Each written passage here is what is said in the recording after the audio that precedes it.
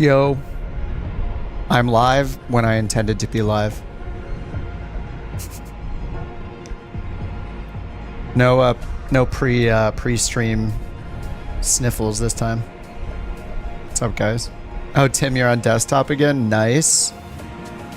What's up, Rick, Cone, Justin, water-cooled Canadian, Qubits. We're back at Cincinnati. Shocking. This might be my last flight out of Cincinnati for a while. We'll see. Supposedly tomorrow, according to the job market page here in A Pilot's Life, it says 1 day. Oh, now it says 0 days until new. Oh, I just got new offers. Uh-oh. Oh my god, this literally just happened. Like, literally just, I just looked at it like 10 minutes ago. Air Intuit, Air North, Ameristar Jet Charter, or Canadian North are my job offers.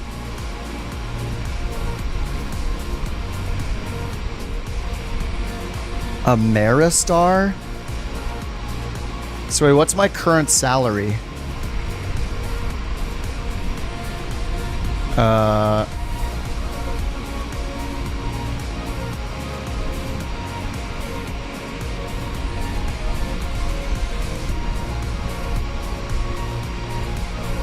Hey, William.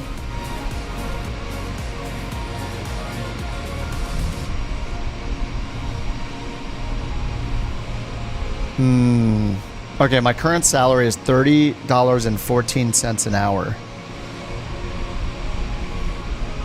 And the offers are... I still have 2 more flights left in this schedule, though. So I don't know if I can skip them or what happens if I accept a new job offer. Maybe it cancels my current schedule. But I might not want to fly into any of these places, though.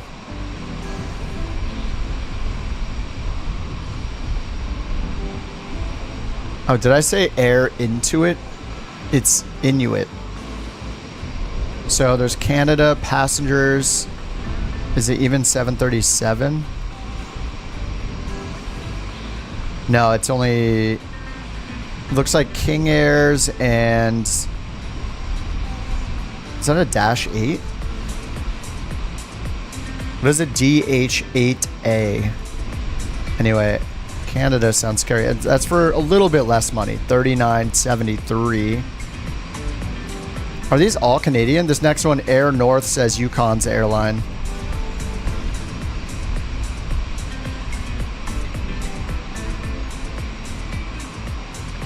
And it looks like they do 737 400s and 500s. So also not what I'm currently flying. Then we got a $27 Ameristar Jet Charter, which is United States. And they have a lot of routes. 737-200. FA-20. Is that the Fokker? Or is that the F-28? And then the SF-34. I don't even know what that is. So they only fly FA-20s.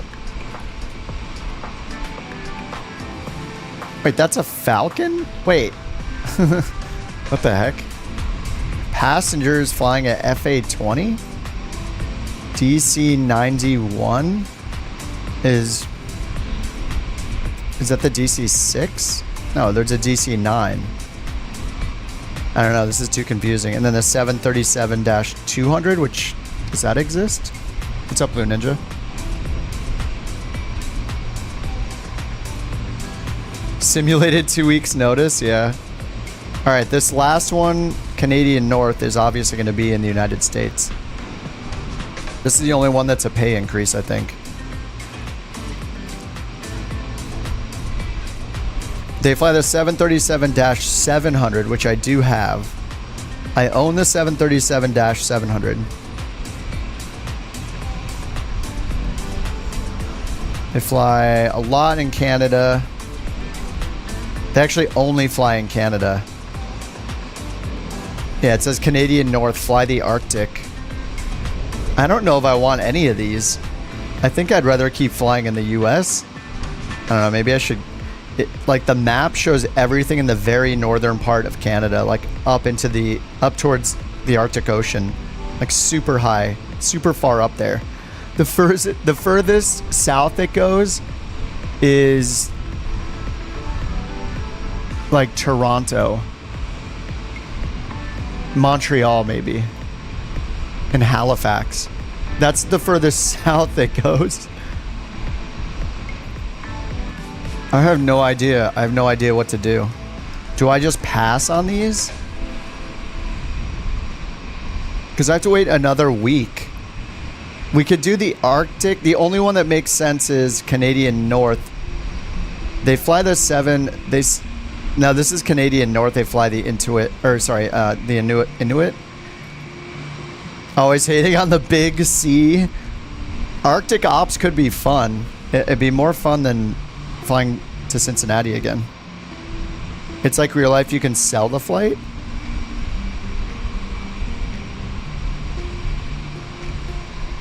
So my current one, what is, oh, let me check to see here what, I don't think I get more options each day. It says days since last contract start, 8. And then in parentheses, it says until new offers, 0, because I think it just happened. So I don't know if I get new offers every day until I accept one, or do I not get offers until for another week? Luke says you can manually apply for some, but if they decline, you have to wait again. If it's like real life.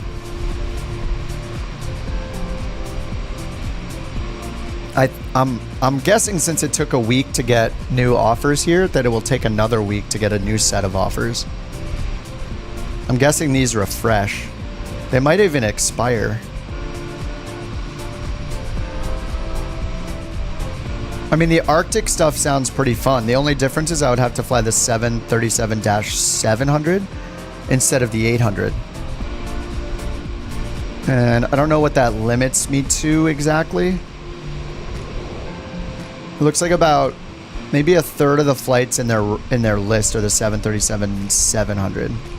The rest are 737-3s and 4s, 300 and 400, I guess. It's 1, 2, 3, 4, 5, 6. They're like 8. They're like 8 different scheduled flights they do with the 737-700. So those are the only ones I'll be able to fly. Change aircraft to the 800 on the flight page.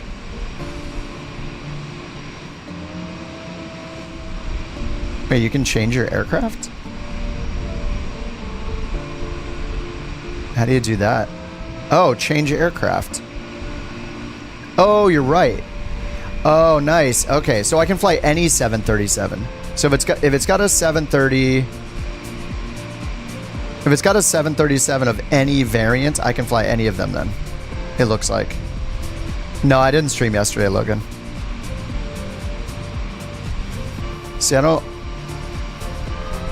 And actually, I need to check my license as well, right? Because I don't know if I only have the 800. It must be the whole 737 family.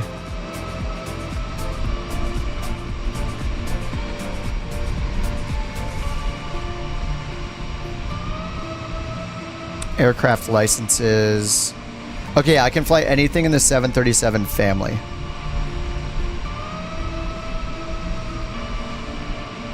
I think, what do you guys think about doing the Arctic Ops then? Actually, let me check the rest then. Knowing that I can fly any 737, I don't have to only fly the Dash 700. But I'll get more money by doing the Arctic one. Changing airlines? I have a chance to. Yeah, I can go to... So, I'll lose money if I go to the first 3 here. Air Inuit, Air North. Am I saying that wrong? Air North and Ameristar. Those are all less money. But this one, Canadian North, would be up in the Arctic.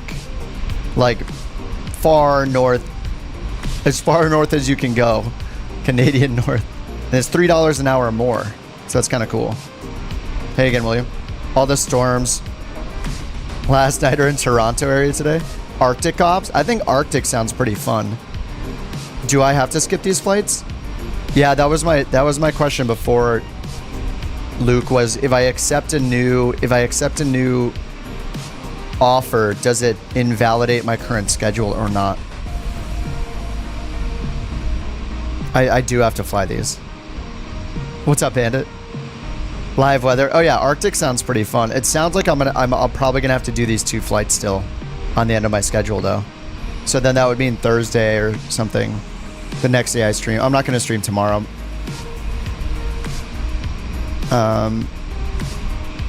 Yeah, so we could do the 2 now, and then when on the next stream we'll start the Arctic Op stuff. 4 free skips. Oh, they reset.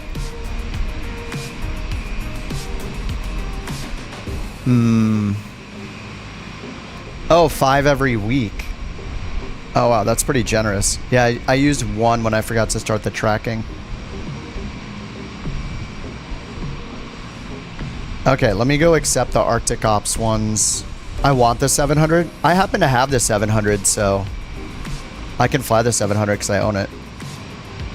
I can even get the little 600 or something. What's up, Underdog? Okay, let's accept Canadian North then. I'm choosing the number of hours target, which is 5 hours a week, which I think I'm meeting.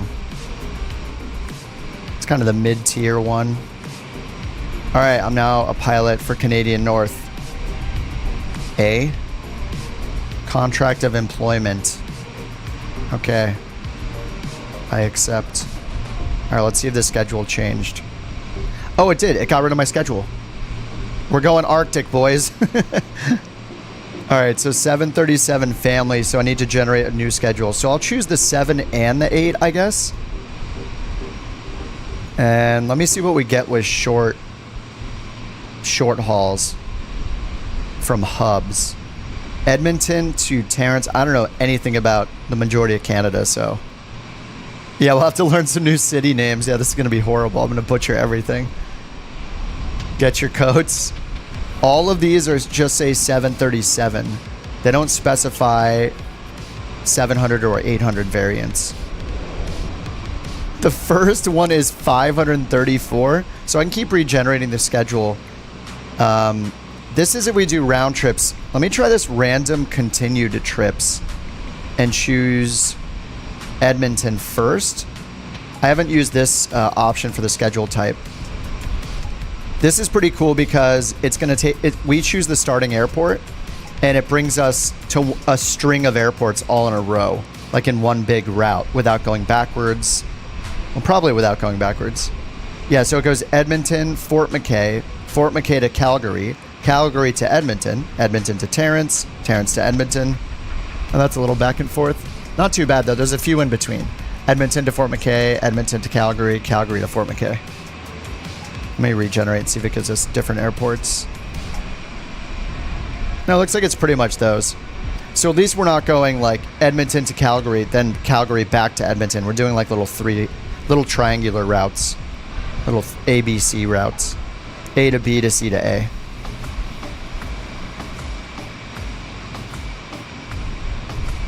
Anything north of a city large enough for you to recognize my name is still snow covered? Probably. Yeah. Okay, I think this works.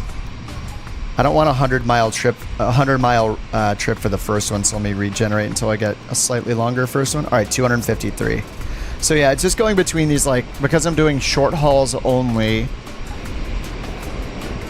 I could do random trips as well. Yeah, it's pretty much just giving me like these 5 different places though, which is fine. 5 new places. Edmonton, Terrence, Fort McKay, Calgary. It's only got those 4 in that schedule. Yeah, so if I choose this option, we only get those 4 airports. But if I choose random trips, which is not necessarily, it doesn't connect them. We're getting, okay, St. John's is a new one in this list. It's because I'm choosing short haul. That's why this is We'd have to use, like, I could choose medium haul or long haul, but we'll probably need to use a lot of time acceleration. But maybe, I don't know, maybe that'd be a good change of pace.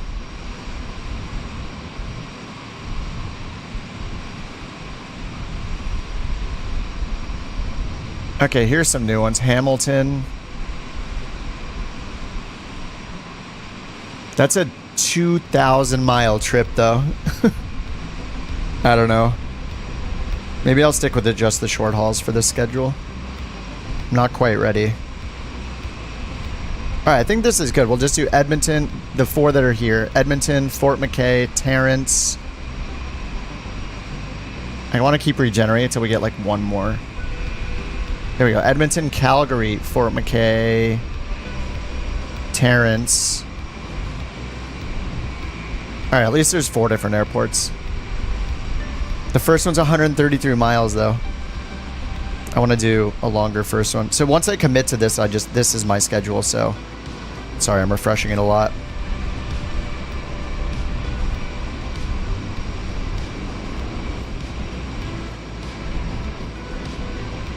Edmonton to Fort McKay and then back.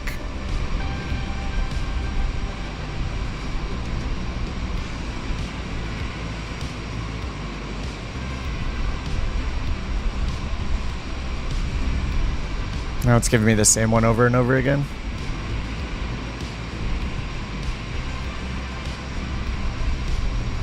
Oh yeah, I can't do any with the 730. Okay, I should just choose all the 737 family.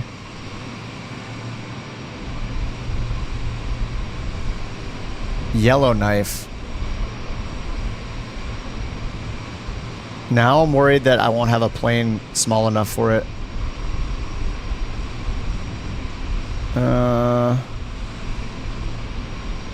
I need to choose 737, 738. Otherwise, I'm going to end up with something I can't use for the trip. Yeah, I remember a Yellowknife. Yeah, from Ice Road Truckers. Yeah. Oh no, this first one's 534 miles. That'll let me do like one flight today. Well, that might be the case anyway. Okay, here we go. Edmonton to Terrence. Oh, that's 500 miles too. Ah, sorry guys, I know this is... I'm clicking this button so many times. There we go. Edmonton to Calgary. Okay, whatever. I'll just accept one. That's fine. It's a 133 mile flight. But now I need to exit and find a... I need to find the right livery if it's even possible.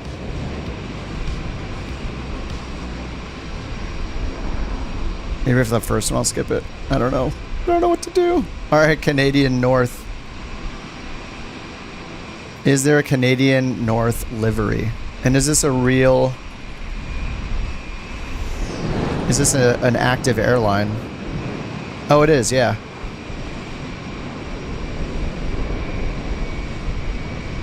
In Canada? Canada? Canada? I guess this is an active... Yeah, I think this is active. It says it has a fleet of 34.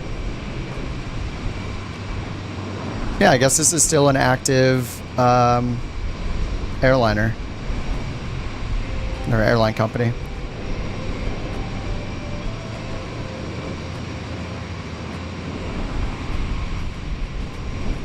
Yeah, I'm gonna have to get it. We're gonna have to reload it anyway. Oh yeah, Canadian North livery. Nice. 737, 700 Canadian North. This was more startup time than I thought we would need.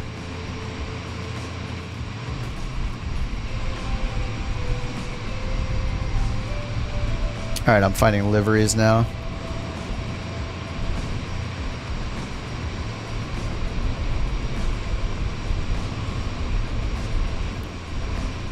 The 146 is small enough.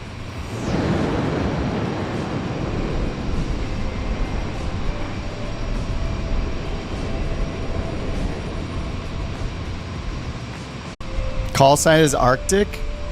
Wait, is it really? I'll have to look it up. Canadian North ATC call sign.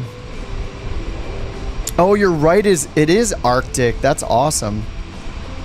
Oh, that is so cool. Okay, let's find these liveries. Canadian North Boeing 737-700. I might have to just... I'll probably just fly the 700 then. North American Cargo. No, that's North American. Canadian Airlines. Canadian North. And then there's another one that's blue. Okay, I'm going to download those real quick.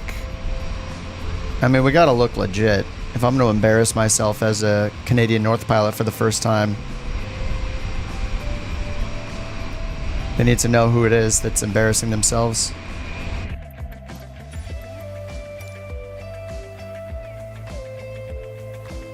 All right, so our first flight is kind of a short one then. And I'm wondering the difference, if there's many differences inside the cockpit or the flight deck of the 700 versus the 800. I don't know the answer.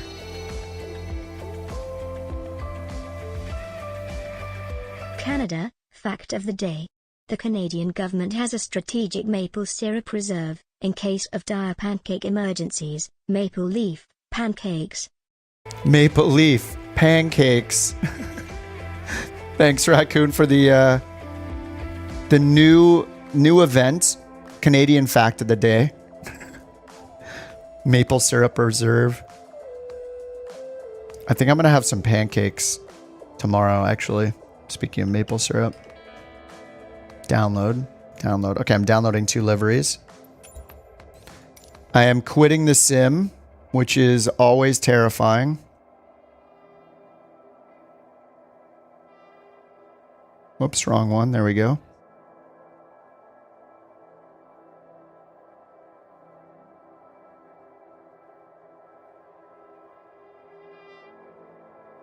All right, downloading the liveries right now.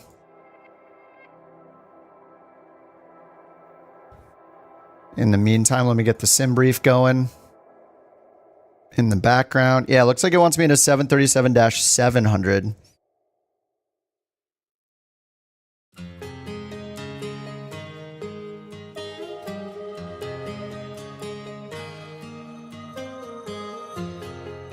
I guess it's good that I have the 700 variant after all.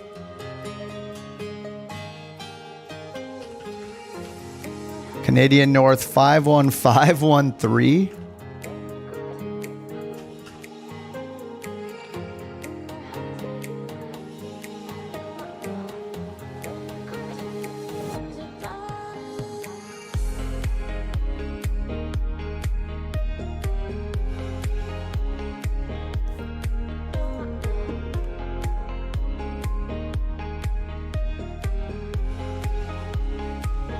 Real airline flies the 700. Yeah, in the NG series. 10 Classic with the long, skinny tube-style engines. Fort McKay Horizon Airport's an airfield built to service the Horizon Oil Sands project of Canadian Natural Resources, built and certified for aircraft up to and including Boeing 737. Yeah, it seems like everything in the schedule in a pilot's life is about, is using the Dash 700.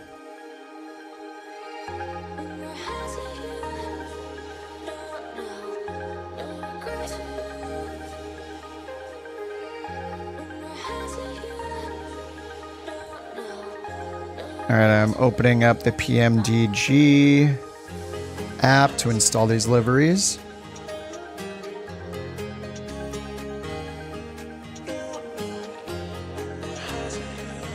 I got 2 different ones. One is red and one is blue. I think the red one looks cooler. It looks more Canadian as well.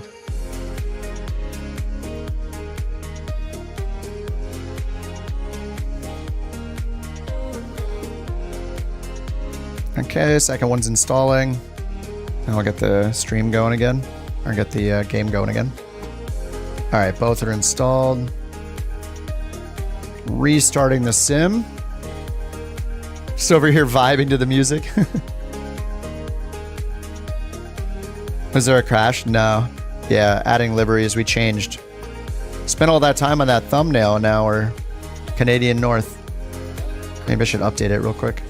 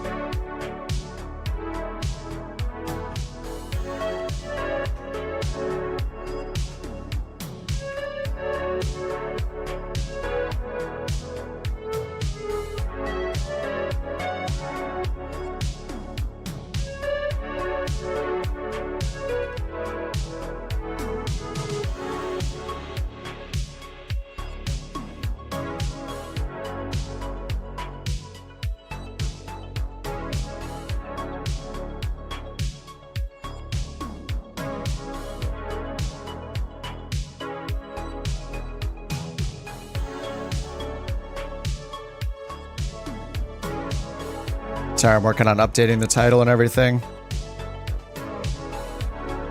So much to change.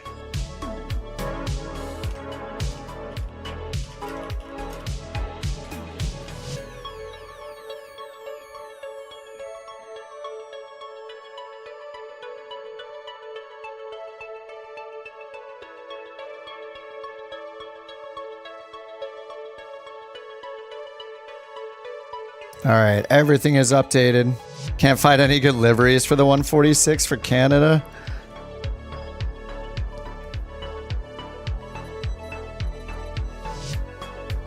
Oh, download the, whoops, I restarted. A320 livery. Which livery? For Canadian North?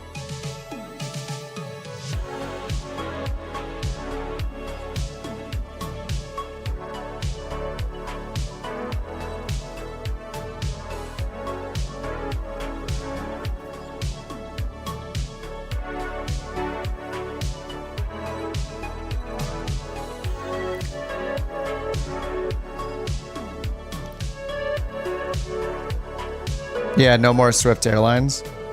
It was good while it lasted.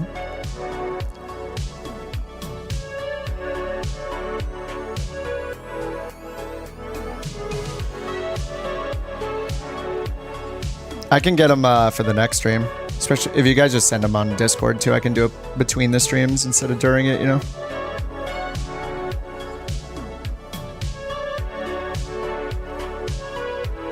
It takes so long to start this sim. It's just crazy.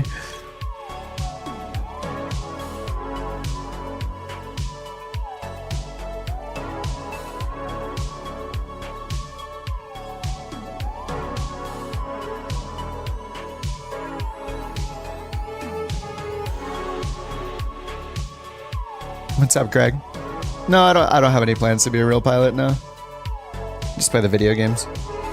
What's up, Shatter? Swift changed their name to iAero. Yeah, yep, they just went out of business, yeah. Yeah, I saw that. Oh, you knew people that worked there? iAero is such a weird name. I like Swift better. I was running it as Swift. But now we're Canadian North, I guess. I got a new contract offer. So here we go. Here we go as soon as, you know, the sim starts in 20 minutes.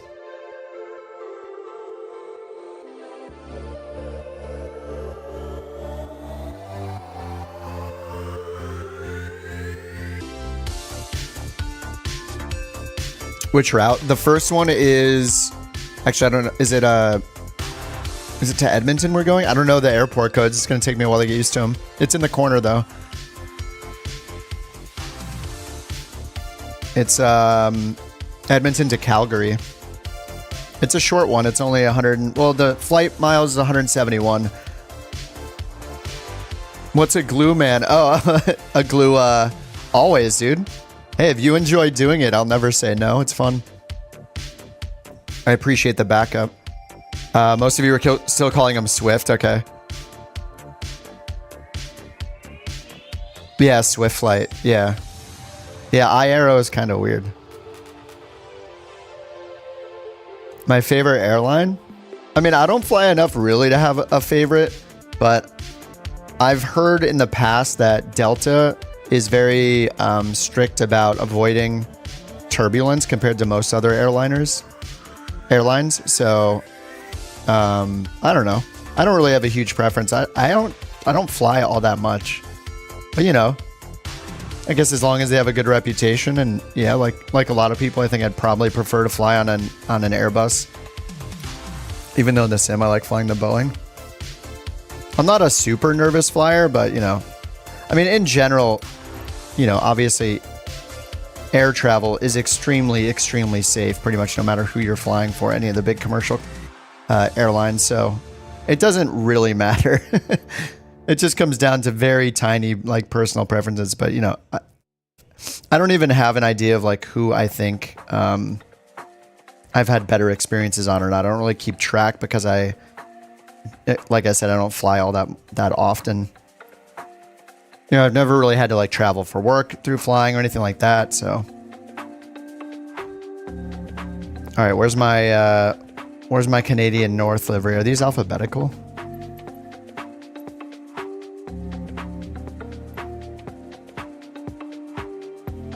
Oh, I have to choose the 700. That's the problem.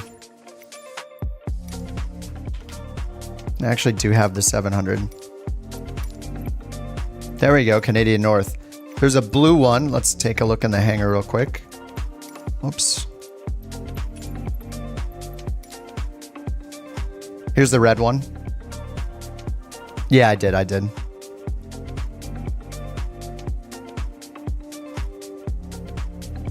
Pretty cool. I like the red engines. Red wingtips. And then here's the blue one. Oh, that one's pretty cool too. There's a bear on the tail. 700's a rocket. Now I like only know about the... now I'm only used to the 800, so I have no idea. So I just grabbed these off flightsim.to. I think I like the red one better just because it says Canada more to me than the blue. But the bear is pretty awesome. Oh, the bear's on the wings as well. They're both pretty cool. You vote blue? All right, well then it's blue. 1 out of 1 vote. That's all that was needed. All right. I'll stick with the blue one. We can do the red one another time. It is Arctic, so it fits that. All right, CYEG. Now, am I gonna have to buy some? Am I gonna have to buy some scenery? FSim Studios. Okay, is this good or bad? 4.2 out of 5, but only 25 purchases. What do you guys think? Is this crappy or is this good?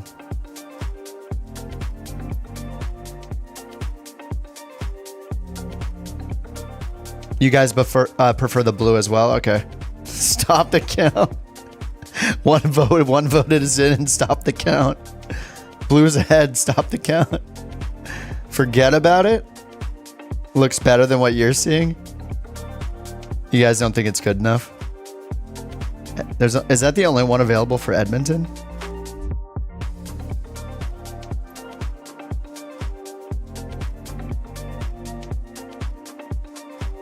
And then for Calgary, we have... Oh man, this is the same creator. The default is crap. This is the same company making this one though. And it's FSim Studios again, 3.6 stars. Doesn't seem good enough. All right, we'll just do the default for now. Okay, all small gates. I assume the 700 will be good here. Oh, they make a great Calgary? Oh, you're sure it's fine? Delta's the expert, I feel like. He has like every... He has every single scenery in the game, actually.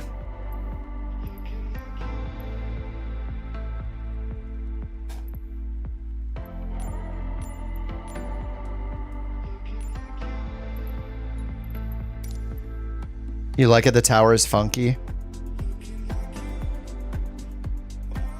His stars are ported by Xbox users in middle school. Calgary's the more major one. I guess I'll just use the default for now because it's gonna delay us longer. We'll see what the default looks like. Also, if I buy every single airport I fly to during a pilot's life, I won't have to do the Thursday stream anymore. I'll have spent all the money already. Not that there's like an official budget or anything. Oh no, I lost a little foot for my keyboard. And if it fell on the floor, I bet the puppy ate it.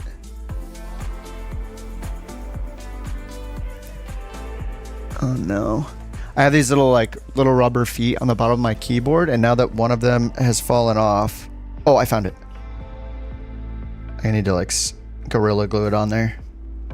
All right, nice. Keyboard is stationary again.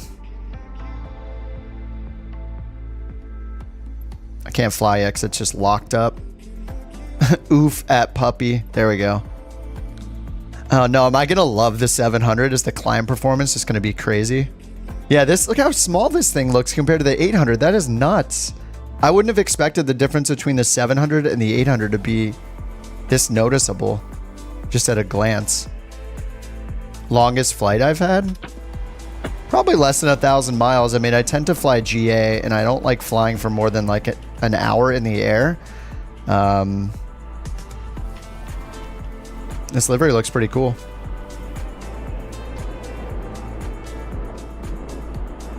Yeah, the livery is neat. This is a big W. This is an upgrade for sure.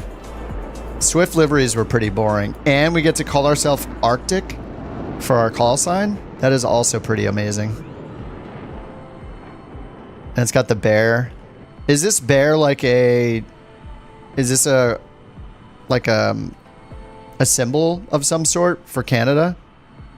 This specific bear? Or is this just a Canadian North thing? I'm going to show my complete lack of knowledge about Canada. I have no idea. I mean, I obviously know the maple leaf. I know the flag. I've heard the anthem. I know where the major cities are, but that's about it. Yeah, it's a polar bear, yeah. No, I'm saying this... I know that it's a polar bear, thanks, guys. No, I mean, like, this specific bear, like, is it on a flag of a province? Or, you know, I mean, is it, like, this specific design? I'm asking, like, I know it's a polar bear. Just the airline, okay. It's just the airline's mascot. Okay, yeah, but it's not from, like, a province or something more, like, patriotic like that, right? Okay. That's what it's cold in Canada. Yes, I know. It's the airline. Okay. I'm just asking. Like, if there's a maple leaf on it, I know where that's coming from. Okay, I gotta, looks like I gotta reset some stuff here. All right, cold dark GPU.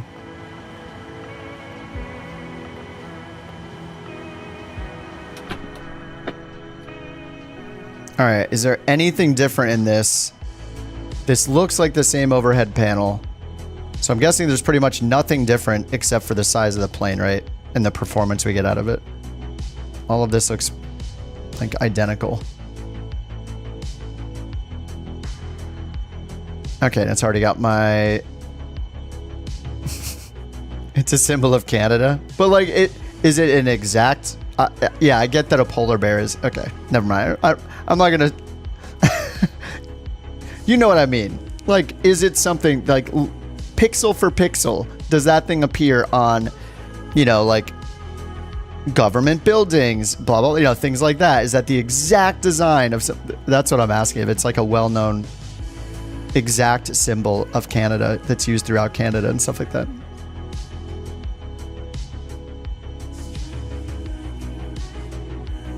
(27°C). This thing looks so much smaller than the other one. Okay, I generated the flight over on SimBrief.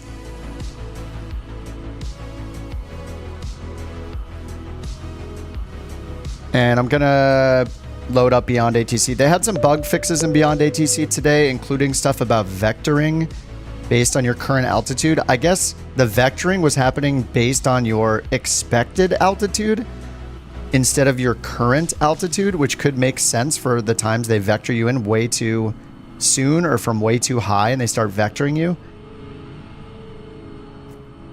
So we'll see if that got improved or not. BeyondATC connected. And I'm also curious if it's going to detect Arctic as the call sign, because that would be cool. The flight number is super long. Oh, it's 1513. I thought it was 51513. Okay, Arctic 1513, nice. And it did recognize it down here in the corner. That one appeared on planet Earth. Now it's on a plane's tail.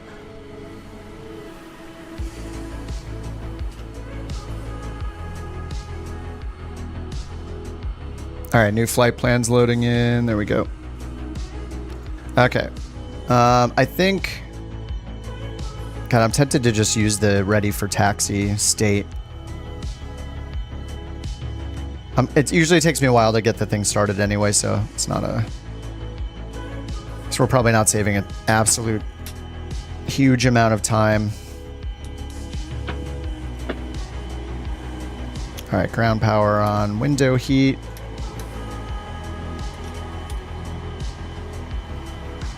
And this is a pretty short flight. We're only expecting to go up to 24,000.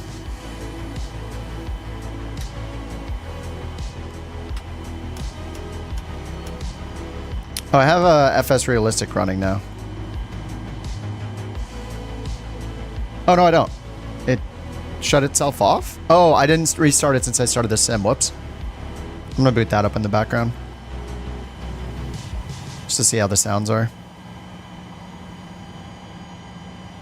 Alright, airport info. No departure, but we do have an arrival. The arrival is the Advox 9. Runway 17 left. I'm gonna put both of them pinned just in case. And then airport.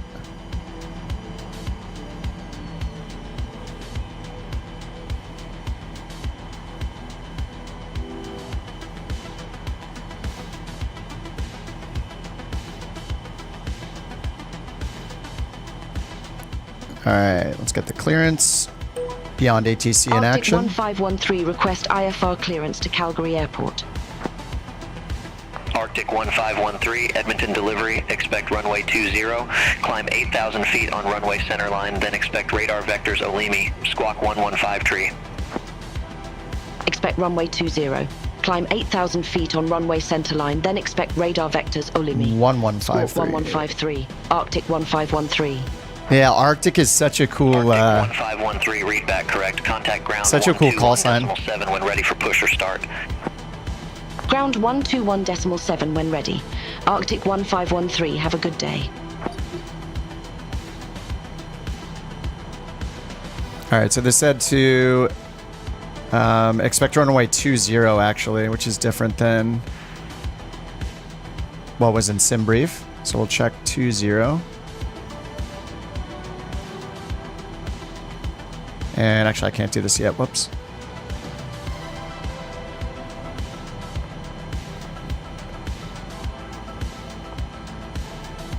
Alright, position. It feels like it's been forever since I've done this. It's been like 2 days. Alright, set payload, set fuel. Now we can do our calculations with the correct weight and balance. Alright, takeoff derated 1 and 44. Flaps 1 takeoff. So is this normal for you guys that have flown the 700 variant? So is this just... I've never seen a flap 1 takeoff on the 800, so... We're going flap 1 on this one.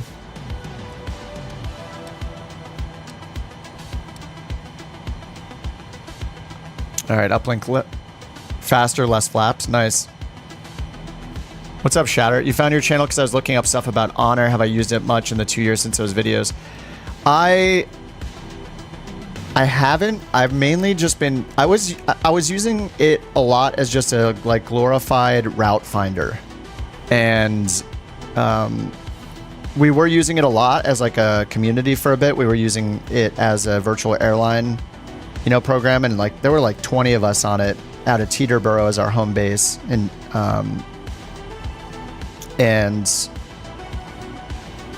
we did it for a bit. It started feeling like a ton of work. So yeah, I haven't been using it very much since then.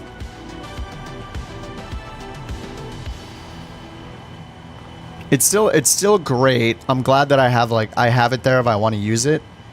I would be using it right now for this kind of flying, like getting into airliner stuff, but it doesn't let me use the Thunder server without turning on crash damage. And in the airliners, you can just get a crash detected just going down the runway. It only happened to me once, but because that happened to me once, I was like, well, I can't use this anymore. I'd like gotten the whole plane ready and I'm going down the runway. I hit a little bump because of the runway and it ended the flight and just crashed it because I was forced to have crash damage on in the sim. So I just decided to try a pilot's life instead. And a pilot's life is pretty cool.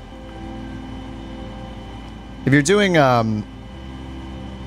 if you don't care about the multiplayer stuff really, like doing the virtual airline or doing base camps with friends or even just doing that kind of like bush style stuff and you want more commercial flights and cargo flights, I think a pilot's life is really good. All right, temp is 44, takeoff 1, flaps 1. 44. And it's selected takeoff 1 automatically, I think. Oh no, it didn't. It selected climb 1. So do I want climb 1? That was weird. Okay, I guess climb 2 is the norm. I'm just going to leave it on what it's defaulting to. Flaps 1. And let's get the departure and arrival in. We're expecting runway 20. They said to fly runway center line on departure.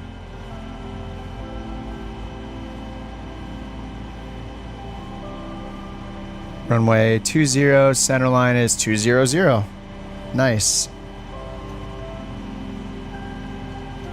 All right, 200. And then on the arrival side, we're expecting 17 left. And the Advox 9 via Amuno. Okay, let's check for discos. Nope, we just got the vector at the end. And they said expect vectors Olimi. Olimi? Right when we take off. After we're flying runway heading.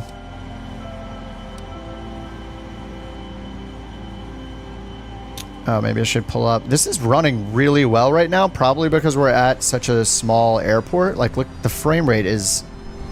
We're not at LAX or anything, so this is kind of nice. I guess this is not a huge airport, right? SIDS and stars. Oh yeah, did I forget to paste that? Let me unpin that message, which is no longer correct. So there's no SID, but the star is the Advox 9. 17 left is what it says we're expecting from SimBrief. 77 FPS. Yeah, this is so nice. I don't even have to turn off the other displays, I guess. Maybe just because I'm a little OCD, I'll just turn off only that one. Maybe the clock. Actually, I'm gonna turn all of them off. Like, I don't need these things running. This clock over there, waste of RAM, I guess. That tablet, no need.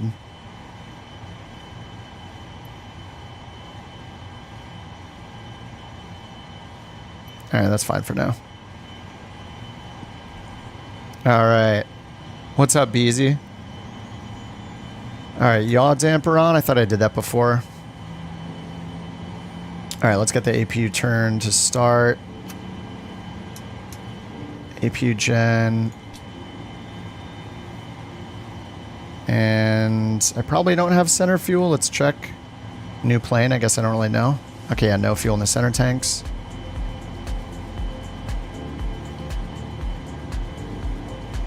Alright, there comes the EGT.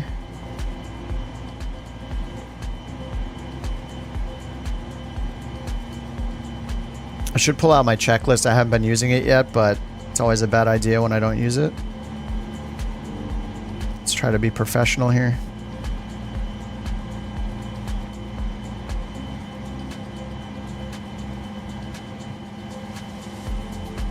Alright, we're just waiting for APU gens to show up here. Or this light to turn on.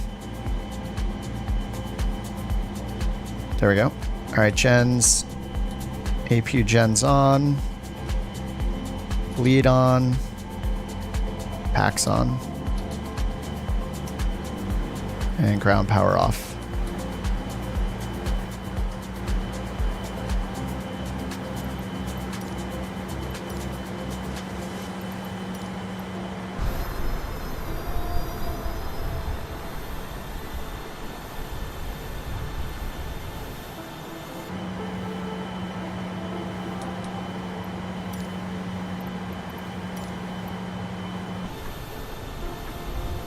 Alright, stairs going away. What's up, Thomas? 77 FPS is so nice. Yeah, it is so smooth right now. This is why I like the small airports. Maybe I'll love flying like the 700 because we can get in and out of smaller airports. I'll have to look up the differences between them.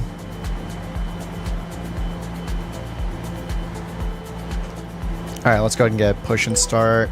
Arctic 1513 ramp 1153 Request pushback 8000. and engine start. Arctic 1513 Edmonton ground, pushback and engine start approved. Face southwest. Pushback and engine start approved. Face southwest, Arctic 1513.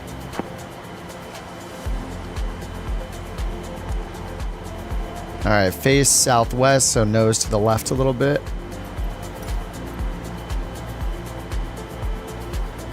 They gave you 7,000? They gave me 24,000? 24,000.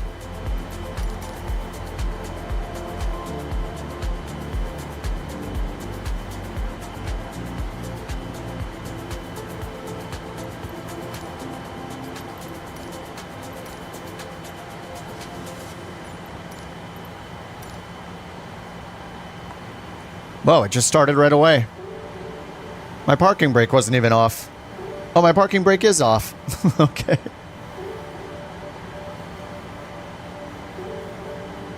Oh, FS Realistic, let's see.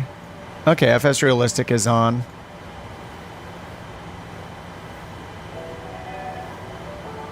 Can I test this? Preview. Maybe not. Dude, this is so smooth.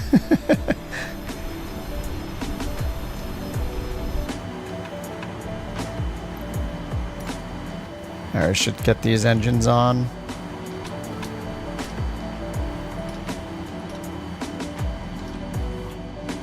Man, this performance is so nice. I missed it. This is what it was like flying out of small airports all the time.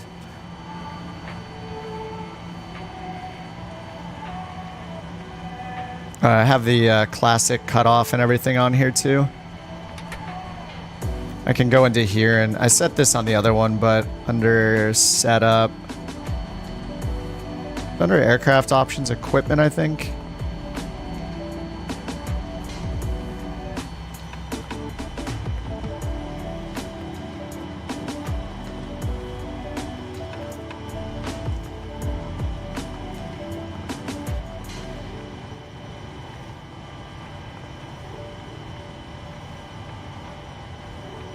Short field package. Performance improvement package.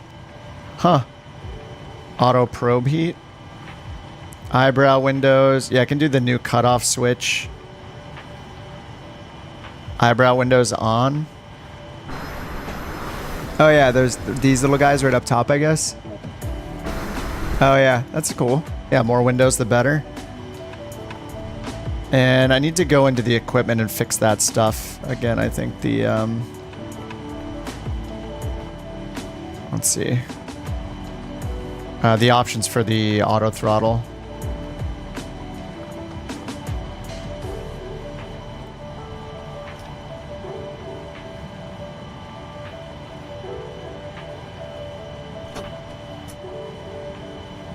You can purchase packages.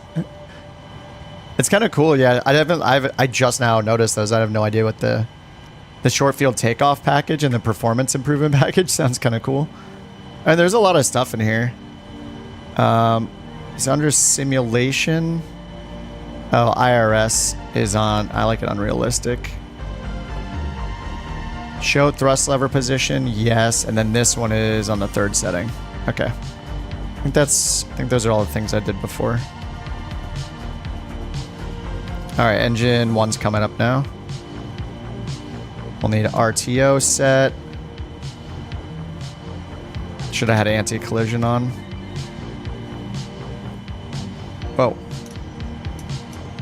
Alright, Gen 1 and 2. Let's turn the generators on. On. Probe heat on. Packs back on.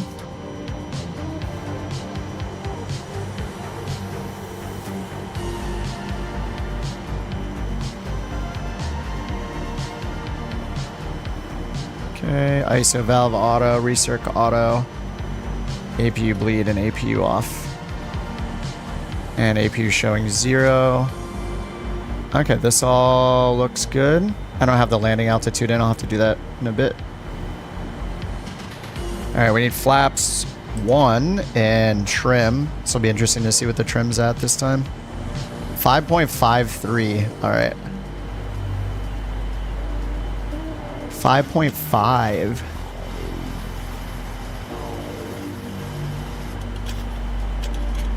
Alright, done. And runway 20.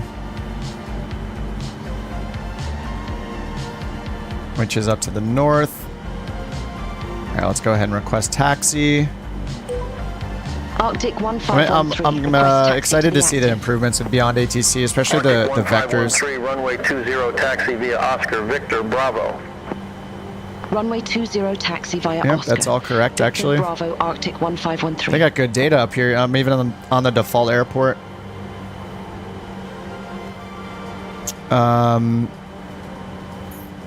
Yeah, they posted, BeyondATC posted an update. When is that? Oh, it was on the 13th, actually. Huh. I did not notice that. Auto respond will accurately reflect player's situation. Okay. I guess I was just using say intentions quite a bit the last few days. All right, parking brake is off. We got RTO on our auto brakes and get our taxi light on. We got 144, which was V2 plus 10. Heading is 200, which is the runway 20 heading, and altitude is set. Flaps and trim are set, and we're going to use VNAV for the climb and heading select for the runway. Whoops, flight directors. VNAV, heading select, auto throttle. Warning is good, and taxi clearance. Okay, nice. Hey, Sonia, what's up? Oh, thanks, Breeze. I'm practicing. I usually fly the small planes, but, oh, altimeter as well. I'm just setting it automatically at 3000.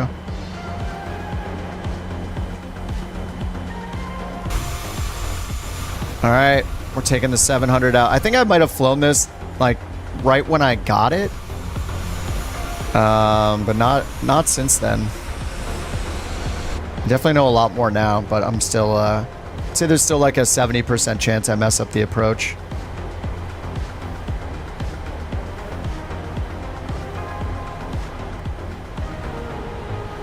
Oh, auto throttle got turned off somehow.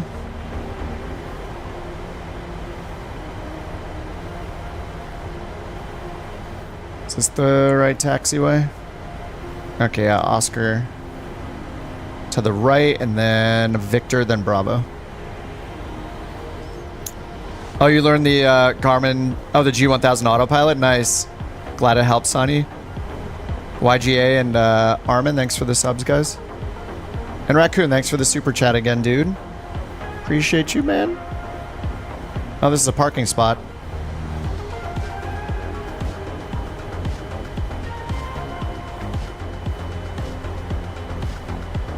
I don't think that's Oscar. I think we're supposed to go this way. Is that? I can't tell if that taxiway to my left is Oscar or not. It looks like Oscar is the one here near the parking. Ooh, what's Lake Pilot in? Is that the 777? Wait. Oh, it's a 787.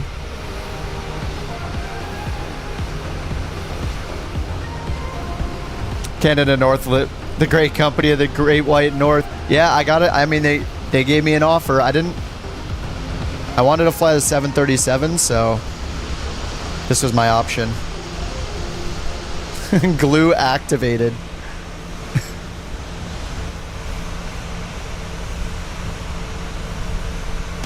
Actually, it almost looks like it's like I'm using that add-on. Great taxi escort. Oh, FX must have the scenery here. I'm for once not the person who's floating to everyone else.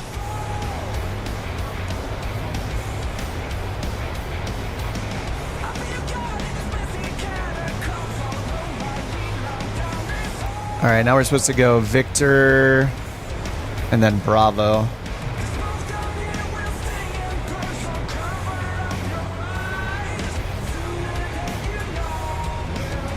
I have like no signs, so I have no idea where to go. Is this Victor to our left? I don't think so. I think we just go straight and then we turn right. There are no signs at all.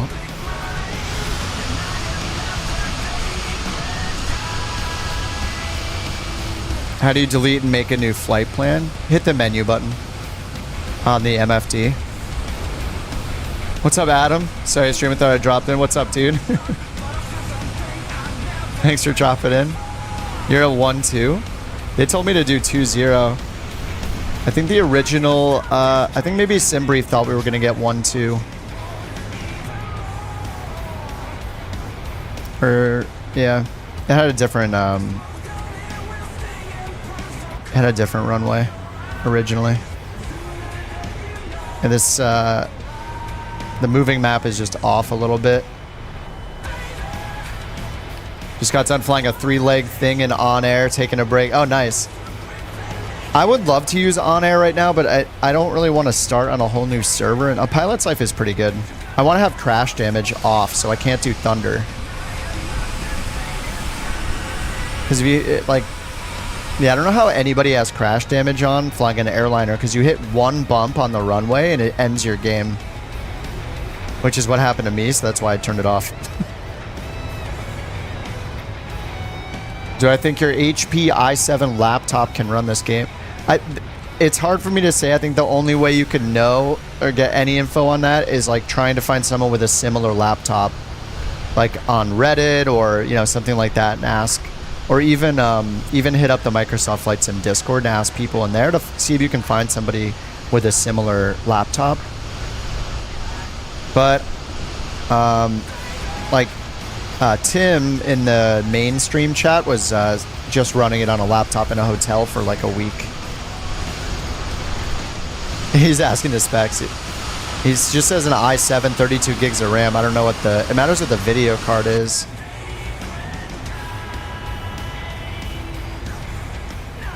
Like, yeah, I'm not sure what Tim was running on his. If you happen to have Xbox Game Pass, Jonathan, you could just install it. And if you've never had Game Pass, then you could get it for like, if you've never had it before, there's like usually an introductory offer that's very cheap, like a $1 type of situation for the first month, and try it. But if you don't have like a good mobile video card in that, like an RTX mobile series or something like that, it probably would struggle. Yeah, Tim, I had a 3080 like last year this time.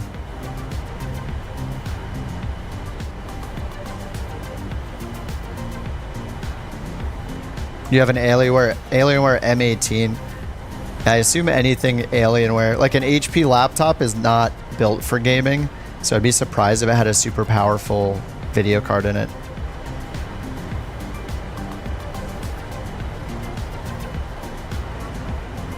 Let me make sure this is tracking. It is. All right, Edmonton to Calgary. This is only 100. It's like 170 miles. Flight miles. Nautical miles, as it were.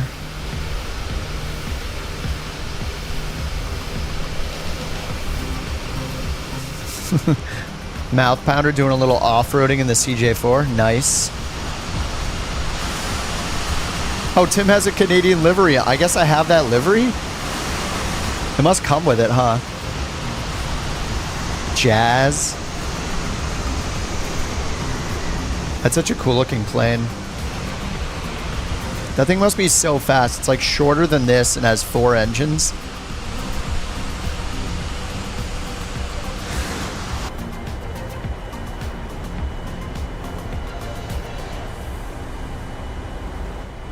Yeah, you're on your desktop again? Nice. 7900 XTX. Is there a benefit to running like an AMD GPU and CPU? Arctic 1513, contact Edmonton Tower 118.3, bye-bye. Bye-bye. Tower 118.3, Arctic 1513. The controllers on BeyondATC are using my sign-off thing. They're saying bye-bye. Like an adult would. Arctic 1513, holding short, runway 20. Arctic 1513, Edmonton Tower, wind 165 at 9, fly heading 200, runway 20. Arnold? For takeoff. It sounds Fly like... heading 200, runway Dude, sounds like Arnold. Cleared for takeoff, Arctic 1513. All right, fuel flow reset. Clock is started. MCP, we got auto throttle. VNAV heading select 8,000 set. We got takeoff clearance. All right, position lights.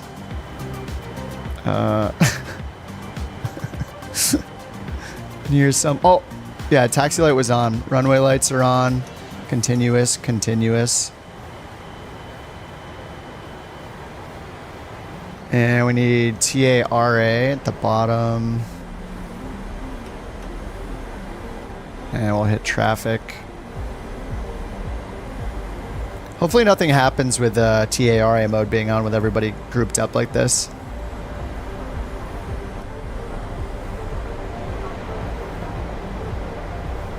Oh, nice, Breeze. Dude, this game is awesome.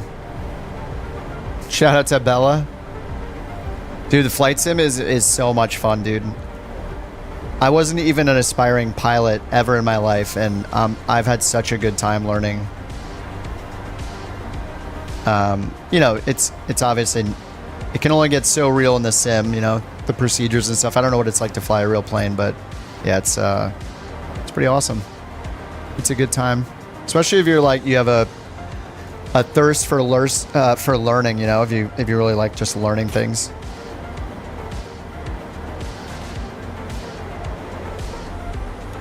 All right, auto throttle, N1 toga. Heading select will come on once we take off. V1's 130.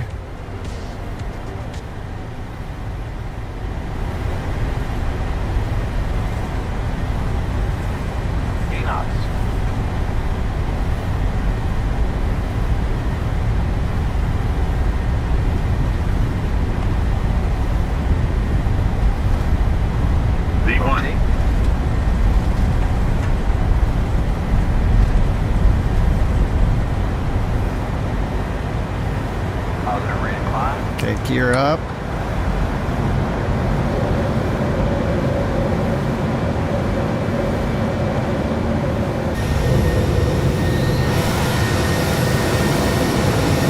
Oh no, Pizza Man, what's happening?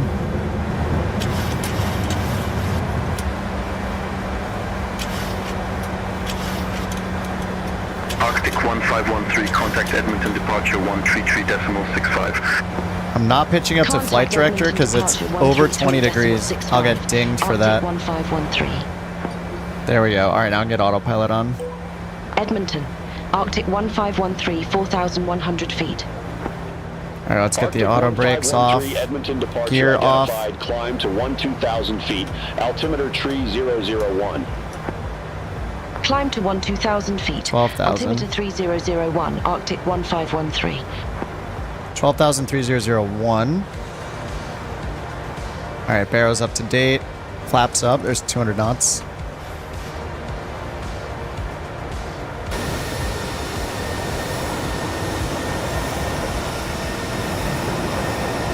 All right, this is our maiden Canada North flight.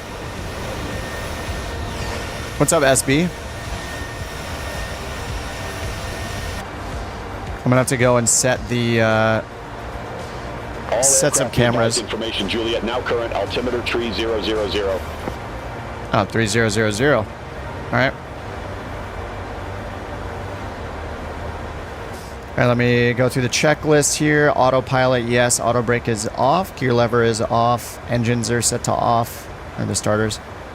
Runway turn-off lights. Flaps retracted. Pressurization is slowly climbing. It is in auto. Just checking all the other things are in auto. Nothing is screaming at us. No warnings. All right, we're at 7,000 feet. All right, let's shimmy back, and I gotta set a couple window seat views.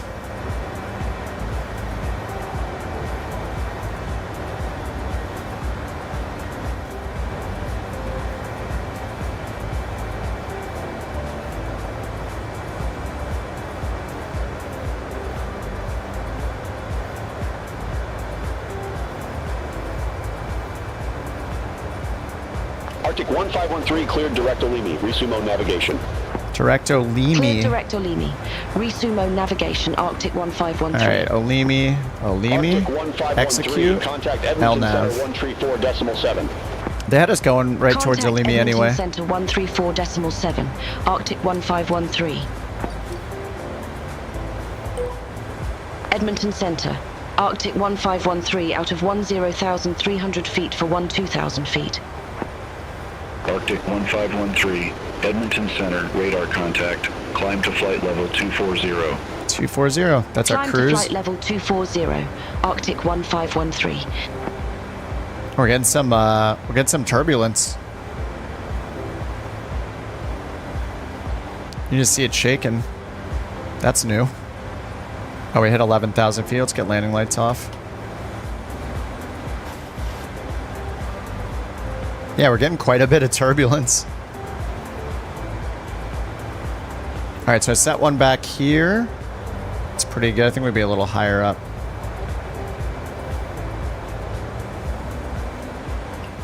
Try that again. There we go. Obviously, we need the other side.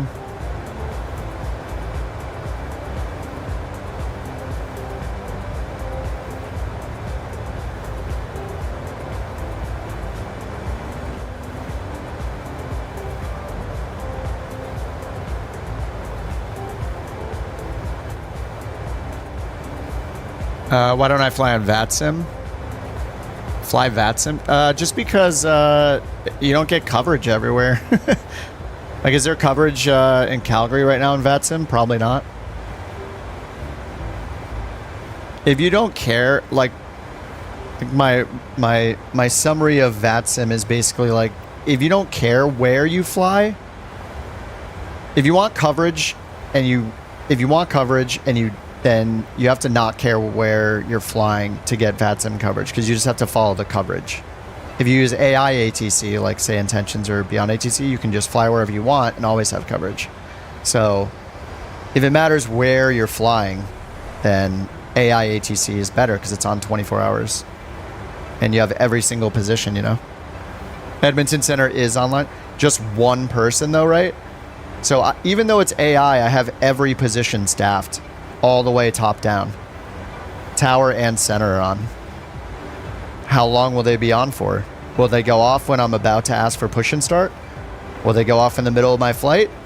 That's my experience with VATSIM, is the majority of the time, the coverage would be either not where I wanted it to be, or I'd get almost the best situation was, oh my God, I can't believe I got one controller for my departure and one controller for my arrival. Like, that's it. You talk to one human who gives you clearance, ground, tower, departure, center, and then another human that gives you the other 5 positions on the other end. And it's like, all right, I'm like talking to 2 people. It's all right. I like the variety in the voices and stuff, and you know, man, this is running so well right now. This is crazy. With frame gen, I'm probably getting 100 frames. It's just so smooth right now. Yeah, events. Like, the events are great. And also, though, you could have a bad experience with events when there are too many people. Like, somebody was saying that they were on an event, like, I don't know, a couple weeks ago, and the controller rage quits. They were so annoyed with all the traffic.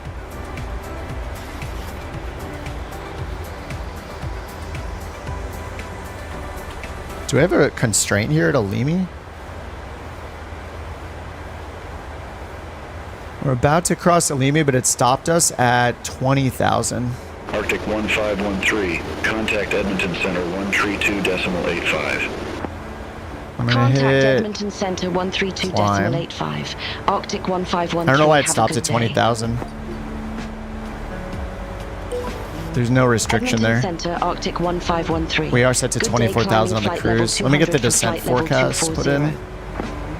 Arctic 1513, Edmonton Center identified. The tablet comes with a 737, Patrick.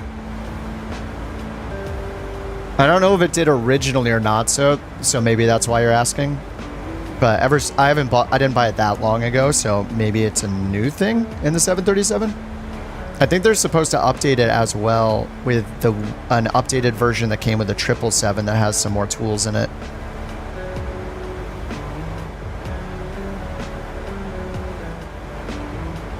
All right, we should go to our star. We're assuming we're going to get 17 left. So we'll use this chart for now. And airport elevation 3606. All right, 3650.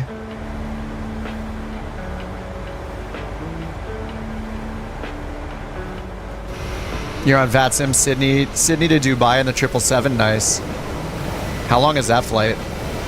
Sydney to Dubai?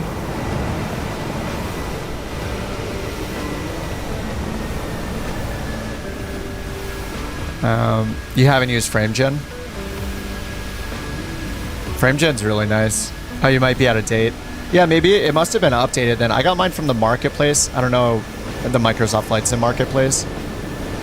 13 or 14 hours. Good luck. Time to do laundry and take an 8-hour nap. Yeah, maybe they added it at some point after its release, Patrick. Because this is the 700 that has it. I also have the 800 that has the tablet as well. You know, like sometimes at the sim will want to verify your identity, like they're the FAA. Who will? Oh, VATSIM?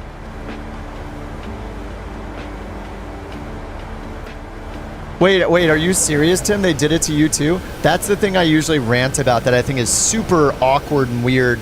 It's weirdo behavior, dude, for VATSIM to ask anybody to verify their identity. It's absolutely ridiculous.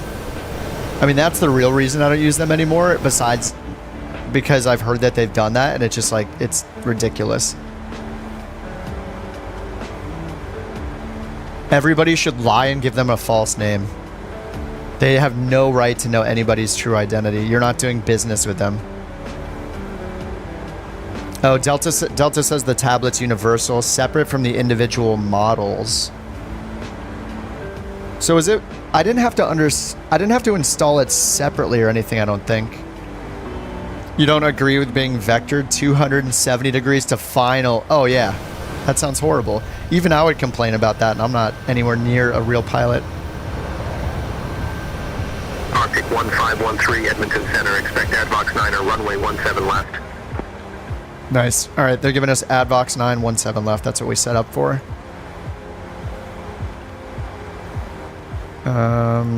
Oh, okay. So this is something that's new, like 3 days ago in the update. I know it's tiny in the corner, but the options here, it's prompting me now to accept the clearance, and now you can request a different runway. 1513, Edmonton Center, expect ADVOX 9 or so runway 17 left. you weren't able to change your arrival or your approach before, so now I can hit accept my Expect ADVOX clearance. 9 or runway 17 left. Arctic 1513. So that's pretty cool. Yeah, we're at top of descent 20 miles, so I'm just going to ask them for our descent. Maybe I'll give it a minute. I want to see if they do it. That's true, Shattermage, but their policy says that in your private profile you use to sign up, you have to use your real name. And there's been multiple instances of them asking people to prove their identity, which is absolutely ridiculous. Like if you are the kind of person that thinks it's okay to send a photo government ID of yourself to an online internet fake ATC service that's free, you might be the kind of person that gets scammed on a regular basis. You know what I mean? Yeah, they used to show your real name, and they changed. I don't know when they changed the policy or if it was always this way, but you can use your VATSIM ID or your first name. Like you can use an abbreviated version of your real name. Yeah, if you're in a real life pilot, you shouldn't have your real name to simming. Exactly. Right, exactly. And my understanding is that's what happened with V1. And when I heard about that, I was like, "It's ridiculous. I'm not using it anymore." It's just creepy, dude. It's super creepy. It's it's a security issue asking you that information. I mean, how encrypted is it? Like, it's not a bank. Like, they don't need your real name. They're not shipping me anything.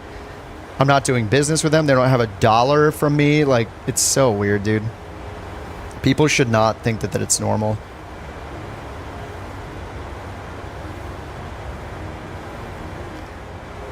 Or just for like getting doxxed, right? Like what if you're on there and somebody, some other pilot is on there and they have like, you know, ill intentions, they're being a jerk, whatever.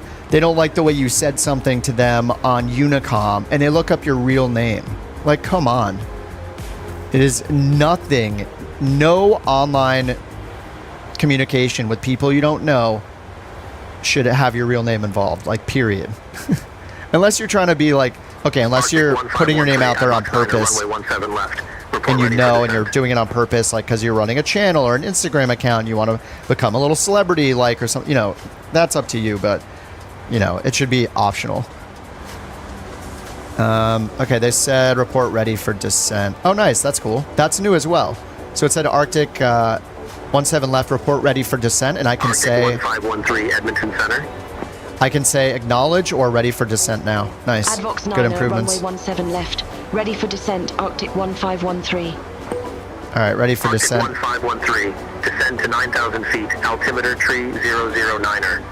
9,009. Descend to 9,000 feet, Arctic 1513. Arctic 1513, All right, contact 3009 Edmonton Center 134 decimal tree. is in there. Contact Edmonton Center 134.3. Arctic 1513, bye-bye. Bye-bye. They're all saying bye-bye now. Edmonton Center. Is that a Canadian Arctic thing? 1513. Because I like it if it Descending is. via Advox 9er, flight level 240. Arctic 1513, Edmonton Center identified. Yeah, Beck. Yeah, like they have like a superiority complex or whatever. Like it's the most power they've ever had in their entire life. You know, it's like if like a 12-year-old, you know, back in the days using IRC and they got a plus A or a plus O in there. You know what I'm talking about? Somebody gave them a plus A or a plus V, and all of a sudden they think they're like the most important person in the world, and they need to flex their newfound power by threatening people that they'll ban them. It's totally like this childish behavior. It's so weird. It is super weird. It's like, dude, you're in like a niche of niche on the internet. Like, calm down.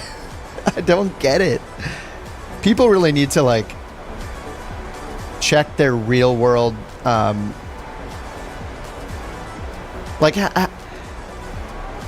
how are you doing in real life? You know, like if your online moderator power or something like that or something similar is like, that's your like claim to fame or whatever, and that's the thing you're most proud of, so you have to flex it. It's like crazy.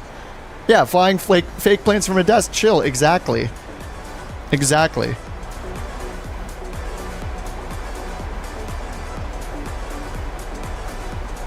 Like, it's just like I don't know, it's just like they're like power hungry on the internet, and there's like, it's so strange.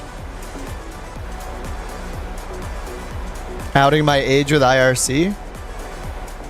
You don't know what I've read articles on, though. I could read about anything. You broke my immersion. Just because I know what IRC is doesn't mean that I know everything about it or used it even. You know, I've heard of telegraphs before too.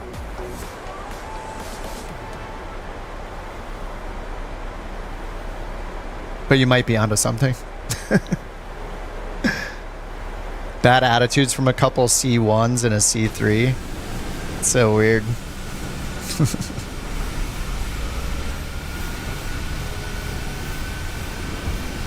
You want to try the controller? Yeah, the controller side of things sounds like it could be fun. It's a lot to learn. Like it's, I remember reading up about it when I was first starting to do IFR stuff. And yeah, it's a lot of learning for sure.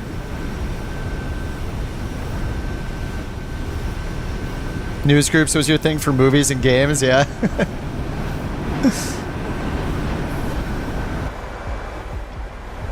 All right, well, we're descending via the, what are we on? The Advox 9 for runway 17 left. And they didn't give us an approach yet, but let's go and grab an approach. Rival approach. All right, 17 left. We got, oh, a Cat 3 ILS. Yes, happy days. All right, let's get it in.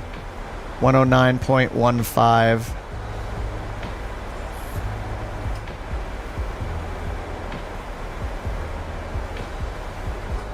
$109.15. Let's see, it's gonna have DME because it's a Cat 3. All right, minimums. Oh, it says Cat 3 ILS not authorized unless what? Oh, for Class C and Class B.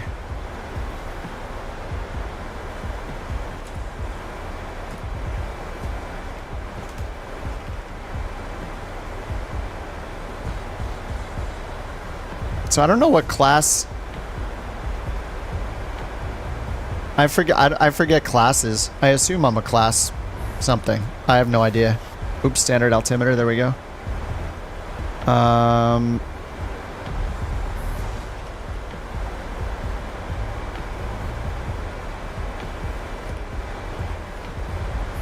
It's a D for jetliners? Oh yeah, the speed. There we go. Class D is 141 to 165. Might I be a Class C? Cat C. Okay, yeah. 121 to 140. For this 700, maybe it's a C. Yeah, I think it's a C. Yeah, 121 to 140. Yeah, 737, I guess, is a C. So it says Cat C ILS not authorized. So I can just do Cat 2 then. So we'll do the 110. 110 minimums.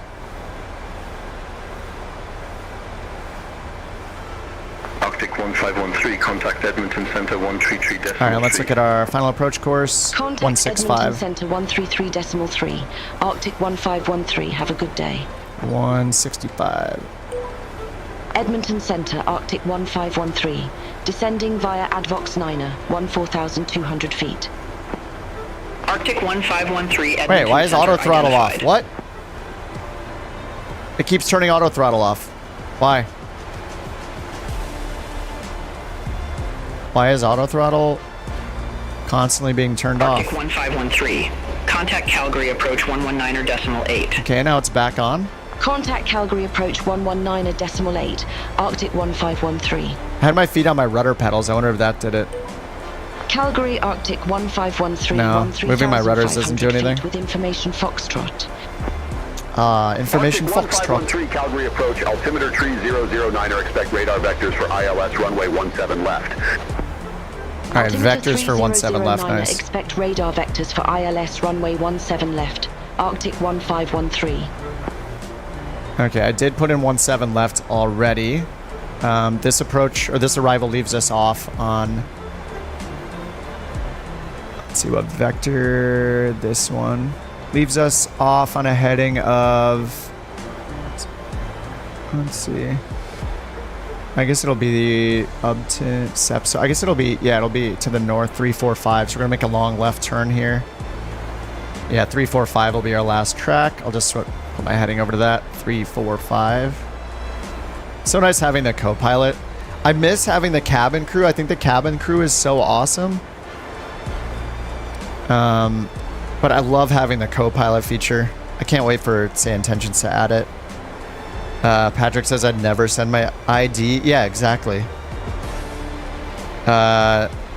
Jatato says one supervisor in VATSIM pulled me out, asked if my name was real. I was like, dude, I literally signed up with my ID.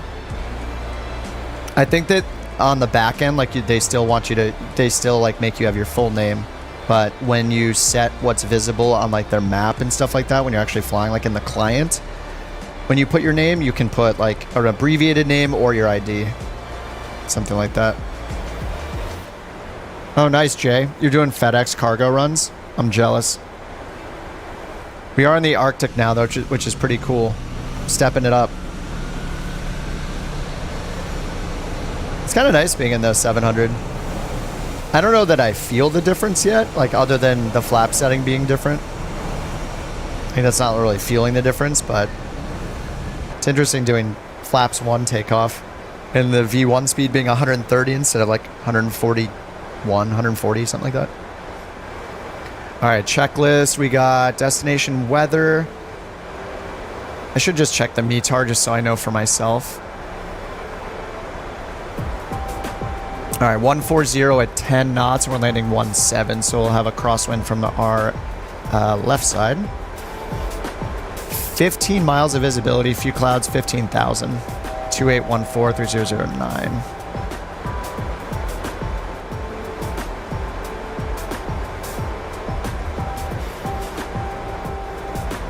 right, arrival data, landing altitude, we set that in the top already. Radios are set up. Descend to 7,300 feet. Altimeter tree 009er. 73. Descend to 7,300 feet. Altimeter 3009er, Arctic 1513. All right, do we have an altitude over here? 7,000. Can I put in a /7,000 here? There we go. Tell it to be at 7,000. Whoops, it's 7,300. /7,300 by the time we get here. So I'll let VNAV continue. VNAV speed, LNAV, and auto throttle still armed, but idle right now. All right, let's get our speed brake armed and do our landing calculations. Runway 17 left. Packs on. Oh my god, look at that. Auto brakes 3 braking distance, 5,500 feet. Do you guys know, you guys told me before when I was flying the 800 that it's normal flaps 30, auto brakes 3. Is that the same case in this one? In the 700? Or should I do like auto brakes 2? Flaps 30, auto brakes 3.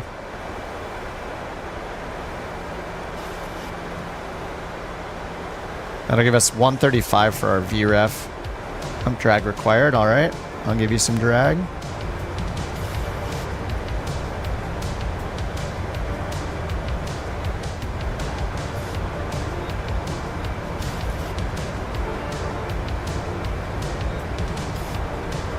Alright, we got our V speeds in. We're going to be left off on a 345 vector.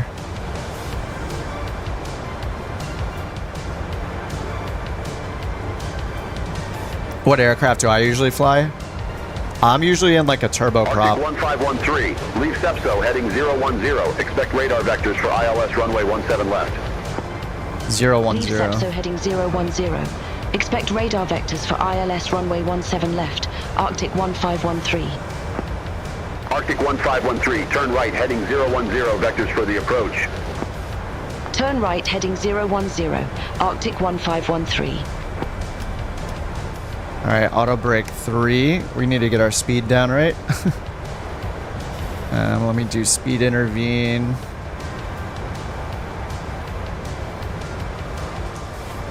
And we can do flaps 1. DME, we're 16.9 DME.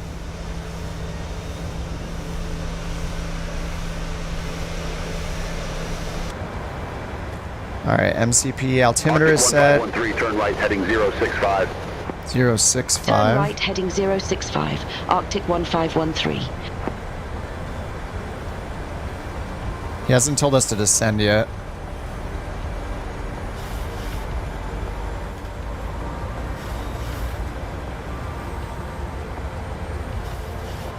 And FAF altitude is 5,200. 4 DME is the glide slope.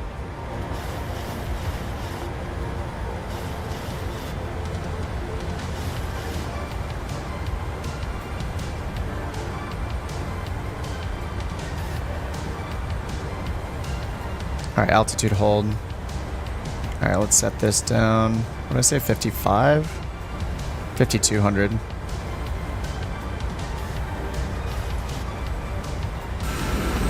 Arctic 1513, 9 miles from Victi, turn right heading 125. Maintain 6,500 feet until established on the final approach course. Cleared ILS runway 17 left. Turn right heading 125, 6,500 feet until 65. established. Cleared ILS runway 17 left, Arctic 1513. We need to turn a lot more than that.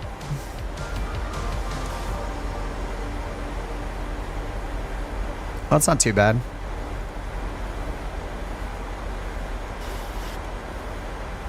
Yeah, okay, that's not too bad. Never mind, take it back. And we need to get down to 6,500 until established on the localizer. But we're cleared for the ILS, so we can go down to... Once we're established, then we can go back to VNAV, LNAV, and get down to 5,200 feet. Alright, there it is. So I'll put in 52. And LNAV. And approach mode. Alright, Vorlock, vertical speed. Or sorry, can I do VNAV now? VNAV path. Okay, 5200 is set. Alright, we still got flaps 1.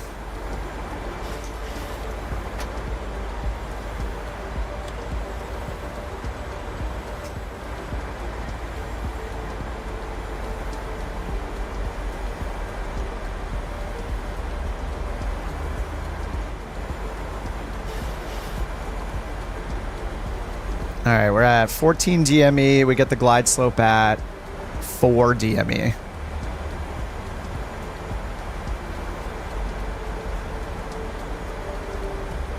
And our VREF speed is 130.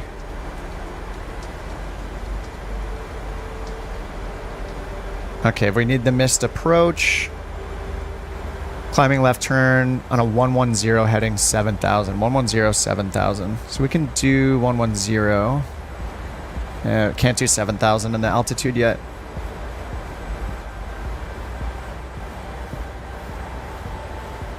Okay, VNAV is getting ready to descend us further. Yeah, it's holding us at 6,500 till 11 DME. We're at 12.5.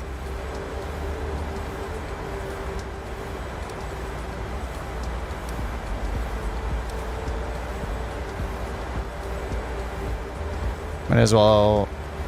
Let's see, can I make VICTI activated?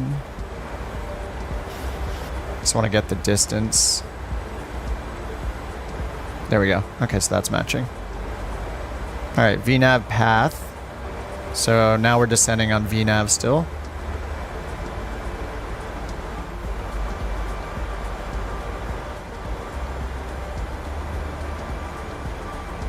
Alright, let's go. Let's see. Alright, we're 10 DME. So let's get flaps 5. I think at this point I should get... Yeah, we're 1 above. I need... Approach mode is on, but we're not close enough to get it yet, but I'm going to get... Yeah, it's like 1 dot above. So we'll get gear. Flaps 15.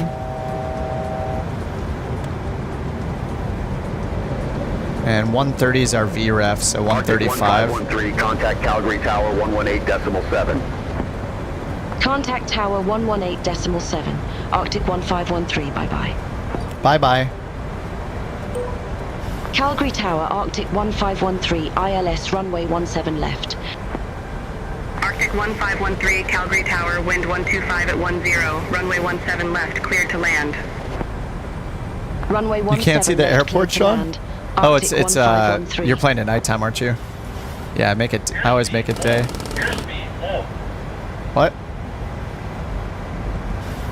Why is it angry about my airspeed? That was random. Alright, we're on the glide slope.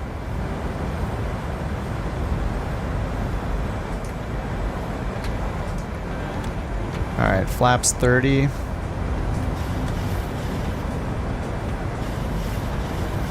And 135 is our VREF plus 5. Alright, gears down, auto brakes armed. Auto throttles on, speed set to VREF plus 5. Altitude we can set for go around with 7,000. Yeah, on a 110 heading. Alright, 7,000 is set. Oh my god, I forgot all my landing lights. There goes my rating. I'm so bad.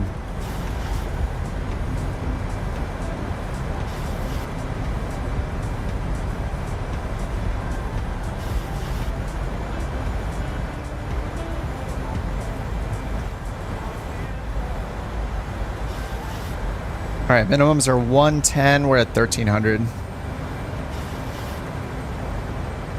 Stalled for a sec. What was... Did I just get a crazy headwind or... Did I just get a crazy gust or something? Because I was still slowing down to my VREF plus 5 speed. I think I was at flaps 15 with gear down. That was, 1,000. I don't know what happened. Stick shaker, yeah.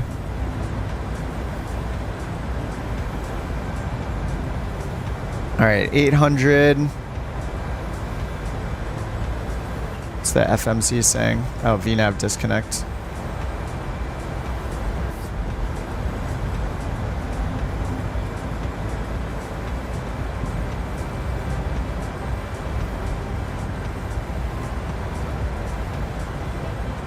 Alright, I guess we're gonna hand fly it. We're at 500. We can go down to 110, but let's try this thing out.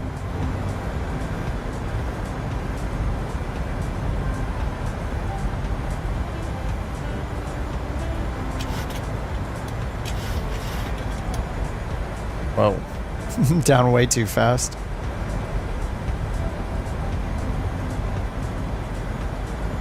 Approaching minimums. This is the tiniest wind from the left. Minimums. 50. 30. 20. 10.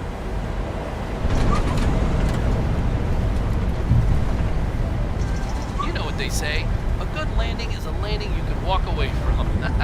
What? Is that FS realistic?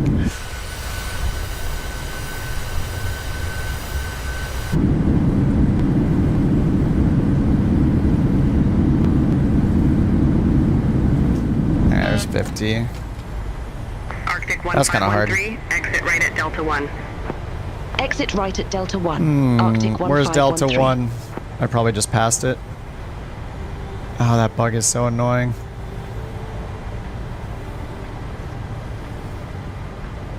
Yeah, that was Delta 1 behind me. I guess we're going Delta 3. 1.28 Gs. The FPM was too fast, but 1.28 Gs. I'm not upset. Not upset with that.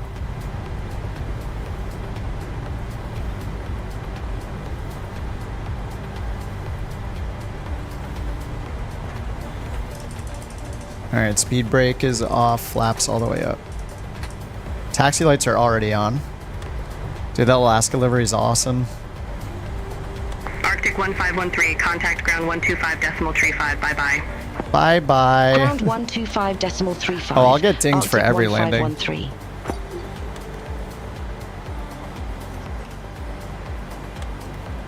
Alright, landing lights off, turn off lights off. And probe heat off.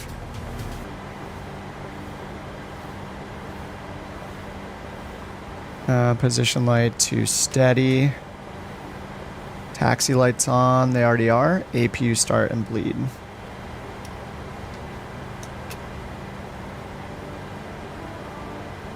Auto brake off.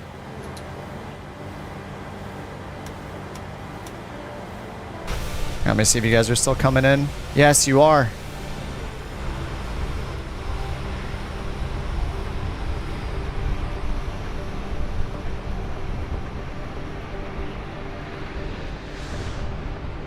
All right, you guys don't have much to top here. That was a pretty crappy landing.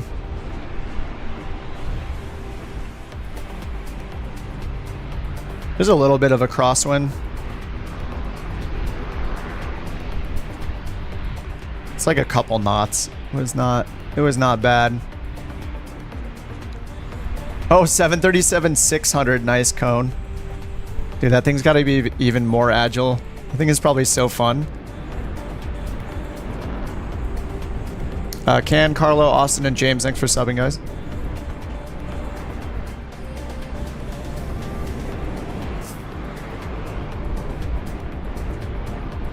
Look at this line of planes coming in. This is great. You know, someday when like we're all on say intentions and it does separation, it's going to be awesome.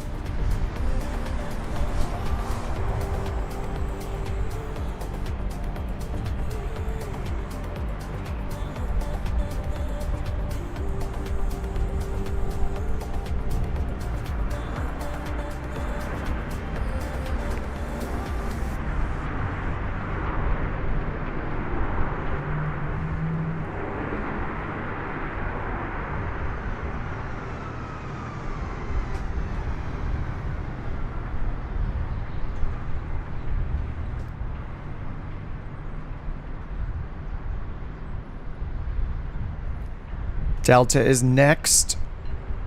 Oh no, Versa, what just happened? Oh, Versa disappeared. I thought he had like crash damage or stress damage, took him out. Is that another JetBlue livery? Scooch over down there. Bus coming in. Honk. It is another JetBlue.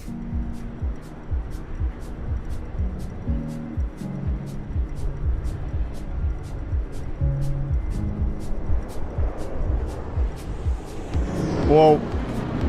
787.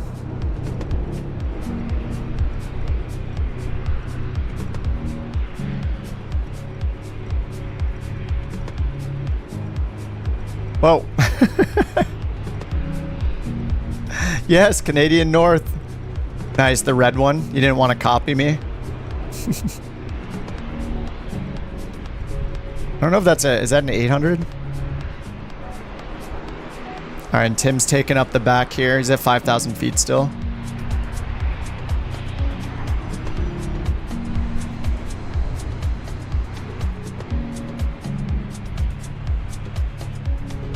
Ask them for parking real quick. Let's see what assigned gate they give us. Arctic 1513, request taxi to assigned gate. Arctic 1513, gate 58 taxi via Echo. Gate 58 taxi via Echo. Arctic 1513. Via.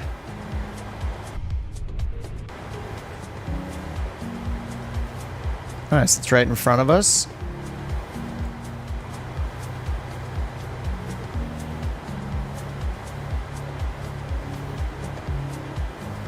Gate 58. Okay, right there. Concourse C.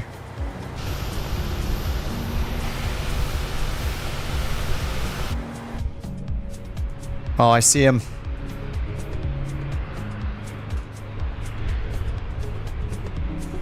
Flare more or earlier? Yeah, probably more.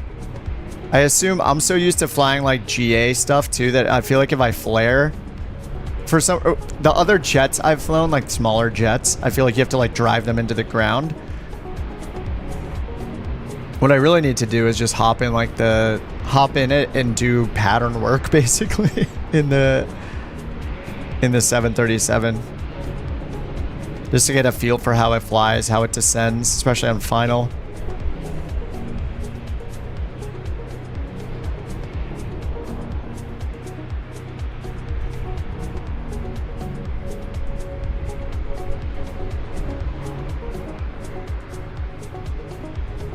I think it's such a cool looking plane.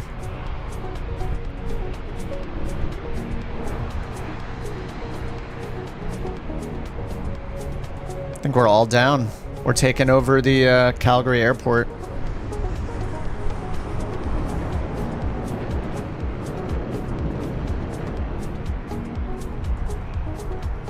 Alright, let's see this. See these instructions. We're just supposed to go straight onto Echo. And then 58 is like the third gate on that concourse.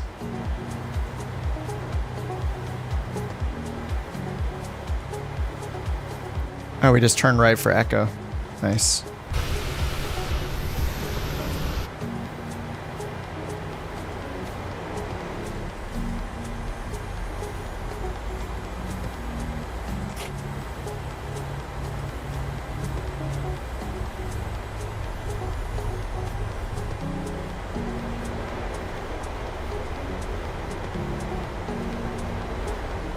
So I don't think I have any... I doubt it's going to show any gate numbers, so I'm just going to go wherever. I do have the map I can pull up over here, though.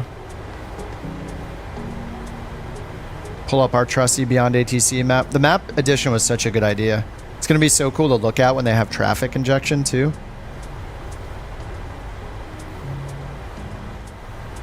.146 is your favorite?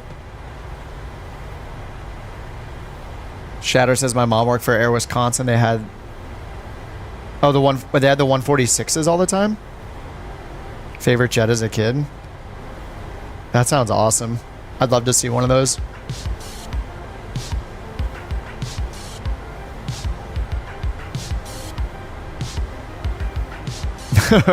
Is Say Intentions giving you trouble, Delta?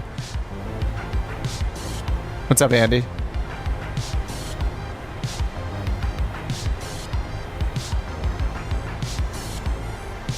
Kevin, thanks for the sub.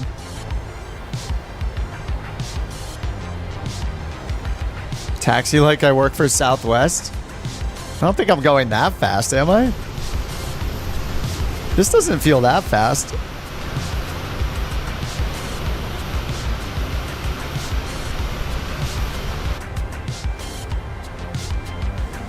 What's up, Ayush? Ayush? Any thoughts for Flight Sim 2020? Yeah, I'm really excited for it. I wish they would tell us that they have shared cockpit, but I don't know that that's going to happen. I wonder if BeyondATC cares which... I don't think it cares which gate you go to.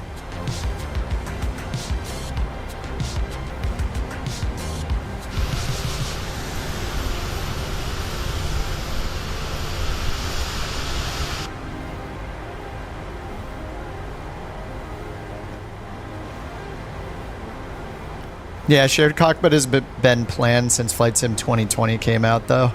Since it appeared on their wish list, it was set as planned, I'm pretty sure. Like, for years, it said planned on their roadmap. It's like, all right. It's been almost 4 years, guys. All right, taxi light off, APU gen on. Oh, this is supposed to be after the engine start switches were off. Whoops.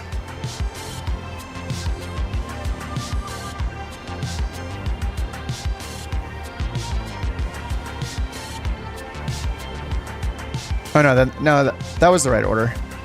Yeah, then shut down his fuel control levers off, anti-collision light off, ground equipment in position, and then fuel pumps as required. So we don't need those three. ISO valve to open and flight directors off. Consider switching to GPU, it says.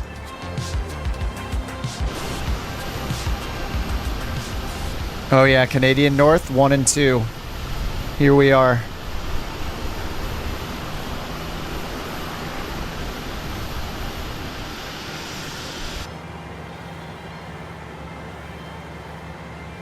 Oh, I didn't even look up at the eyebrow windows until now.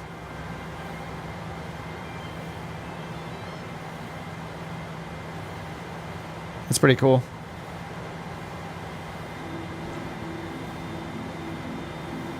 Alright, I gotta shut this off so I can get credit in a pilot's life.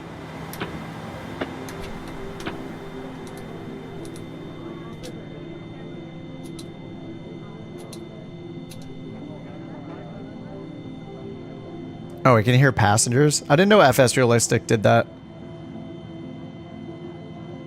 I just started it up. I haven't looked through all the options yet. It's just on whatever the default is.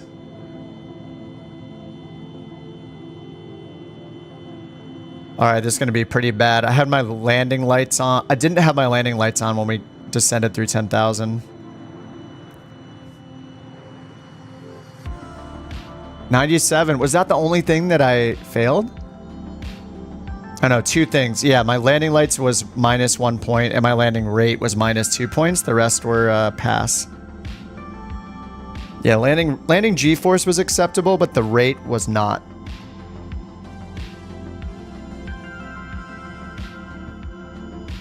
All right, first flight with Canadian North in the books. All right, that was a short one. I'll do one more. Let's see what the schedule is. All right, this is 378 miles to Fort McKay, which is CAL4. We're leaving from Calgary from here, though, so. All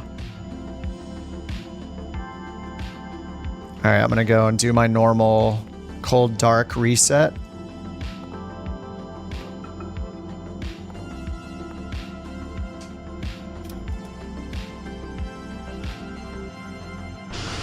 Yeah, that was a cool short hop. Good intro to Canada.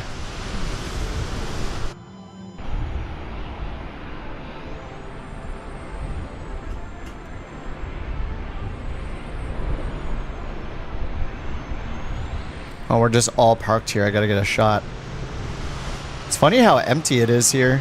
I guess we're on USA West. That's so funny. I see the door open because my door is open.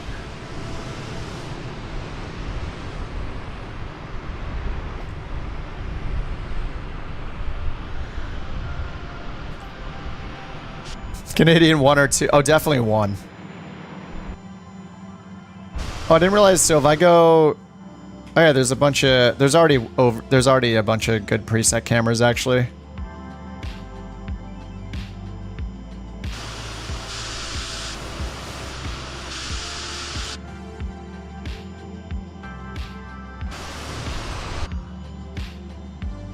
Nice. You have the gorgeous black livery from Air Canada from the Phoenix library. I don't know if I've installed that one or not, but I can install it for next time. Link says, not sure if you all heard, but both Chicago, O'Hare, and Midway both got hit with EF0 tornadoes.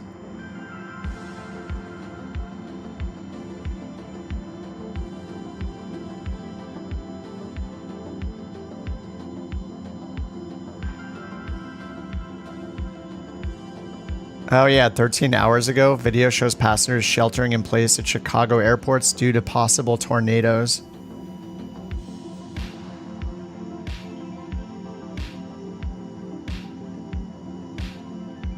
No, I realize I don't, if I'm not on, maybe I just need to look at Reddit more or something. I don't know why I don't know about that stuff. We don't get tornadoes here. We just get earthquakes here. It's the best. All right, let me bring up say intentions. So the vectoring on BeyondATC was good.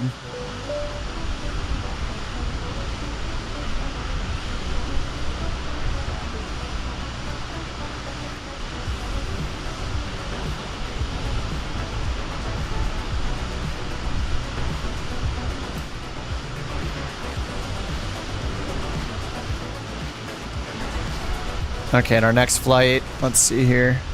Arctic 1400. Sim brief time.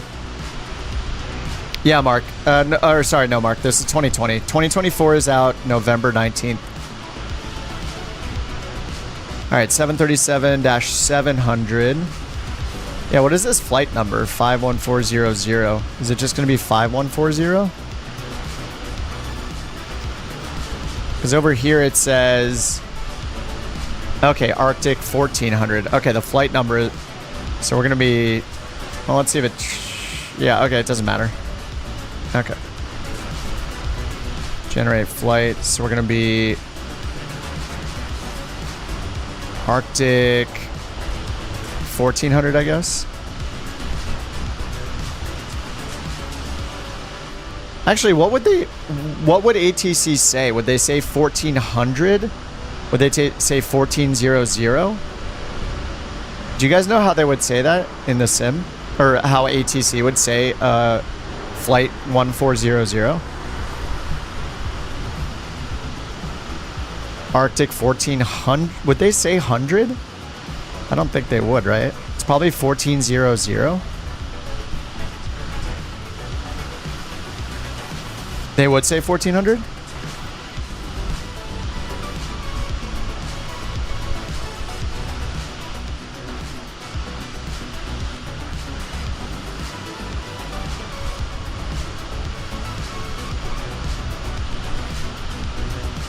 Yeah, group for clarity. They say FL 14000. It's only 1400 though. That's way too many zeros. 1400 is fine. Yeah, I'm just curious. 14000. It's only 1400 though.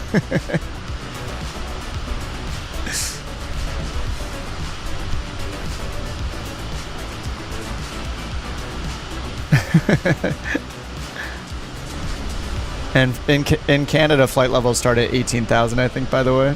Don't they? Or no, I mean, by the way, I mean also. I think they also do, like the US and Canada are both 18,000, I think, for flight levels. 1224. Yeah, I know that, Shatter. I'm just saying this one, I don't know if they'd say 1400 or 1400. 1400, Tim. 1000 is 1100. Are you trolling, Underdog? If you have a $1100 and you go to the bank and say, I want to withdraw $1,000, what do you think they're going to tell you? They're going to tell you you're about $9,000 short. $10,000 short. Okay, so I'm just going to use 1400 in say intentions. All right, I'll get the ATIS going and let's get back in here. And if flight following is requested, read back all runway and hold short instructions. VFR departures contact clearance delivery on 120.825. Advise on initial contact you have information Quebec. Oh, we have information Quebec. Airport. Information Quebec. In Calgary. 0100 Zulu. Wind 125 at 10. Visibility 10. Sky conditions, view at 15000 feet. Scattered at 28000 feet. Temperature 28. Dew point 14. Altimeter 3009er. Arriving and departing runways 17 left, 17 right, 11808. Visual approach 8 and 08. Advise on So Matthew, heading, altitude, you love it? Heck yeah, dude. Flight following is requested. Read back all runway and hold short instructions. VFR departures contact clearance delivery. No, it doesn't, Jamie. It starts at 18,000 in the United States. Advise on initial contact you have information Quebec. Okay, we have information Calgary Quebec. International Airport, information Quebec. 0100 Zulu. Wind All right, let's go to 125 clearance at now. 10. 120.825.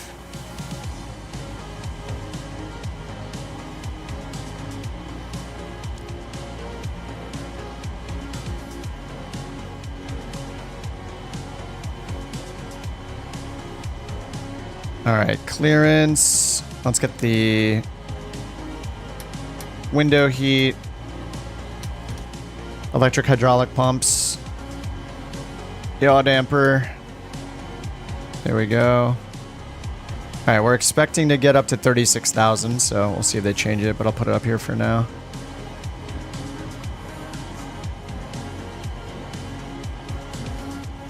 Yes, back to the checklists. Let me actually try to use them this time. It's going to be more difficult this time since I'm going to do the comms, but yeah, then IRS I forgot up here. To nav. On DC.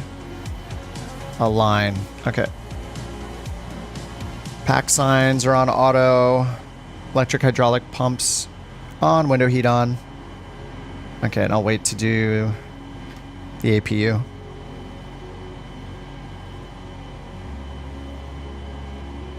$36,000, yeah. No, it's not 20 minutes. It's an hour and 7 minutes.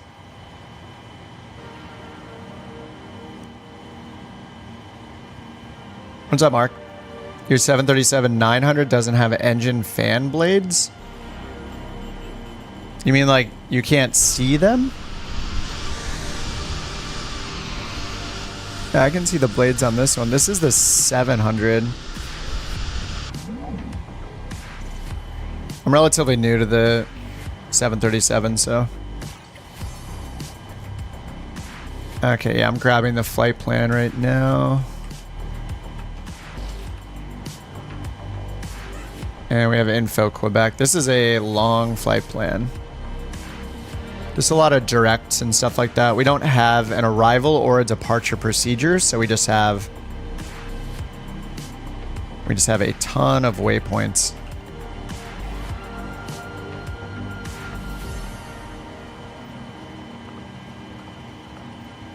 All right, route.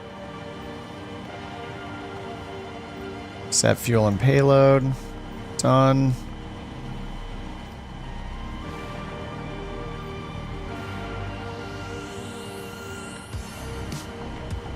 All right, we're expecting runway 17 left. Let's see what they give us. Full takeoff power, flaps 1, temperature's 40. No, this route is to Fort McKay. So it's CAL4, Cal 4.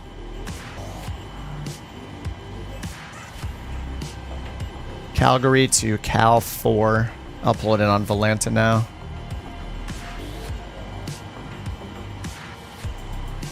Yours doesn't show fan blades. Are you on PC, Mark? Your wife's from Fort McKay?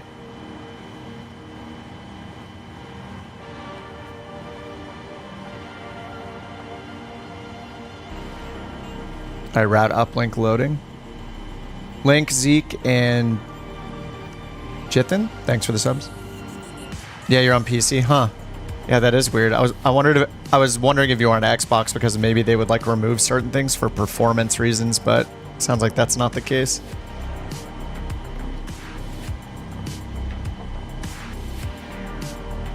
Oh, you live in Edmonton, nice.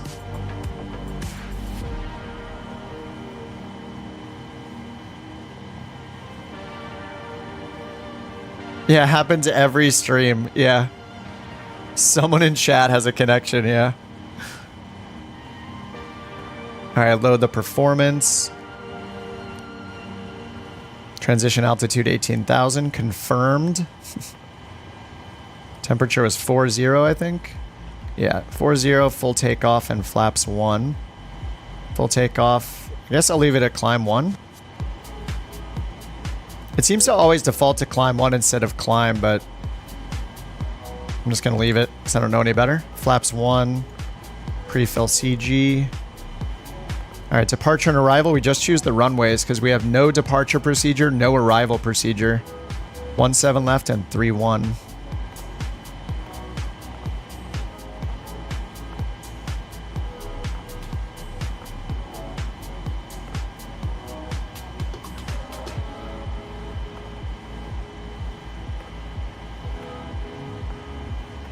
Alright, takeoff 138.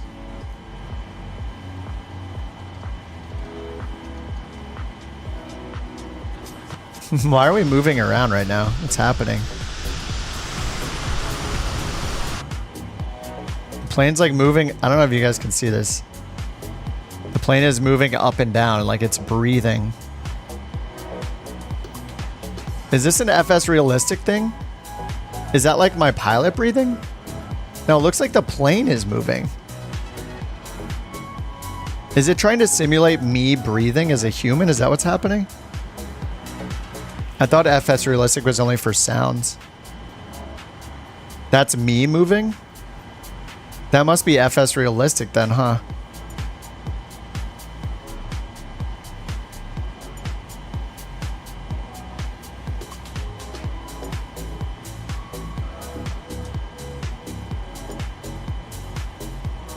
Oh yeah, breathing. Yeah, it's FS Realistic. There's a breathing. Okay. I guess I'll leave it on. My plane's alive. Sweet. What's up, Crunchy Water? Odd choice of realism. Yeah, because it looks like the plane is moving, so it's kind of weirding me out. I'm sure I can turn it off if I want to, but as long as it's not making anyone motion sick. All right, altimeter 3009. That checks with the ATIS, which is Information Quebec. All right, let's go and get our clearance.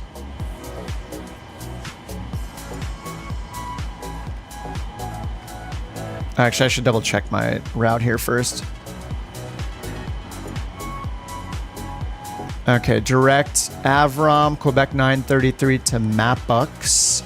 Then Lisva, Gonuk, Pepsi? Pepsa? Sekik? Sekik? Psychic, maybe? Is Igsad. And Tob. Okay, these are all good. There are sneezes too, really? I don't know if I believe you. I guess I'll find out sooner or later. Hey, I want to get the other nav radios on here. PMDG equipment. Maybe it's under displays. There's like a new nav.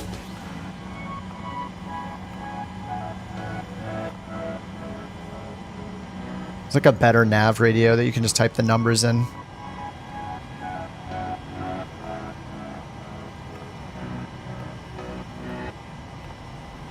Where is it?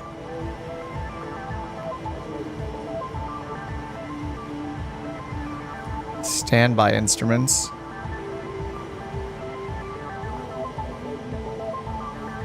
Maybe only the 800 has it. External light package.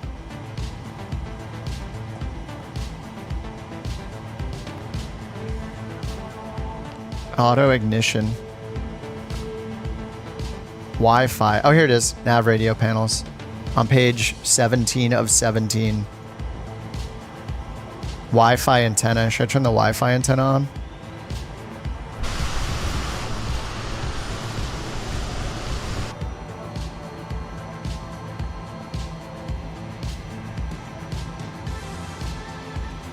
All right, let's get charts and then let's finally call.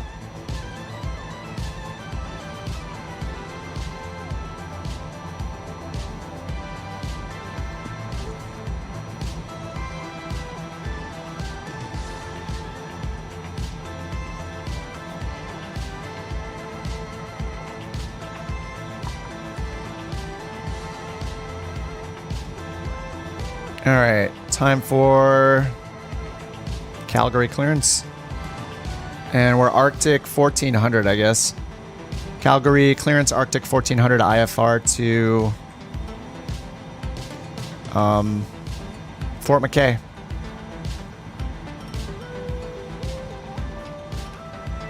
Is it not working?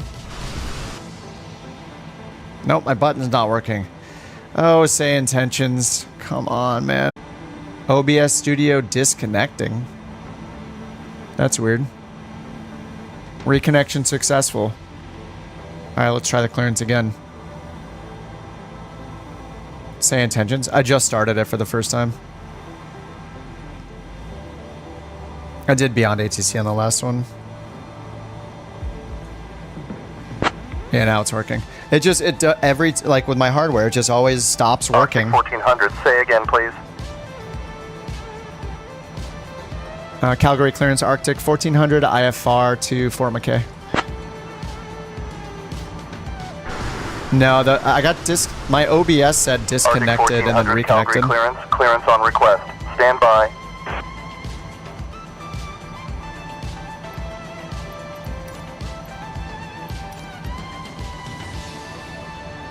Arctic 1400, Calgary clearance. Information Quebec is current. Cleared to McKay. After departure, fly radar vectors to Avron, then as filed. Departure runway 17 left. Initial climb to 6,000. Departure on 124.525. Squawk 2615. Cleared to Fort McKay. Vectors Avron, then as filed. Expect runway 17 left. Climb and maintain 6,000. 124.525. Squawk 2615. Arctic 1400.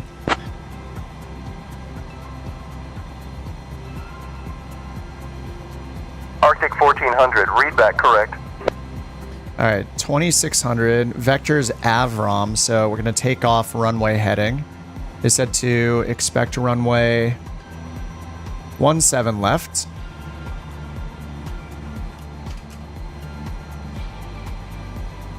What's up, Craig? Good evening, ladies and gentlemen. Flying out of your On behalf hometown, of Arctic awesome. Airlines, welcome aboard Flight 1400. Oh, here goes Janet. It's with time. Service to some place that's probably nicer than where we are now.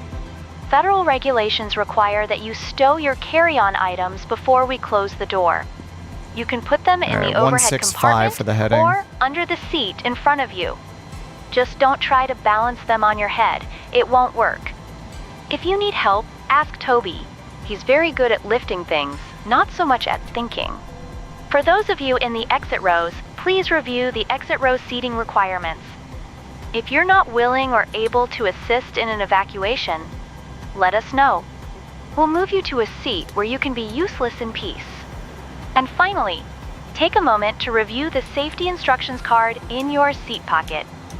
It's like reading a comic book, but less fun and potentially life-saving. Air Canada, Thank you. 1867, looking for IFR to Albion. Delta. Air Canada 1867, Calgary clearance. I'll have your clearance in just a second. right, so vectors Avrom then as filed 6,000. So we got 6,000 up here. We got our V2 plus 10. Air We got our heading. Squawk clearance, information Quebec 2615. is current.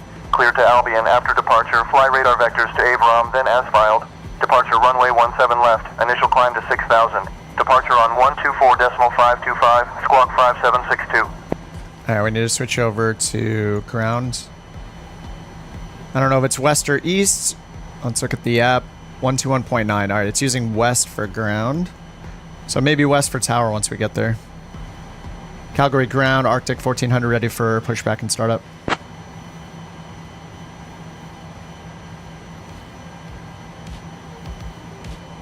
Arctic 1400 Calgary ground, pushback and startup approved. Expect runway 17 left. Advise ready to taxi. All right, push and start approval. Expect 17 left. We'll call back for taxi, Arctic 1400. All right, I guess we push our butt into the alley. It's really the only option.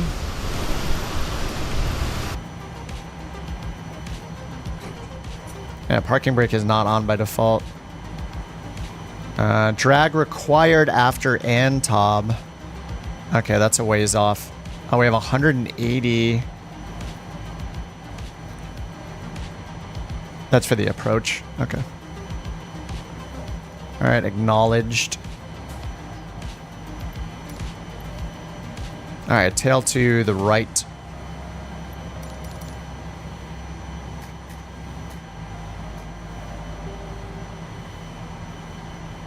I'll push all the way back into the alley, so when you guys push, I can watch you take off and all that good stuff.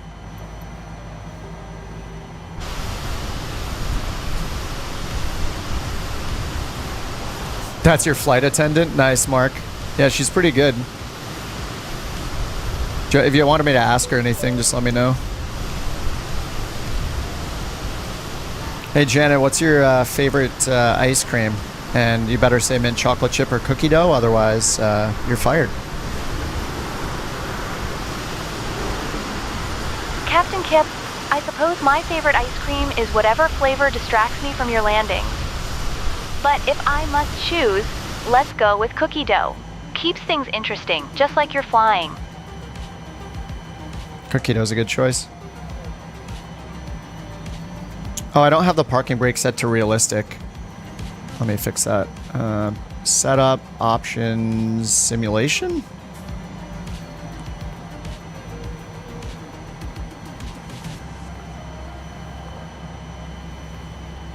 There we go. You know, I forgot something. I kept hitting it and it wasn't turning it off. Need to borrow aloe for the burn? Yeah. Oh, man. That's my girl. All right, let's get the engine started. Fuel pumps on. Packs off. Engine 2 to ground.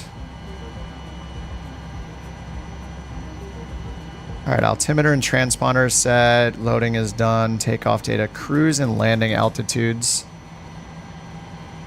I have the cruise in. We'll get the landing altitude in. They didn't give us an expect for our cruise altitude either. But we just have 36,000 in for now. And Fort McKay is at 1,048, so we'll put 1050 for landing. All right, 1050 is set. Do I think YouTube should merge the two chats? Yes. That would be very nice. It's also what's also annoying about it is because it's like two different streams. Like I have both chats in my OBS software, and I have to like copy IDs and put them in so I can see both chats at the same time, and then I have to link from the shorts chat to the main chat, and that's a different URL every time and pin to that. And yeah, it's only a few months since they've allowed people to do it, so. You know, I'm sure it'll get better in, you know, like maybe 4 years from now. Who knows? Probably take a while. All right, engine 2 is started. Engine 1. Ladies and gentlemen, this is Janet, your lead flight attendant, speaking. Welcome aboard Arctic Flight 1400, non-stop service from Calgary to Fort McKay. We've just closed the main cabin door and started our pushback, so please remain seated with your seatbelts fastened. Hey, that's nice. She actually caught the pushback, kinda. Seatbelt. We kind of finished our pushback. In everyday life. Also, turn off all electronic devices, unless you have a really good reason to ignore me, which you don't. Our captain today is Kip, and our first officer is Water-Cooled Guy. Yes, that's his name. We have 149 passengers on board, which is quite a lot if you think about it. That's his name. Our cruising altitude will be 36,000 feet, which is higher than most birds fly, so don't expect to see any. The flight will take approximately 1 hour and 15 minutes, or as long as it takes Captain Kip to figure out which way is north. The weather in Fort McKay is, well, it's there. Thank you for your attention, and remember, the safest place for your luggage is in the overhead bin, not in your lap. Enjoy your flight, or at least try to. Push and start approved, expecting 17 left for Air Canada 1867. I forgot my anti-collision light again. I'm the worst. Alright, we're gonna get brakes to RTO, and then next will be taxi light on. And we need to... Oh, I need the engines, right? Generators are a good idea, and get the APU off. Alright, generators on. Probe heat on. Packs on. And we get APU bleed off. And APU off. Alright, APU showing 0. Yaw damper was not on. Packs recirc and isolation valve auto. Elevator trim and flaps as required. Alright, flaps 1. Okay, 2 by accident. No, we're in 1. Okay, and takeoff performance. I'm gonna redo it since we've burned a little fuel. Takeoff 40 temp and then 5.41.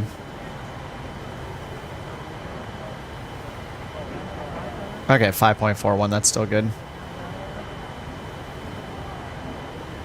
5.41. You're seeing birds at 36,000? Wait, really, Mark? I have that birds add-on, and I only see them at like the ends of runways usually. Alright, elevator trim is good. LNAV, VNAV, so we're going to use VNAV for our climb, but we're going to use heading select again and auto throttle armed. Warning recall. Okay, now we're ready for taxi. Clearance. I'm going to wait for you guys, or I'll wait for Delta to get his maybe. I guess we can't really stomp on each other, but step on each other. Who's behind me with like a hole in the side of their plane? You guys see that?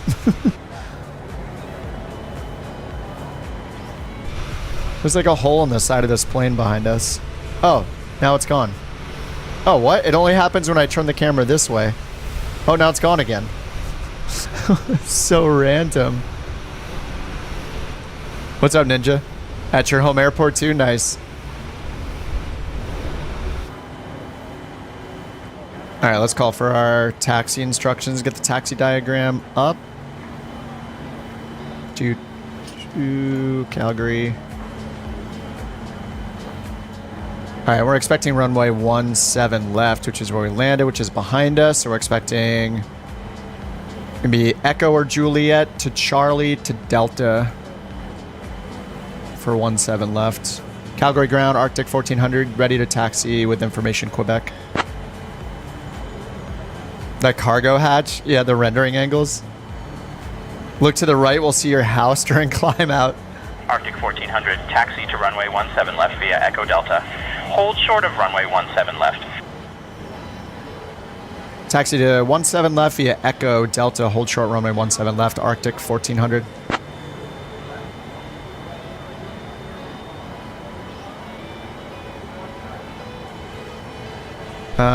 Where's Delta? Is he on the move?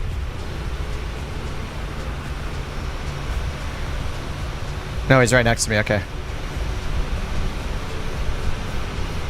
Oh, Oh, he's starting to push back. Okay, I can start moving then. I'll just hold short and we can watch you guys take off, and then I'll take off and maybe catch up if I'm lucky. Definitely not going to catch up to the 777 that FX is in. Or did I get taxi light on? Yes, I did.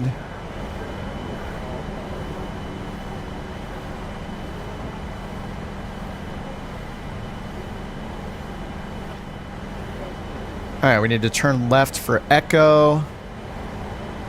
And then Echo runs into Delta. We turn left on Delta, which is the second of the taxiways, and then take that all the way to the threshold.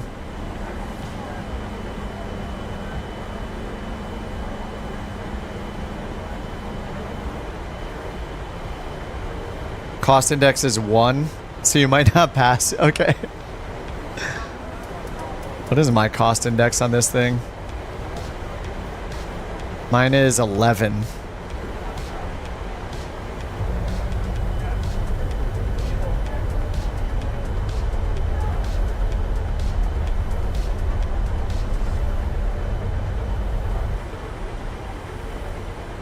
Alright, we take this to Delta. We'll pass Charlie first, and then we will turn left onto Delta. Chase 6,000 foot runway and a 777. This will be fun. Alright, this is... It says Echo Alpha to the left. Right, that can't be right. We're still on Echo. We keep going straight past Charlie and then turn left on Delta. Yeah, you see that too, Mark? I see the same thing. Yeah. Yeah, like the left side, there's just a hole in it.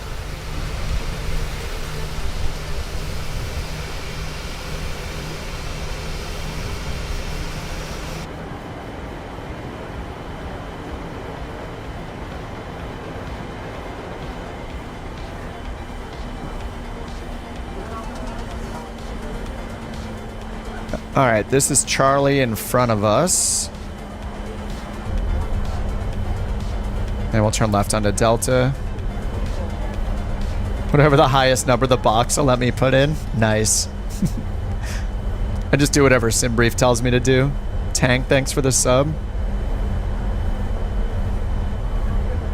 Alright, that's Charlie. Here's Delta. Yeah, the frames are so nice. Yeah, everything is just so smooth being at these airports, but there aren't like 500 planes. The beauty of simming, you do everything realistically, drop it onto a tiny runway as icing on the cake.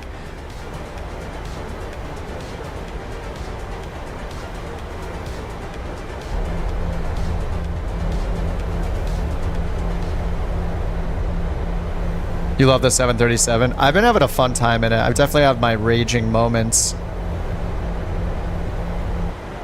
Like the auto throttle disconnected on the last flight and I have no idea why.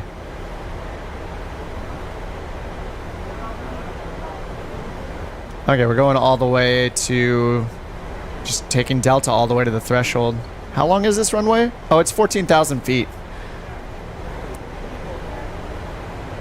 But, oh, you're talking about the other end, aren't you? Yeah, Fort McKay. It's okay, it's 7,500 feet. Can the 777 stop on 7,400 feet? 7,500? Oh, Tim, you only have the 600? It's a rocket, though, right? It'll be fun. I'm liking the 700 too.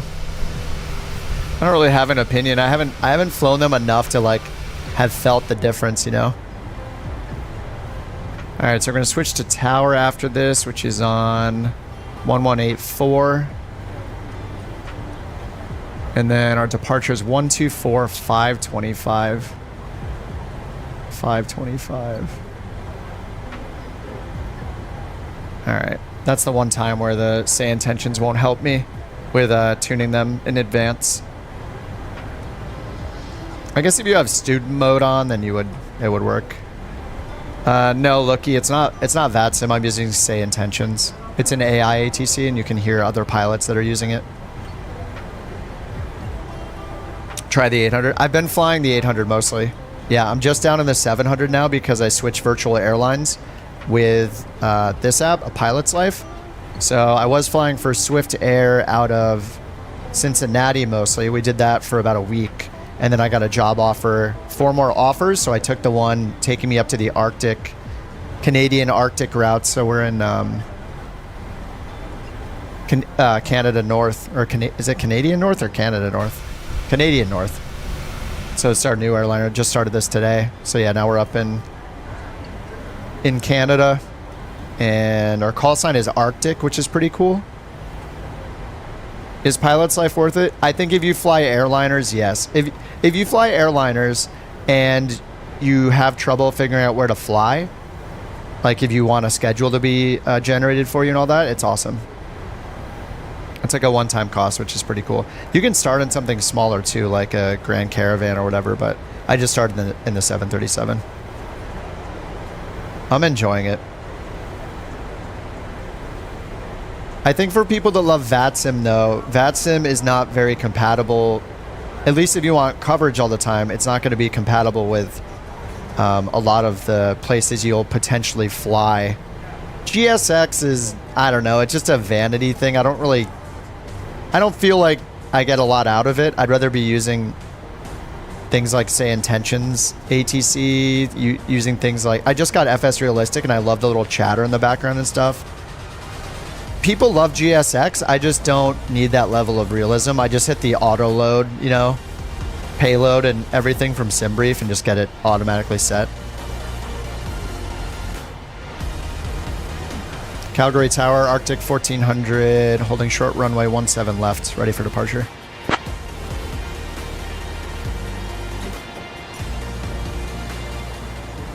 Arctic 1400, Calgary Tower, winds calm, runway 17 left, cleared for takeoff.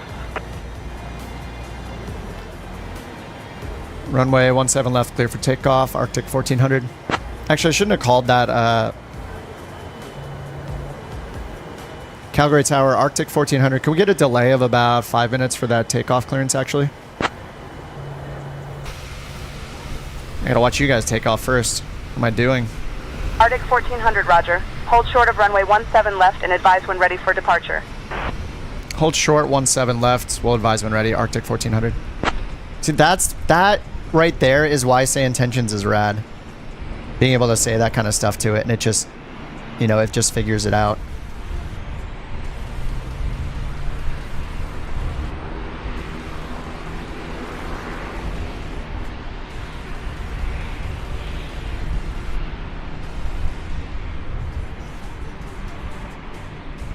I love that livery.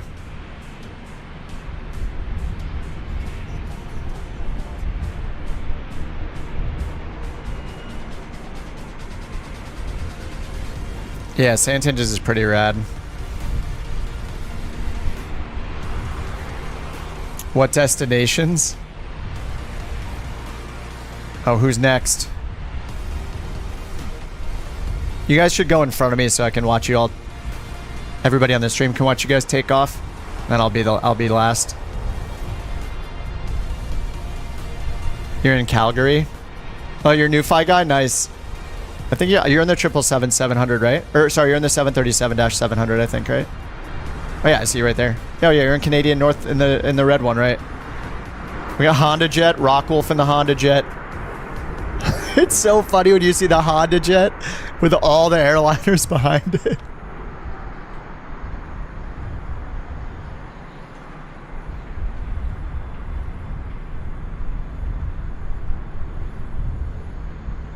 It's such a fast plane. He's going to be at like 45,000 feet or something. You were considering it, thought it was mainly the USA. No, it's global. I mean, you could try it. They have a 24-hour free trial, Greg. The cargo door is open. Oh, it's not open anymore. Dude, with this sun right there, it's just perfect timing. I don't have live time on, but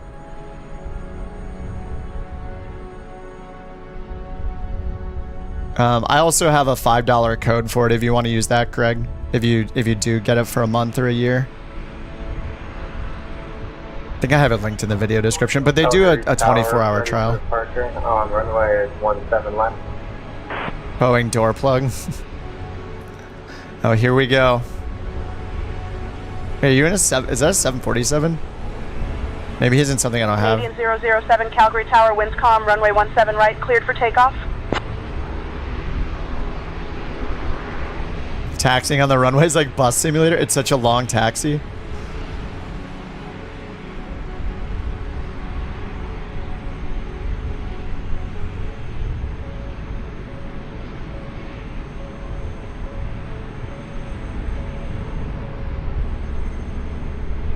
That's a big boy right there.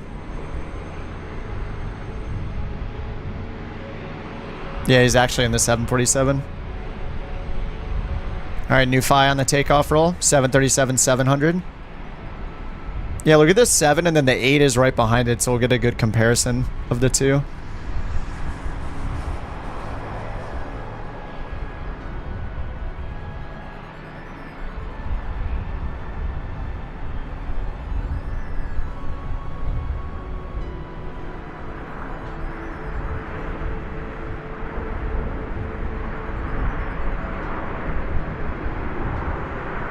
Rotate? There it is. Whoops. Sorry, bad camera work. I should really hook up my my Xbox controller for doing this. I'd have to kind of relearn the controls though. Like the zoom in and out I think is a little weird with the controller. And there's so many of us. I feel like I'm not flying tonight. I'm just plane spotting. Train spotting. Yeah, the 747 thing is gigantic. Oh, someone just disappeared. Asian drumstick. Was that a tail strike? Possibly. All right, Tim's in the Learjet. Here's the 800.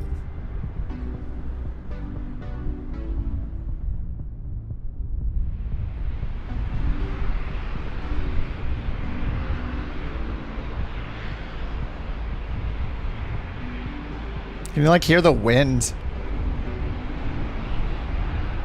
Calgary Tower, Air Canada 1867, short runway 17 left, ready to go.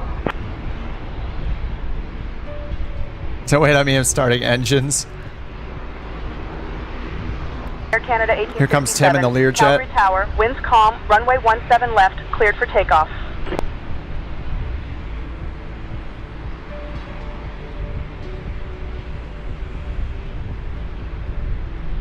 Look how big the 777 is, dude. 17 left for Air Canada 1867.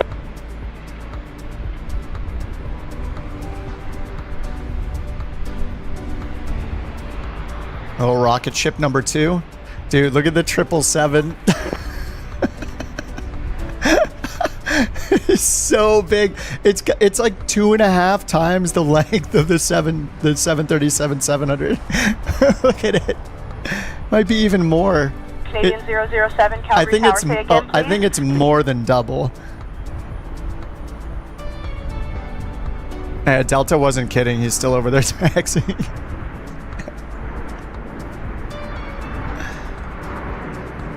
Calgary Tower, Canadian 007, holding runway 17 left, take off.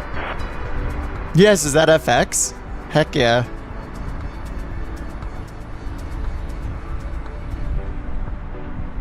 Yeah, Greg, they do. Yeah, on air is okay. I'm kind of like not as big on air as I used to be. And I think it's just because I've been flying a lot of just like straight IFR routes and not doing things like, you know, like the base camps feature, the virtual airlines and all that kind of stuff. So, like I was just using a website for Route Finder, like a free Route Finder until I started with the Pilot's Life last week. I think on-air company is great if you're gonna like really go hardcore at it.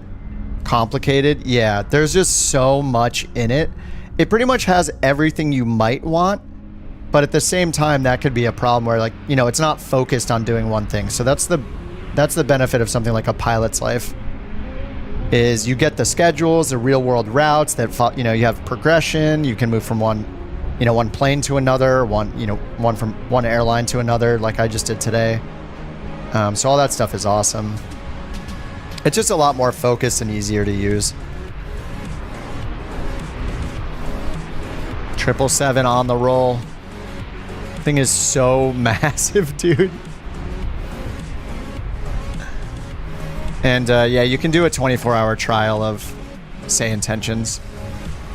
And you can do month to month or yearly. It's $20 a month now instead of $30. So, oh, that's a tail in the ground, way in the ground. It's up though.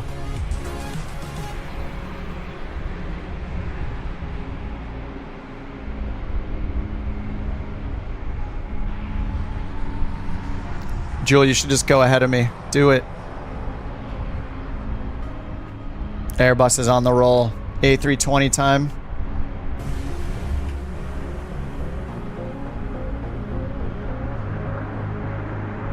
You wonder how 2024 is going to top it? Yeah, it's insane that it's going to. I mean, if you've ever played a game where they've improved the lighting model, like the global lighting model, it can have drastic... it'd just be a drastic difference, so I'm pretty excited for it.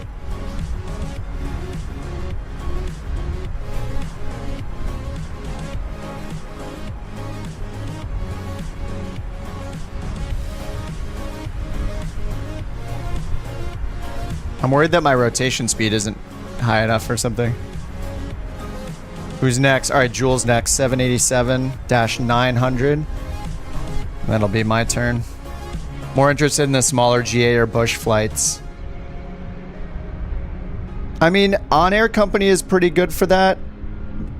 It's just, yeah, I don't know, like... Air Canada 1867, contact maybe departure. Neofly. Maybe Neofly first, if you haven't used one of them before, Greg, because Neofly is free and very similar to, like, parts of On Air Company. It's not quite as full-featured. Over your departure, 1867. But you can do, I'm not sure all the planes, but you could find like Grand Caravan and Citation flights in a pilot's life. Level of detail of 400, you can see the aircraft pretty high off the ground. Oh. Yeah, mine's at 100. I think Jules gonna take off. All right, there he goes. Spinning up. 787.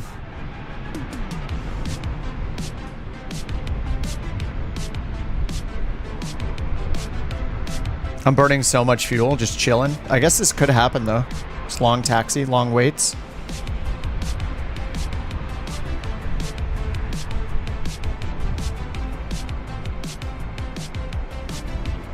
I should feed the dog once I'm in cruise.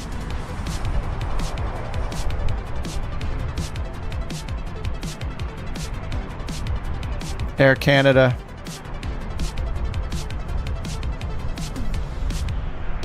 Yeah, 787 looks awesome.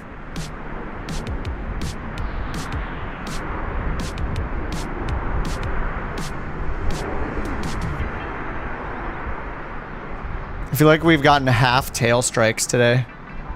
Or maybe it just doesn't like simulate it well. Maybe it's just like multiplayer lag or something. Quebec Tower Arctic 1400 ready for departure, runway 17 left. All right, RTO. Arctic 1400, winds calm, runway 17 left, cleared for takeoff. 17 left, clear for takeoff, Arctic 1400. All right, strobe and steady. TARA, done. Traffic button, clock, and fuel flow. All right, auto throttle is armed. We got our V speed set. We're flying heading 165 up to 6,000 feet. And brakes are on RTO.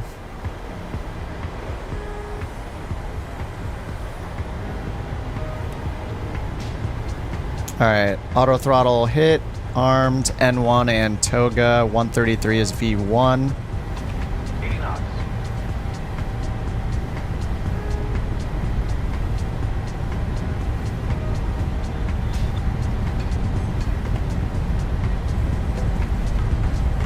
V1, rotate.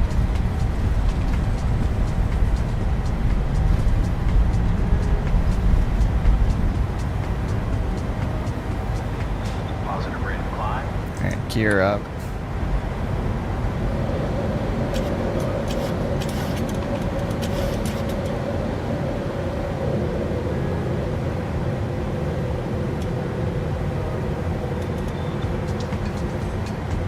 Alright, heading select.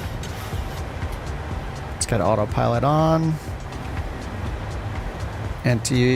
Brakes off. Gear off. We're gonna get departure in a second here.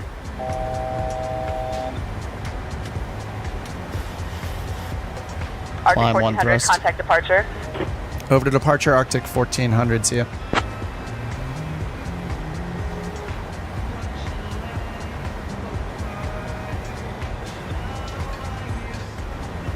Alright, swap into departure.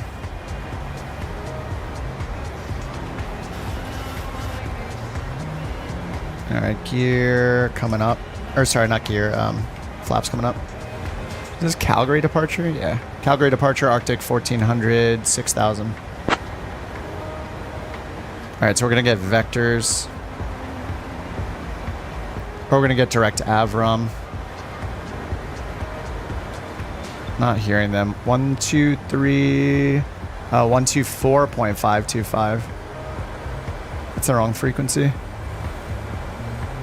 Calgary departure, Arctic 1400, 6,000 feet.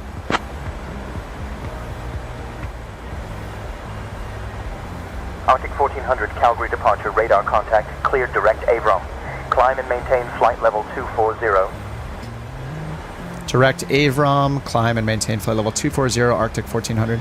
Canada 1867 through 14,000 for 280 on the, nope, just direct inbound Avram. Alright, direct Avram, Air Canada 1867, LNAV. Edmonton Center. Good afternoon, AirDree, QNH 30.03. I gotta catch up to you guys now.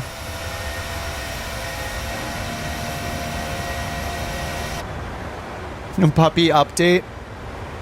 She is sleeping on a blanket next to the window, and I'm about to feed her a little bit late of a dinner.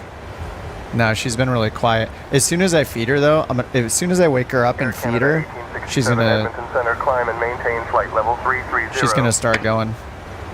Oh, that was Air Canada, not me. I actually have to listen for this the call signs now. Okay, pressurization, yes, these are off. Taxi off, runway turn off, lights off. Climb and maintain 330 for Air Canada 1867. I'm not used to Delta saying Air Canada. And no one's used to me saying Arctic 1400. What's up, Zach? Tongue wrapped somewhere around the back of my head. Oh, Northern Canada? Or you do Arctic. You can change it right now. It'll take effect right away, I think, Delta. It's the call sign for Northern Canada is Arctic, or Canadian North, sorry, is Arctic. All right, there's 10,000 feet, landing lights off. Let's get some of the panel lights on.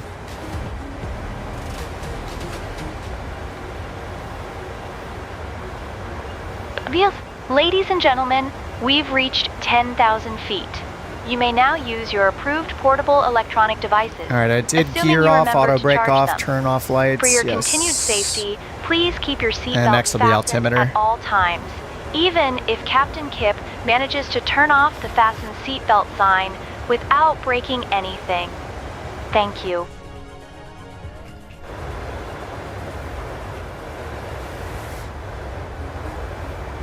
Canadian North. Oh, who's that in the distance? Rick Jones. Arctic Rick. 1400, climb and maintain flight level 290. Climb, maintain, flight level 290, Arctic 1400. So if Delta's going to become an Arctic call sign as well, I'm going to get really confused. This is like a super hard mode. All right, 13,000. We're going up to 29,000.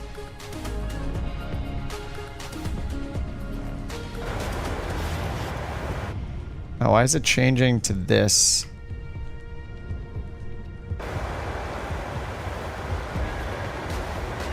Should just use these presets. You'll stay with it. Oh, your livery name, Air Canada. Got it. Yeah. Oh, have a good one, Greg. 4 a.m. Oh man.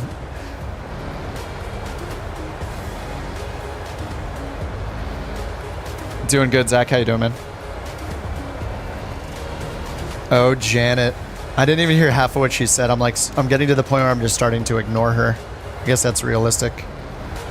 Real pilots could chime in.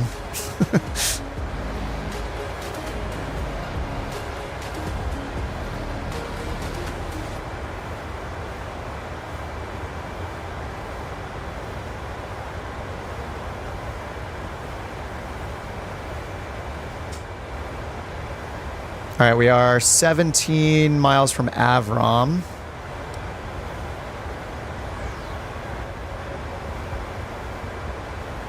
Just gonna put in the descent winds while I'm thinking about it.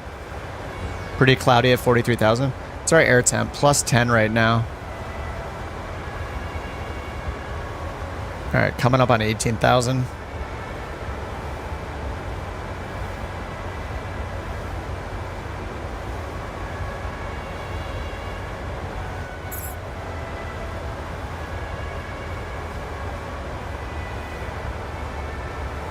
(1867) year the Canada's namesake was born.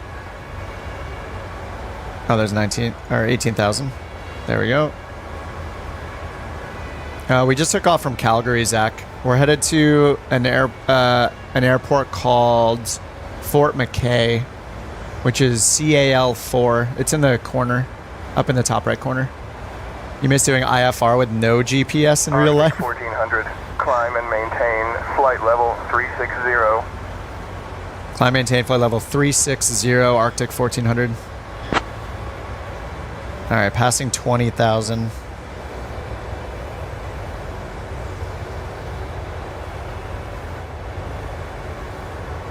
She's really fun. Janet's part of this AI ATC called Say Intentions, Mark.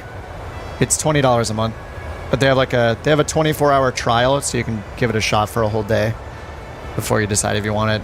The only code that I have for anything is for that. If you end up liking it, I have like a $5 off code. That's it's just KIP OTG, like on the ground. It's pretty fun. They're improving it all the time. They also have a competitor. It's kind of a competitor called BeyondATC that's also really good that I used for my first flight.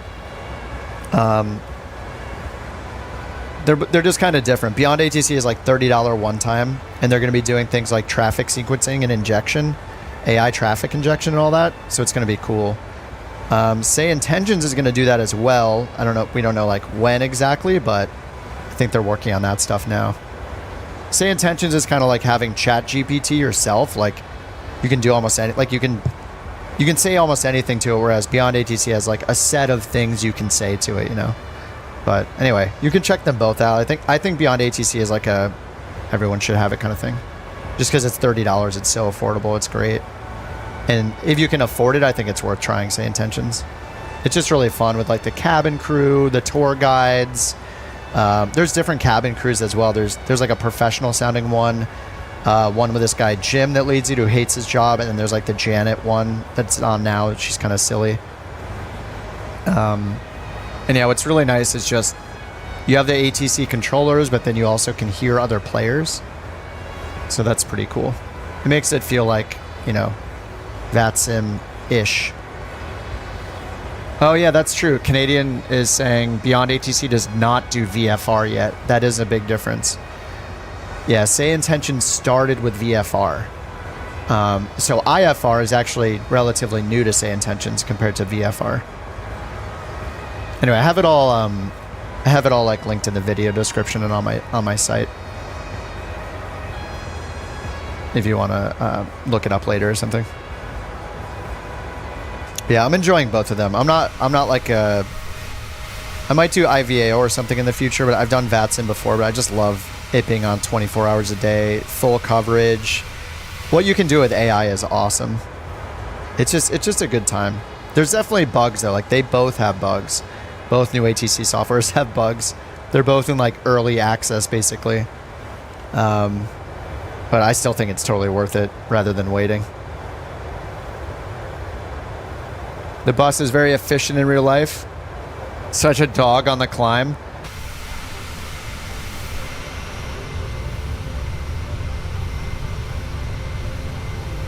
I can't tell what you're at. You're at 28,000, I think. Oh, do I have the cabin lights? It looks like the cabin lights are all on. Or is this just how it is?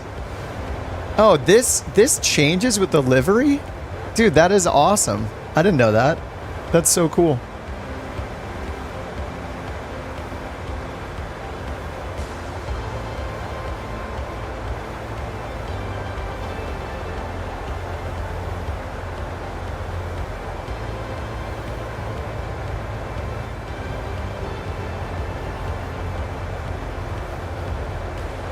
Are they going to simulate high-level smoke from fires?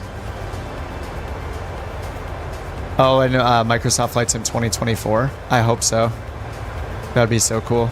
If only you can see passengers? Actually, well, not, if you have the Phoenix A320 and you have GSX, which is like a premium like ground control and passenger loading software, they updated it so specifically in the Phoenix A320 you can see the passengers in the cabin. It's like a relatively new thing, like a month ago or something. But only with that specific plane and with GSX, if you use GSX for your passenger loading.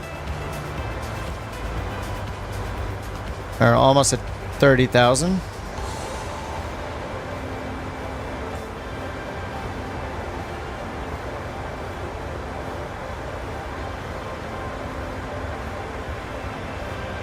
Oh, Shattermage says passenger loading works with the F-28 and the Mad Dog. So that's the Fokker in the 128. You've heard animated trains are coming to Flight Sim 2020, not 2024. I know we're getting real-time like shipping, like sea vessels.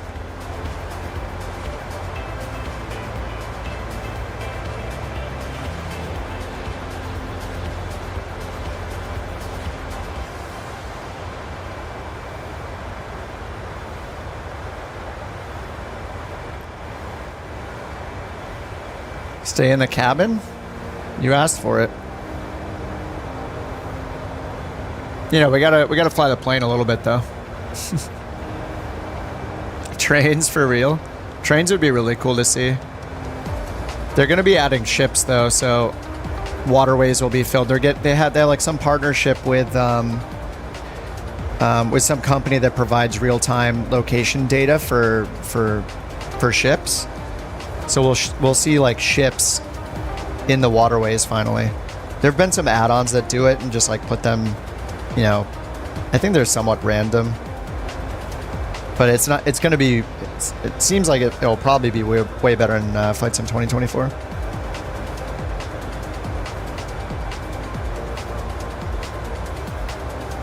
I wish they improved the ground traffic too, just like the roads and the cars and the variety of vehicles on the ground and like the density of vehicles on the ground. It's always like kind of ridiculous when you're at lower altitudes and you see just like a million cars on a tiny road, or there'll be like a giant freeway with hardly any cars on it.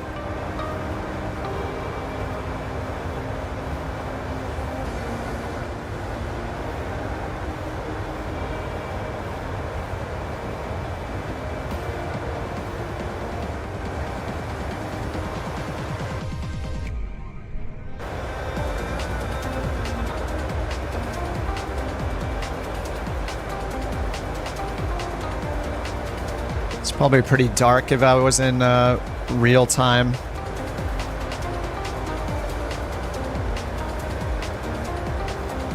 Let's see what it looked like in real time. Have it set for sunset. Oh no, this is real time. Wait, what? Is it really? Is it this light right now? What? I guess mattering how far north we are, maybe. I was it is still pretty light out. Oh, I was on real time. I thought I was on I thought I pulled it back earlier.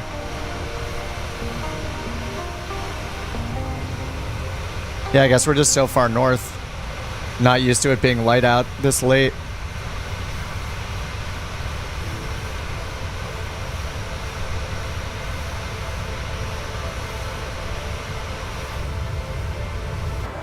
A box of Biscoff cookie 2-packs. Oh my god, that sounds so good. I don't like usually have snacks. Like my snacks are protein shakes. It's like all I have for snacks usually. I don't have like cookies or candy or chocolate or anything. I just have like protein shakes. That's my idea of a snack. Janet, your trying to put on the weight. Speaking. We've finally managed to reach our cruising altitude of 36,000 feet. Despite Captain Kip's best efforts to make it a roller coaster ride, the fasten seatbelt sign is off, so you can now move about the cabin. But remember, keep your seatbelt fastened while seated, because turbulence is just the sky's way of giving you a free massage. Toby and I will be coming around with snacks and drinks shortly. Try not to spill anything on yourselves or each other. Enjoy the rest of your flight on Arctic Flight 1400. Hey Janet, corporate called. They said that Canada passed a new law. Everybody is now allowed to smoke on Canadian northern flights. So just let everybody know, please. Thanks.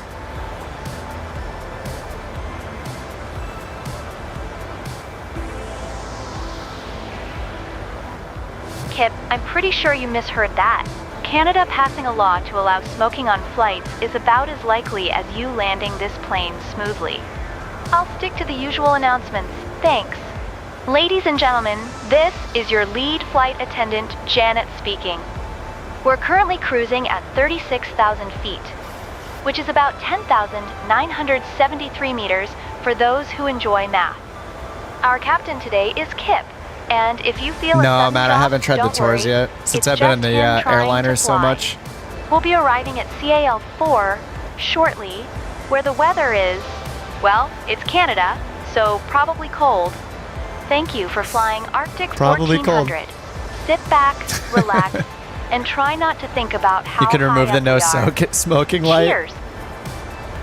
With no electronics.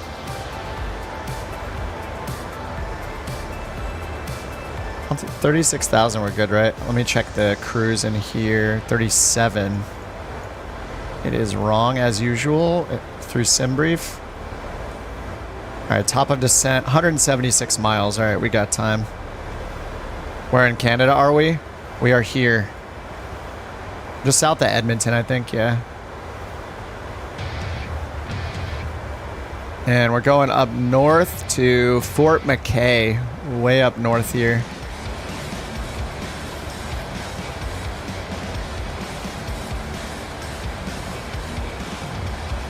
It says Fort McMurray, but that we're landing at Fort McKay, which is like up here.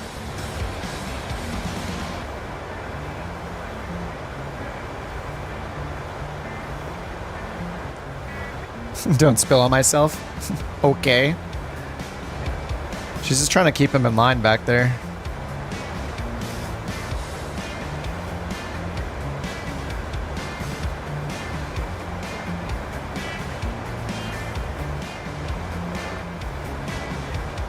We're trying to catch up to 420 Texas up here.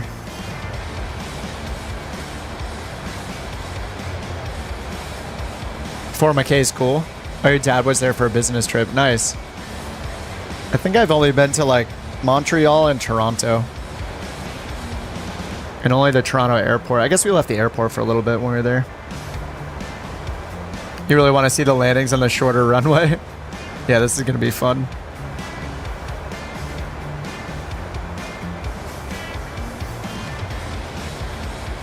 $788 flight doesn't have a no smoking. Has a no electronics button. Oh, they can order it that way. Yeah, no smoking lights always on.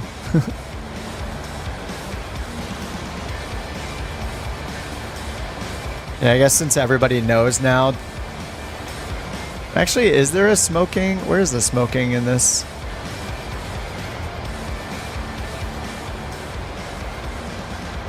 Because there's the chime and then there's seat belts. So it's just when I'm back in the cabin then? Arctic 1400, expect the RNAV runway 31 approach into Fort McKay, Albion. I'll have your descent instructions for you in about 2 minutes or so. Alright, we'll expect RNAV 31, Arctic 1400. Oh, we're catching up to Austin? Or did Austin just fly right in front of me? Expect RNAV runway 31 approach. Yep, we'll expect RNAV runway 31 approach, Arctic 1400. Didn't we just say that? Or he made me say the word runway. I think that's what it was. He didn't like that I didn't say runway.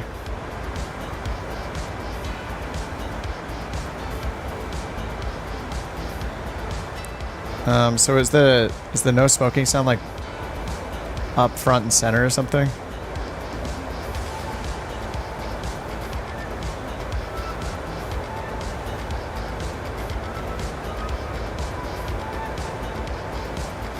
Maybe not in this plane. Can't imagine being in a tube for hours with a bunch of people smoking. Yeah. Arctic 1400, contact Edmonton Center on 134.9er. 134.9er, Arctic 1400. See you. Edmonton Center, 134.9er. Tip for APL, you can fly any plane, licenses. Oh, yeah. Just change the plane info on SimBrief. I also saw, yeah, you can also click in the top. Yeah, you click in the top right of the flight screen and you can change it. Yeah, I was gonna do that if I... Well, the problem is that... Yeah, as long as it's like, it can handle the runways, right? So as long as it's a similar plane or smaller. Because if I went from I'm flying the 700 now, so if I was flying the 800, it's possible that there were certain runways we fly to might be a little sketchy.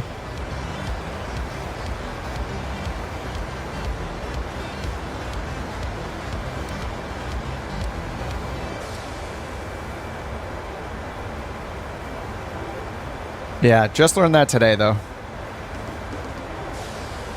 Plane becomes a chimney, yeah. It's bad enough breathing in smoke when you don't want to, just like passing by somebody or sitting near somebody in the few places it's allowed. Can't remember the last time I was around somebody that was smoking. But the only thing I'll do, like, I'll see people out, like, outside walking their dog, maybe smoking. Like, that's sometimes that's about it. Kind of pretty rare now. Oh, the casino at the Rio. Yeah. I was actually in Vegas in last July I was in Vegas. Yeah, there were people smoking then, of course. All the casinos.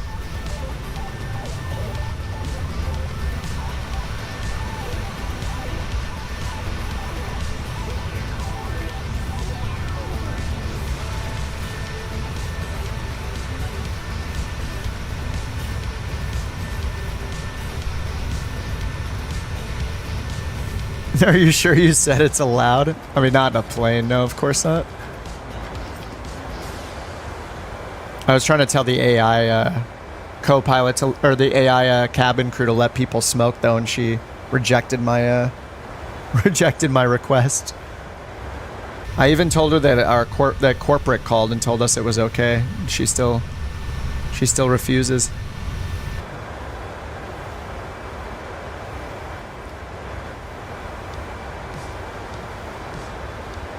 And the sun's so good right now.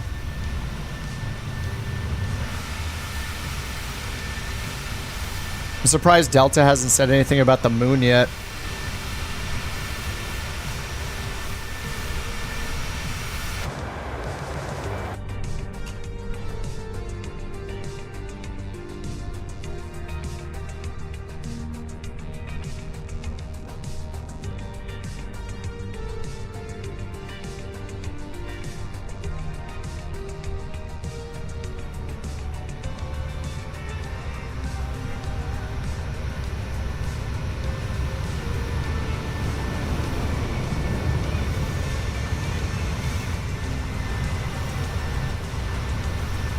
So I gotta do some YouTube thumbnail work here, you know?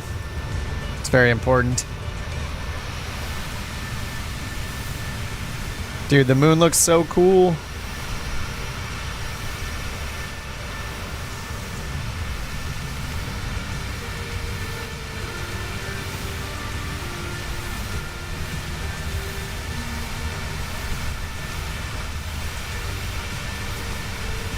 No moon on your screen? Oh, different time of day? I thought I had real time. I have real time on, don't I? Yeah, I'm on live time. Okay. See, we'll see how dark it is when we get there. What is this, 3:43? 21:43? Is it 3:43 Zulu? Yeah, it is. Okay. So we're expecting to get there at 4:24. So like 41 minutes.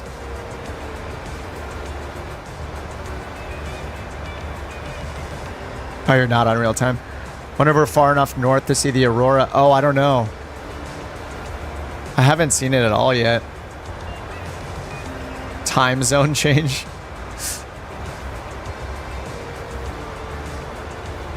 I don't know, let me turn it to night and see if we see anything. I think it just it depends on the time of year too, so I'm not sure. Whoa, yeah, I gotta turn the cabin light off. That is very distracting. Menu, it's gotta be in here somewhere. Options. It's so hard to find this stuff if you don't know where it is. Probably not in simulation either. It's got to be in like the equipment menu, right? Setup, aircraft, equipment, or displays. Window shades.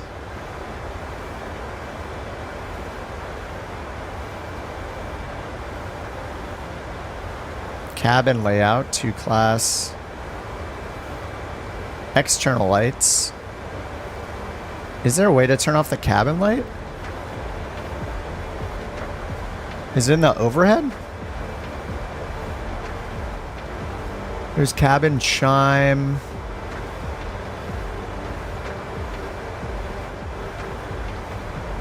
That's something to play with later. It'll probably be dark by the time we get there anyway. Yeah, it's gonna be like dusk by the time we get there. Okay, this is chime only, belts, ground call, attend. I don't think it's up here.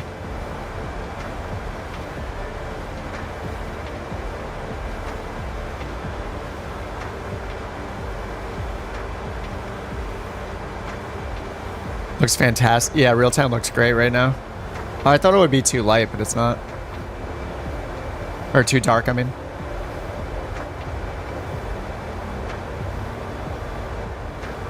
Do we need anti-ice? I don't think so. I think the rule of thumb, I think one of you guys told me when I started, was if it's got to be between a total air temp of -10 and +10. So because it's at -25, we don't need it. Oh, some planes have auto lighting.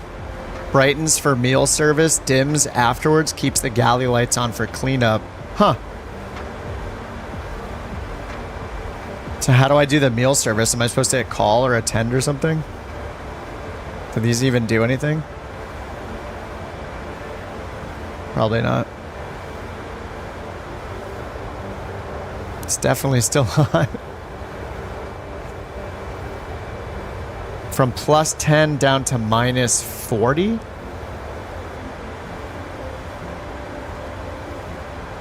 So where do I have it? It's static air temperature? Yeah, I only have total air temperature shown here.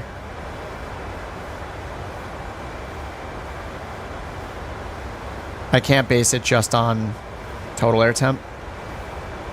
You would think that it would show the important temperatures here. Yeah, I only see total air temp shown. So I probably have to dig into some menus to find it.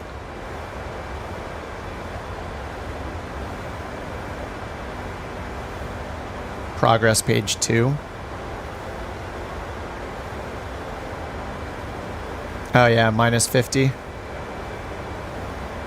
So under minus 40, so at minus 50 I don't need to worry about it. One crowded ramp, yeah, it's gonna be great. I don't know what's better, that I should see you guys take off or land. I kind of like the takeoffs better. Landings are okay, takeoffs just seem more epic. What's up, Roblox? Issue with PMDG pushback are fixed? Oh, did they patch something? I've just been using the Aerosoft pushback. I only ran into the problem once, and I think it might have been because of the nose lift simulation that it does. Because since I've turned that off, it's been fine. That temp range and invisible moisture. Okay.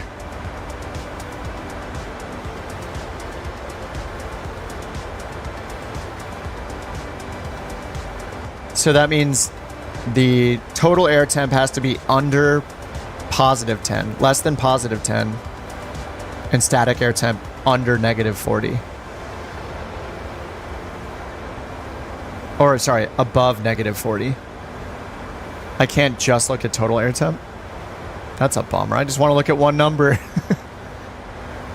If it's an Airbus, it just says icing, right? And I just hit a button, I'm guessing.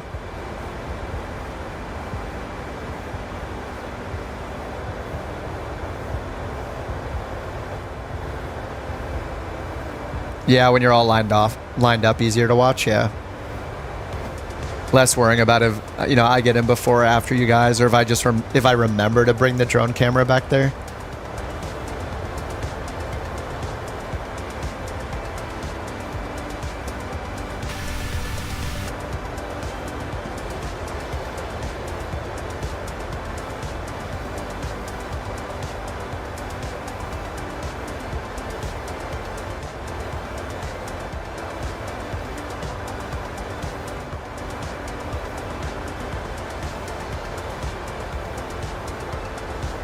Oh, flight pad. Oh, I don't think that it has that in the 737. You mean on the EF? Jeff, what were you saying about the EFB? Because here we only have like 2 buttons. I think the 777 has a third one, right? Is the third one the crew? So maybe it's like in here somewhere. Oh, there's a weather request button? Oh, it's in up. Alright, direct Pepsa. Top of descent's not too far off. Alright, 69 miles. Nice. Oh, 68. Alright. That's still okay, I guess.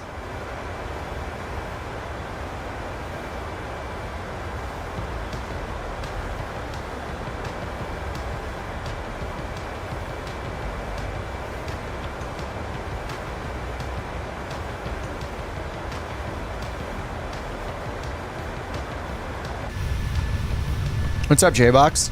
Last time you were in here, you were waiting for your CFII check ride. You passed your CFWI or CFII? Dude, congratulations. That's crazy. Weren't you like speed running everything? Not in like a bad way. Didn't you say you've like it's within... I forget exactly the timeline, but I felt like, if I'm remembering correctly, you were like, I got my PPL on this date, then I went for my CFI then I went for my multi, now I'm going for my CFII. That's cool, you're working on your multi now. What do you know what you're gonna fly for your multi? You're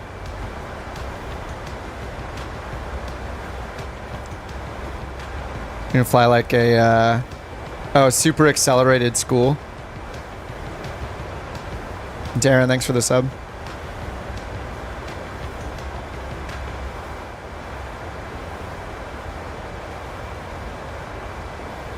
Alright, top of descent 58. Are you gonna fly like a DA 42 or like a... I'm trying to think what a multi, what you might train in doing a multi. Or like a Baron or something maybe.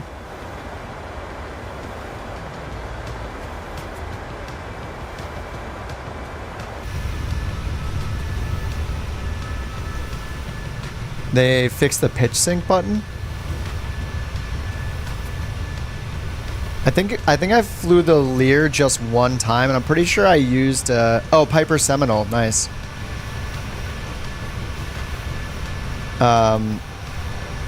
Tim, didn't I only flew the Lear like one time, I think, and I remember having to set the autopilot's really basic, right? Does even, I don't even think it has vertical speed mode. It just has like a pitch hold mode, right?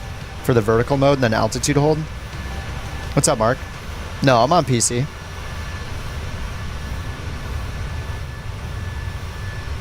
This movement is, when I move the camera like this, it's because I have a little joystick, a little analog stick on my stick that I use. That's probably why you're asking.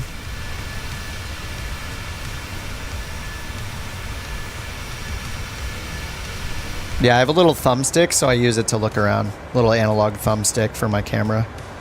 Or I'll grab my mouse and do it like this. Most of the time I just use a preset though.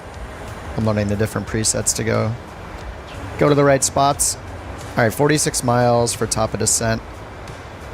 I guess we should go prepare for the descent. Let me wake up my checklist. Do this right. I'm sure I'll mess up at least 2 of the steps.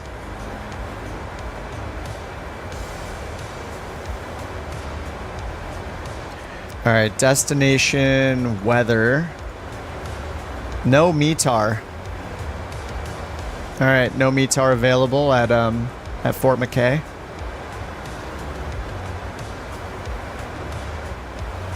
Alright, arrival data. So we're still expecting... Oh yeah, we're supposed to expect the RNAV. I hadn't been set up for that yet. RNAV 3-1. So let's bring up that chart and figure out what our initial approach fix might be, if any. Search, arrival, approach, RNAV, GNSS 3-1. Alright, so nice, LPV. So I don't know the capabilities of this plane doing an RNAV approach. I've never done an RNAV approach in this. So this will be interesting. So LPV 1298 on the minimums.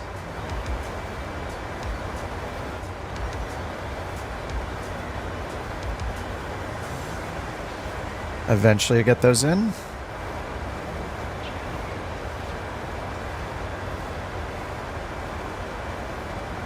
Yeah, I'm not sure about the GPS or like the WAS capabilities in this plane at all. I've only done ILS so far.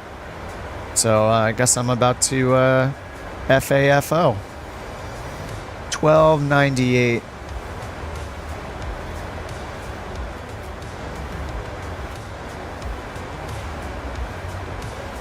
Alright, there's 1298 in on the minimums.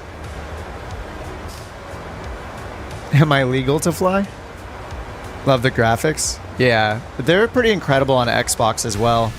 Xbox performance is just going to be lower, of course, since it's a console, but compared to what you can get out of a PC. But if you don't fly into the gigantic airports, then you're probably fine.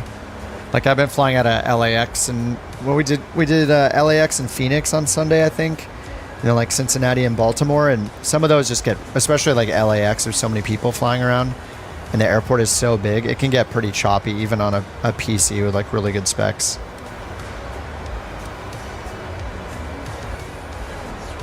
There's no localizer frequency for the...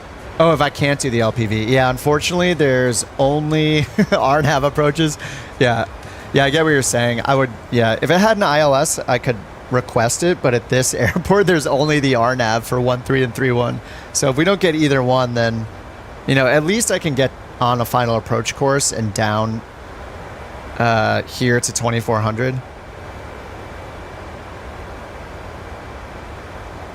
So the airport elevation's 1,000, so it's 250 feet minimums on the decision height for the LPV, so that's nice. Do the visual, yeah, what could go wrong?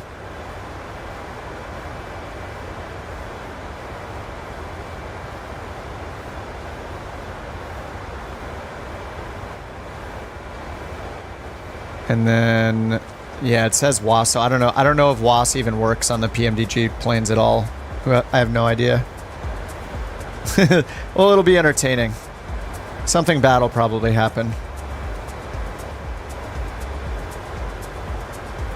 So what transition are we going to get? We're coming from the south, so maybe Sekik. I'll put that one in.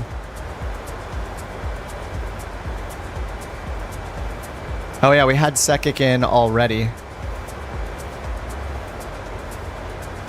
Oh, we're already on our way to Sekik. Okay, so I'm going to move this up here then. And where's our top of descent? 17 miles. Alright, yeah, we have no stars, so they're just going to give us a descent straight down to, like, the MBA or something. MSA is 4,000. And we already had the landing altitude in 1050. The airport's at 1048. Alright, who are we on with? Is it Edmonton? Yeah, Edmonton Center.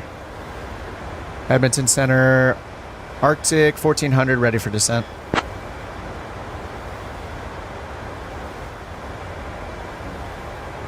Arctic 1400, Edmonton Center, good evening. We're ready for our descent, Arctic 1400. It seems to get confused if you say your call sign early in the call. Arctic 1400, descend and maintain 11700 feet. What? Are you sure about that? Seems a little low. Arctic 1400. Wait, did he say one? Arctic 1400, descend and maintain 11700 feet. Oh, 11,000. Descend and maintain 11,700. 11700. Arctic 1400. Oh, I thought he was saying 1,700 feet because he was saying the 4 digits. That was super weird.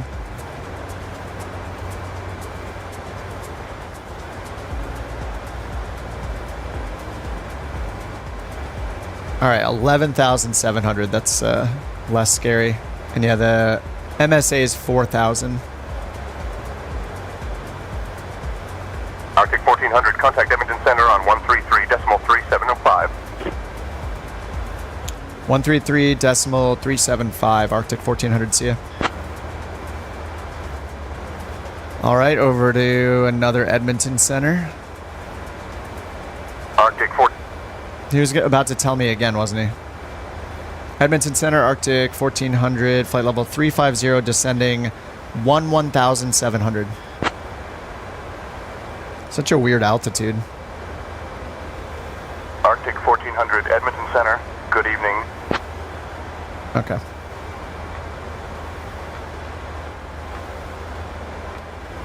Yeah, so these are our only approaches.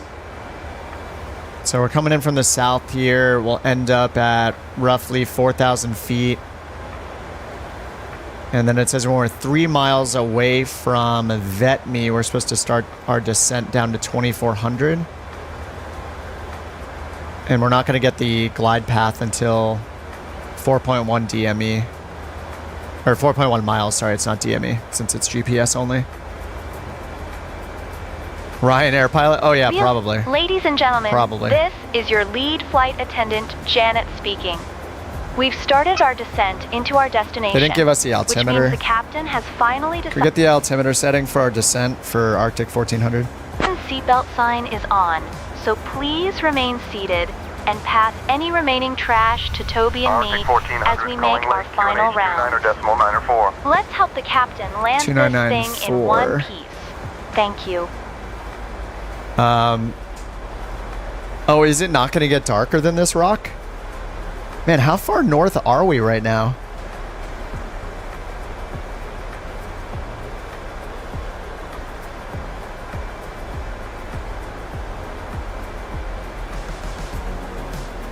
Yeah, I guess we're pretty far north. I mean, you can't get too much farther north, I guess. I mean, I think some of the routes go like way north, like way up here, far enough, yeah. Yeah, we are pretty much lined up with the southern end of Alaska, yeah.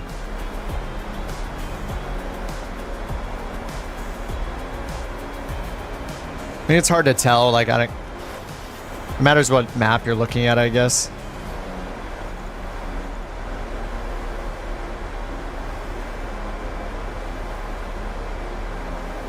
I can't see the lines of longitude here, so I'm not sure. Am I using modes? What do you mean, math?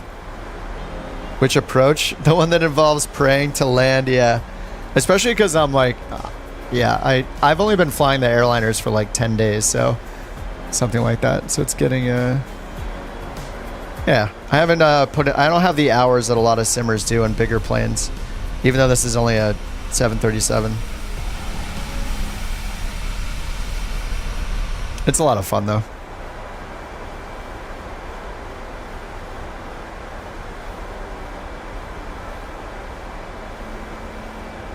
So Sekic 3,400. Okay, so we are descending based on this. 3,400 at Isgad. I think Isgad we're supposed to be at 4,000. Oh no, Antob. Antob, Vetme. Okay, so Isgad's here, so it's estimated. And then, yeah, Antob says max 180 knots. Recommend 30. Okay, they recommend 3,400. So that's where that's coming from. 3,400 and above and above. And then Vetme is 2,400, which matches up with the capturing the vertical guidance down. Okay. What's up, Pancake? Not at the 60th parallel yet? There's a button on the PMDG to switch, oh, from magnetic to Arctic north? I don't even know what that means. when we get north. Oh, you mean true north? I know nothing about getting towards the poles at all. I have no idea. Oh, north of 70. Okay. That's so interesting. Yeah, I've never even thought of that because I've never flown anywhere near the pole. So I'm like, navigating true north sounds so weird.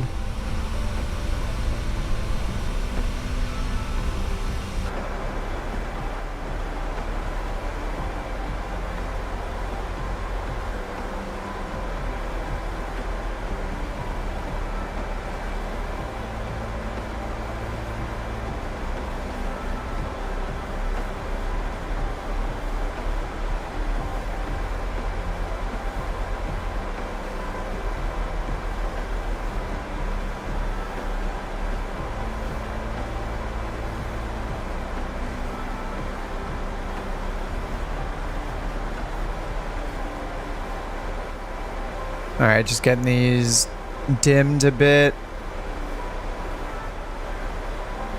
Because it's getting darker.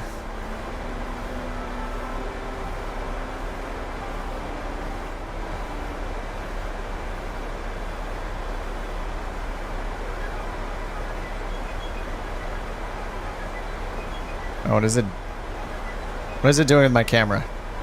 Why is it doing this? There we go.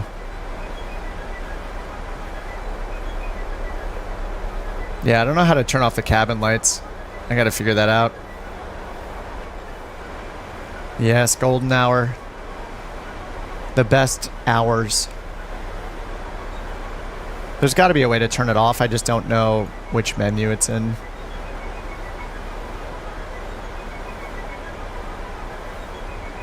So it's gonna be under setup. Maybe displays. And this is probably... probably not displays. Cabin light. Where's the cabin light?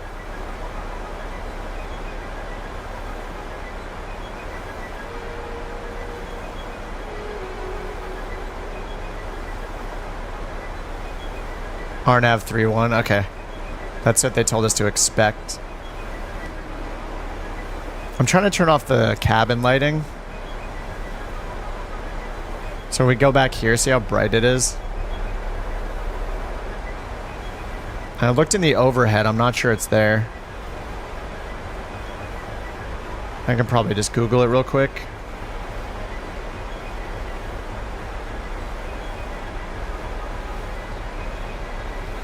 Oh, you can't turn them off? Oh, that sucks. It's so bright back there. Alright, I guess instead of those, like, I could try to use these, like, preset, these preset cameras from the drone camera in the config somewhere. Okay. Alright, thanks, guys. I'll just try to use these then.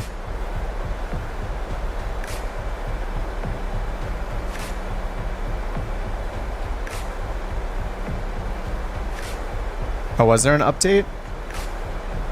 Was it like in the last couple days? I think I got an update. I saw an update for the 777, but not the 737. And I think that was like a few days ago.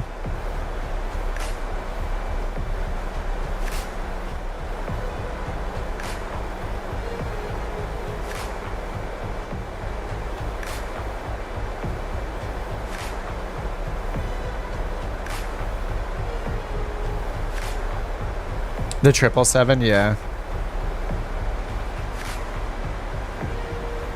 Alright, 22,000. Alright, let's go through the descent checklist further. Altimeter set. So we did get the standby altimeter. Minimums are set. 1298 baro for the RNAV 31. Approach and missed approach. So yeah, we're coming in from the southwest. Sekik here, then to Igsad, Antob, and Vetmi. Vetmi at 2400 is our glide path. Miss approach is climb 2000, heading 311. So we just fly runway heading, it looks like, to 2000 feet. Safe altitude within 100 miles is 4,000, it says. 100 mile MSA.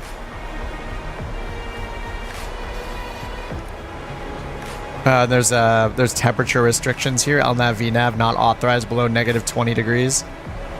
But we don't have a METAR. Hey Janet, can you figure out the temperature and winds at our destination? Let's see if she'll get that for us. Make a phone call, Janet. Kip, I'm a flight attendant, not a weather wizard. Maybe ask the clouds. They might know. Wow. I don't know what I was expecting. I don't know, her to help, I guess. Which is, it's a mistake.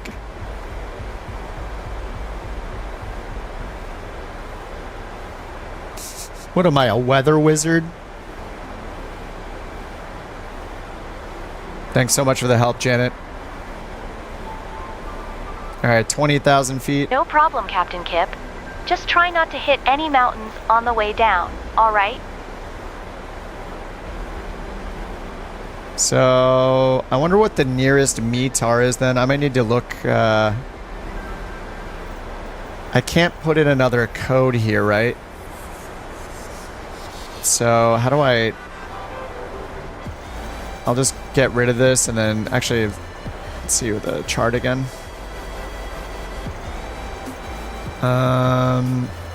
Private weather on 122975. Let's try that. Arctic 1400, go ahead and descend and maintain 10,000, please. Wow, he's so nice. Send and maintain 10,000 Arctic 1400. Please. Coming up on transition altitude.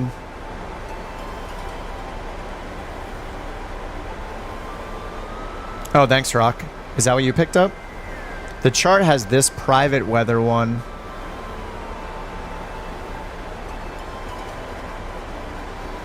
Albion Unicom. Oh, it's Unicom. Oh, it's not even towered.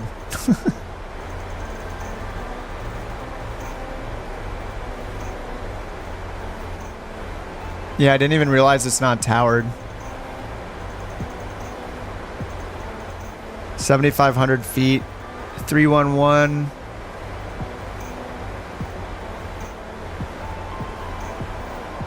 Okay, and they both have Pappies on the left. Runway 31, no left turn below 1,500 feet. Alright, there's altimeter. Say intention says it's 29 or 88. 2994. Oh yeah, we asked ATC. They gave me 2994. Oh, you got the glide path, Jeff? Nice.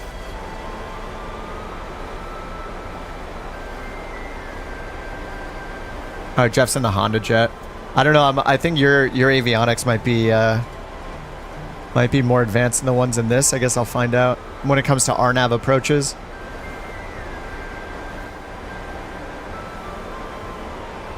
Can I change the brightness on the standby? I might just make this... Oh, that was it right there. Nice. All right, that is the brightness. Cool. Okay, 2994.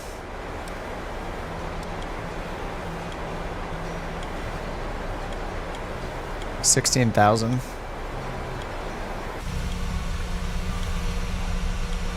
It's so cool seeing Jules' lights below us right down there.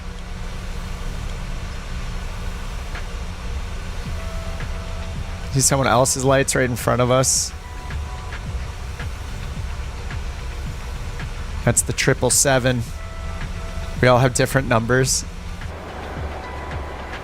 I was trying to get some kind of ATIS or weather in there, but I don't know that there aren't. I don't know that there is anything to get.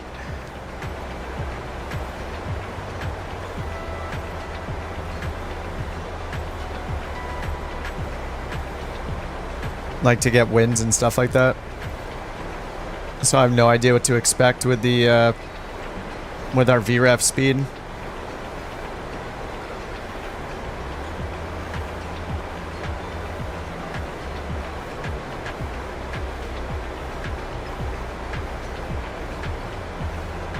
Runway is short, barely made it. Wait, were you in the Honda Jet? Minus 172 FPM?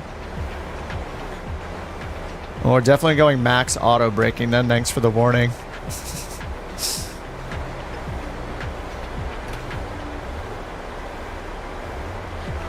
Alright, we're at 14,000, going down to 10. Auto brake set to max. Altimeter's ready to go. Cabin pressure's coming down. We just need our landing lights under 10,000. I'm excited for this. I'm not. I'm worried.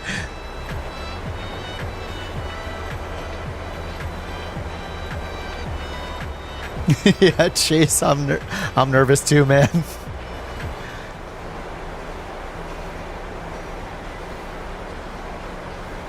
Easy, GG. Thanks for the sub.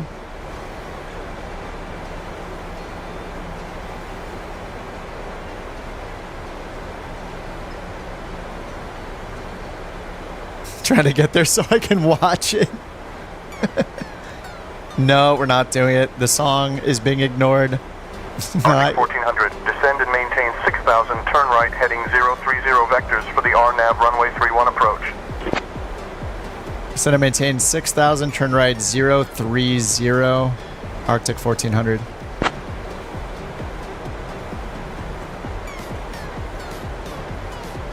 Whoa.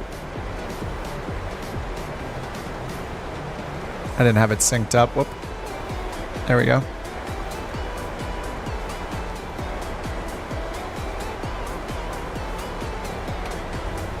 I almost always need drag, so I'm just going to give us drag. And aren't I supposed to be 180 knots? Max 180 knots at Antob.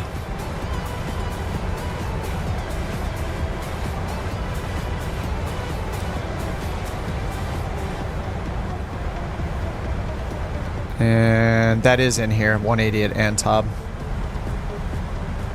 No lights on the runway? Wait, really? It said it had runway lighting and Pappy's on the left. This is great fun. Glad to have you here, Tim. Oh man, this is gonna be just wonderful. All right, I can't hear this song. It's stressing me out. That's the Mayday song. All right, decel. All right, they're letting us go all the way down to 3,600, or sorry, 6,000. We're at 10,000. Let's get the landing lights on. We're about to cross over. I'm gonna get taxi. I'm gonna get the taxi light on too. I'm just gonna get all the lights on. Forget it. We're just going full light blast. Dude, the lighting looks so good right now. And with the moon.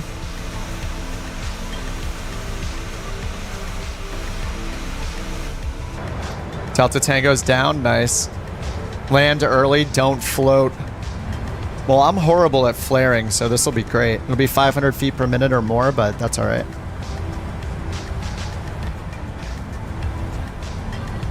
Wait, how did my LNAV turn off? Oh yeah, because we're on a heading. Okay, yeah, they didn't give us... I kind of want to get cleared direct to the initial approach fix, though. Ladies and gentlemen, this is your lead flight attendant, Janet. We've begun our descent into wherever it is we're landing. Edmonton Center, could we get cleared for the full approach, starting with IGSAD, India Golf, Sierra Alpha Delta waypoint, Arctic 1400. Are in their full upright position, and your seat belts are fastened. If you think the captain's flying is bad now, wait till we land.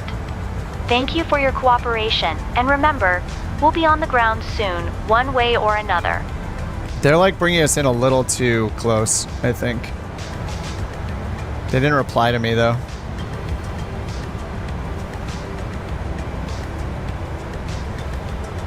Can we get our next vector for Arctic 1400? We need a vector update.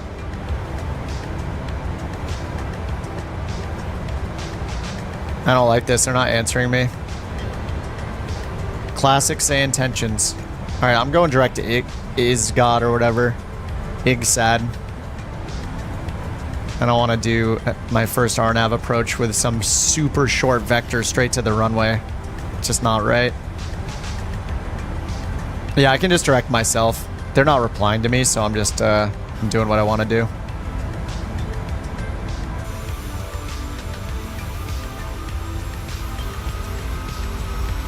Oh man, this looks so cool right now.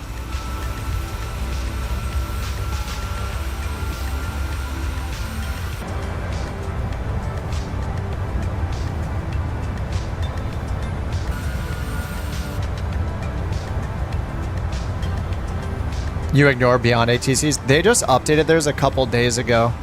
Arctic 1400, descend and maintain 4,000. Descend and maintain 4,000, Arctic 1400. Alright, that's not bad.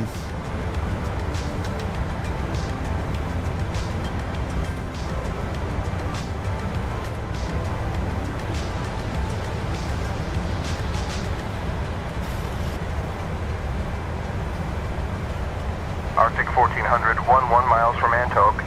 Turn left heading 050. Descend and maintain 3,000 until established. Cleared for the RNAV runway 31 approach. There we go. Left heading 050, descend and maintain 3,000 until established. Cleared, RNAV, runway 31 approach, Arctic 1400. Alright, we're still on VNAV path. And auto throttle is arms. We just need maybe a little more drag. We have a 200, alright, we have 210 knots in right now, but it says 229. That has 180 at Antob. So do I just need to start giving it flaps? Yeah, there we go. Now we have FMC. Okay, 182. Nice.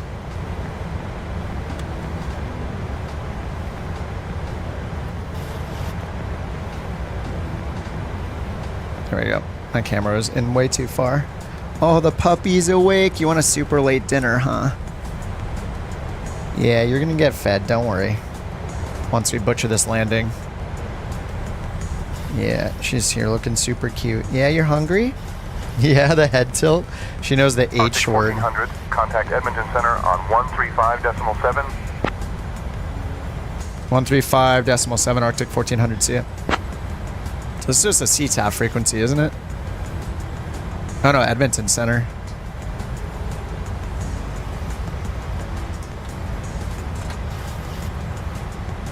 Edmonton Center, Arctic 1400, 5600 on the RNAV 31 approach.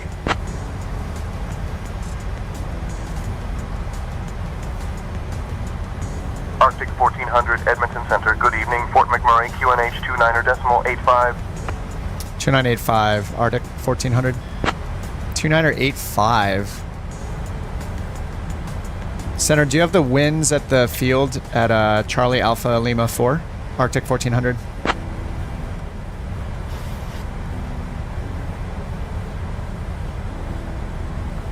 Arctic 1400, winds calm.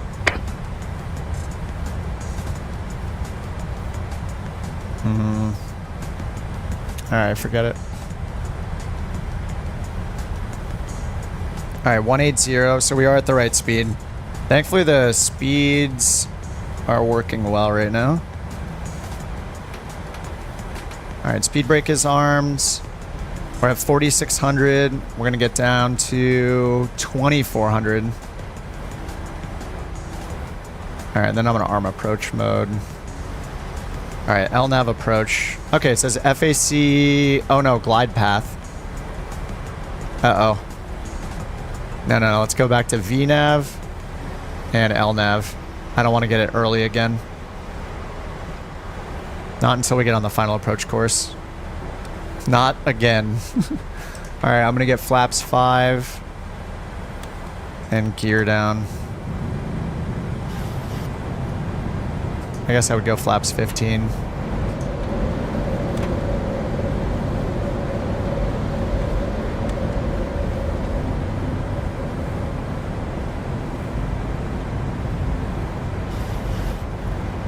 Alright, Janet, we're about to land. Why don't you do one of your absolutely incredible calls back to the passengers, you know? Let them know.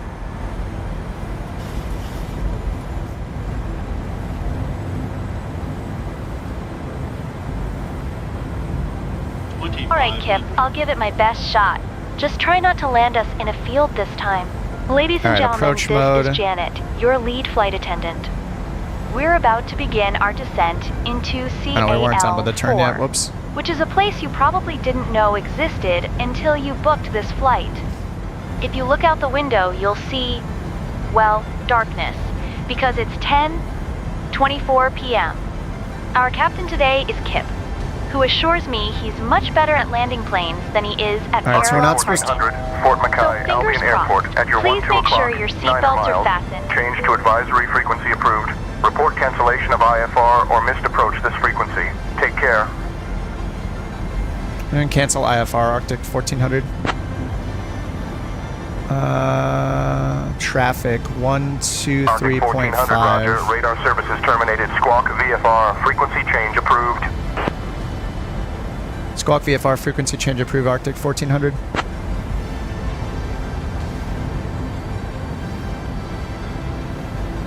I'll be in traffic, Arctic 1400.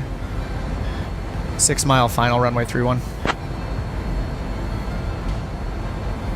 Oh, nice, it already did that. Nice. Arctic 1400, cold lake departure. Say again your request. Departure? That's a wrong frequency then. I guess 123.3. Wait, it changed it. What? That's not the frequency I put in. Was it? 123.3.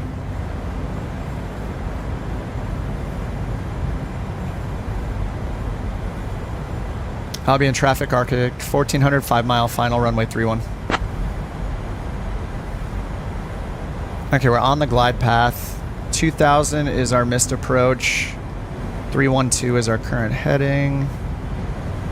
I think it's 311 for the missed approach. Yeah, 311, 2000. All right, 1,000 feet. We have 700 to go till minimums. All right, let's get slowed down. VREF +5. They said winds are calm. 137 on the speed. And flaps 30. 2 mile final. I'll be in traffic, 2 mile final for Arctic 1400. 3-1, Albion. That was a horrible call. Sounds horrible. Oh my god, there are trees right there. Alright, runway turn off lights, engines continuous, all the lights are on. Oh yeah, there are no lights on the runway. You weren't kidding, there's nothing. We can go down 100 feet more. Yeah, I can't see anything. Dude. Approaching minimums. Alright, here come minimums. Alright, I can see the piano keys.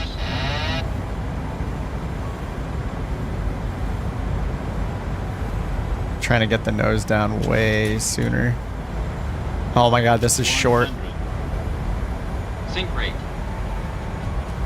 30, 20, 10.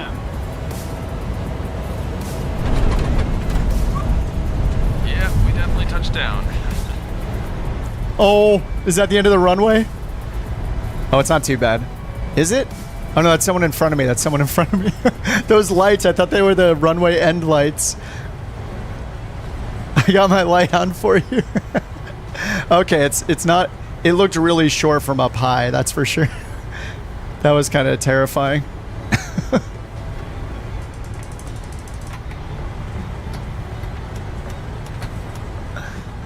Taxi light is on already. Standing by the runway with our phone lights on. Thanks, guys. That was ridiculous.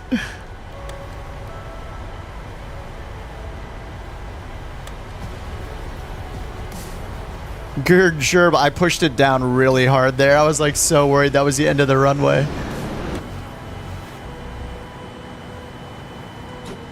I can't believe there's no lighting. It's horrible.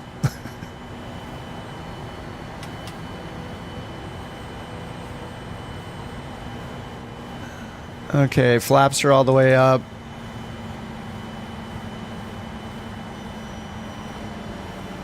And auto throttle is already off. Is anybody still coming in? Yes, there are a few of you guys coming in. Good luck. Is it getting lighter right now?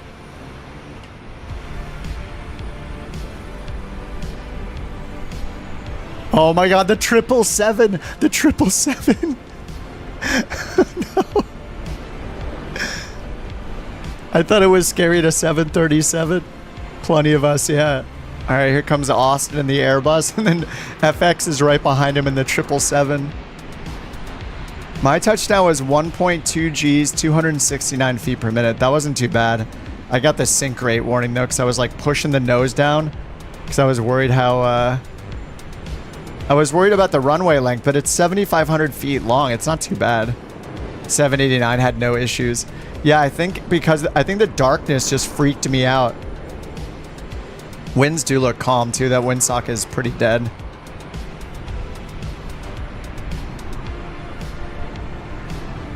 Oh, 777 touchdown. Rockwolf right behind him. Yeah, 7,500 feet, roughly. It's not bad.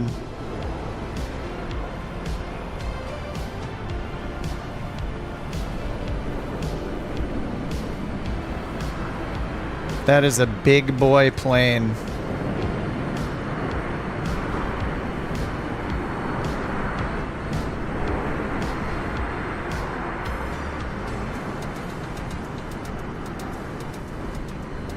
All right, Cone's coming in, 737-800.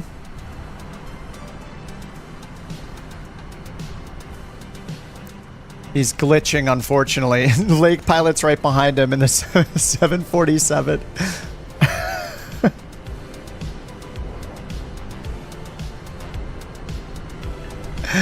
That's a bouncy 747. Oh, Cone's going around.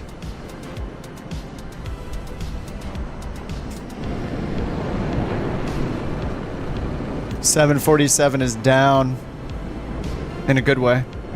No shot, couldn't see it at all. Yeah, it's so dark. It's so dark.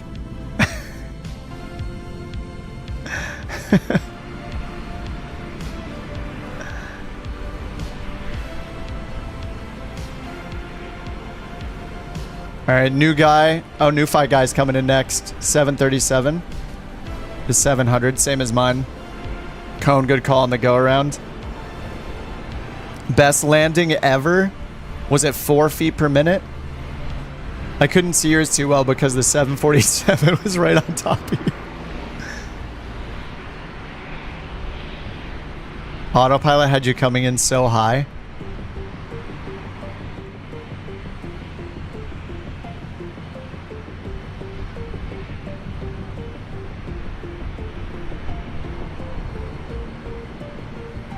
I think Newfi's going around too.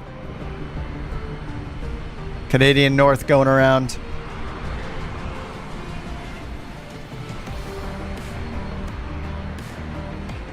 Dude, what a shot right there. That is awesome.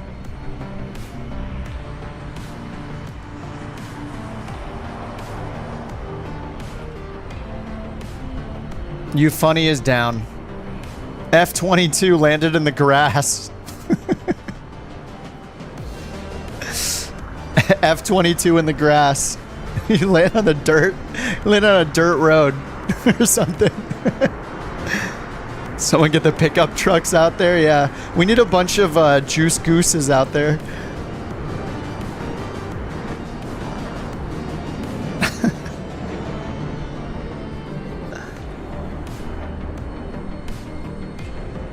All right, we got Cone coming back around.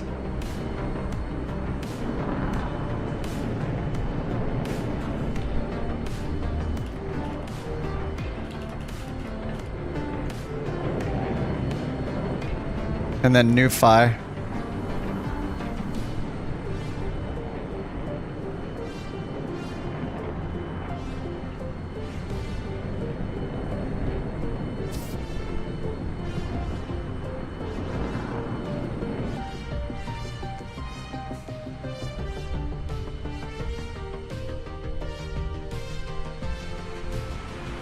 Just cross the no. Oh, don't rush it, dude. Give yourself a long downwind.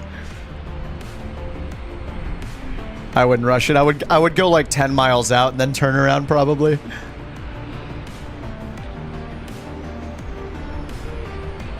Where's the runway from here? Where am I? I'm in target mode.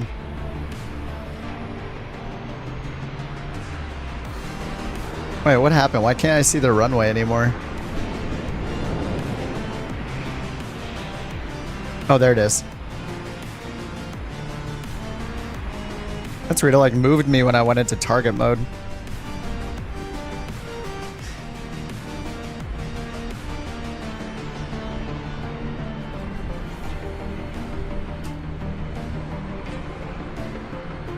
All right, we're gonna try the tracking camera this time. How many versions are there of Bobo? I don't know, but there was a Bobo that wasn't not. It was not Bobo. But then Not Bobo showed up the other day, right? Not Bobo was here over the weekend.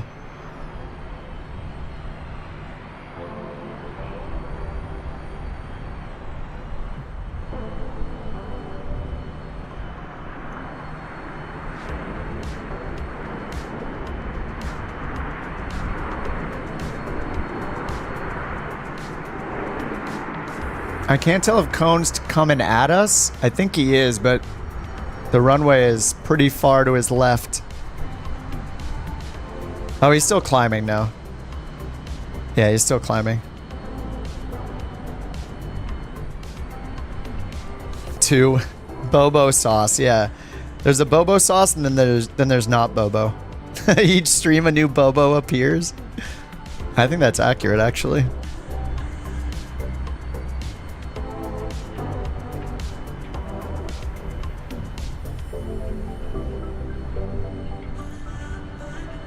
I should taxi in while I'm sitting here.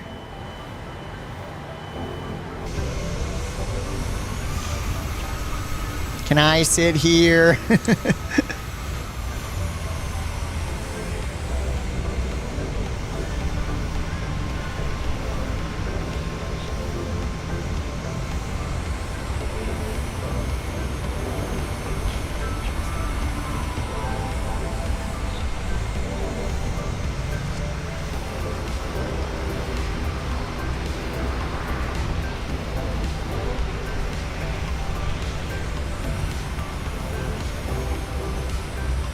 Yes, the Juice Goose has been deployed. It's got to be Delta. Oh no, it's FX.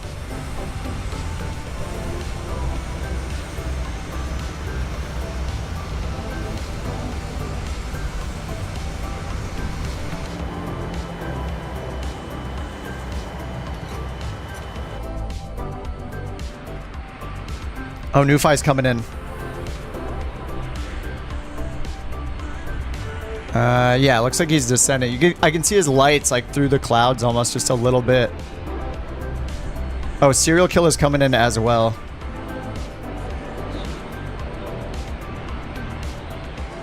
I don't know who's going to be in here first.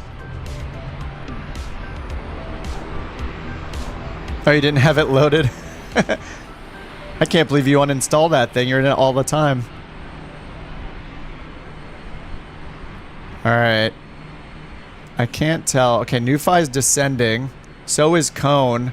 They're all coming in at like the same time. I think Newfi's coming in first. Yeah, same time. You guys just lighting it up.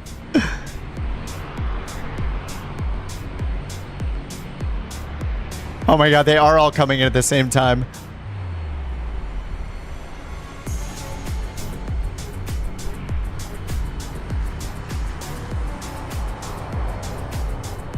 Oh, it got rid of my... No. Drone camera. Reset camera.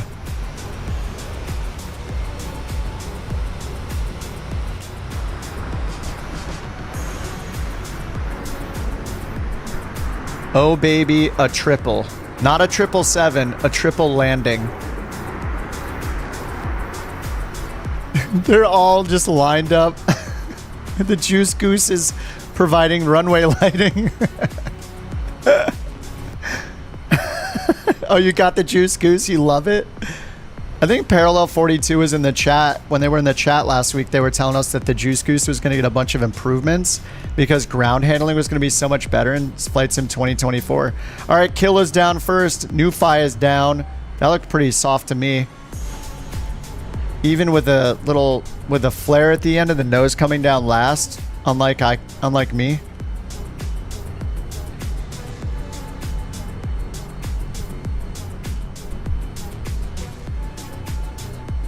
I love it. You guys lighting it up. Success. You got runway lighting. Did that actually help you guys land?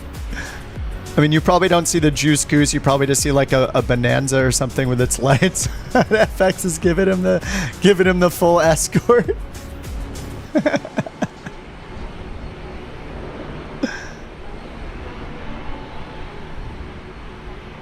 Wait, that's you, right, Chase? Sorry, I'm slowly learning all the names, like the usernames versus YouTube names. I mean, it's got to be Chase. Chase chasing.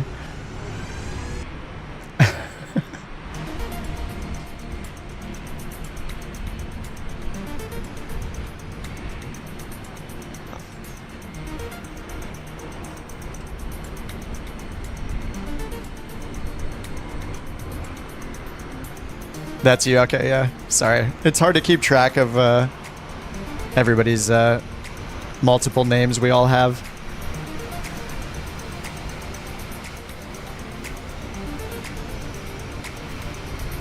Hey, that was a pretty eventful last flight there. I think we're going to have to come back here at some point. I'm sure it's in the schedule, so... Oh, I got to get this thing shut down. I guess that's a good idea.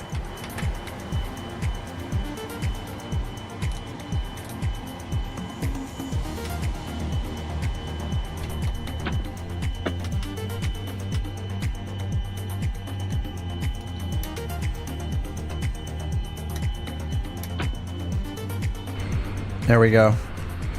I'm not too excited to see my rating.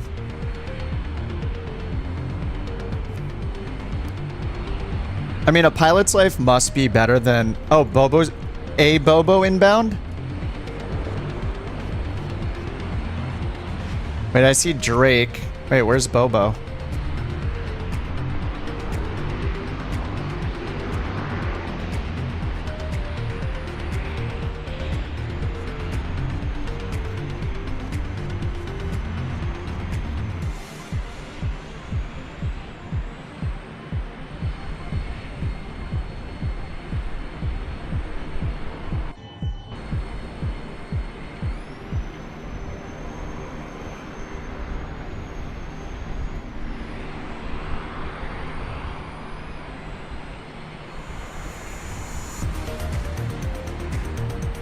What is the sim life?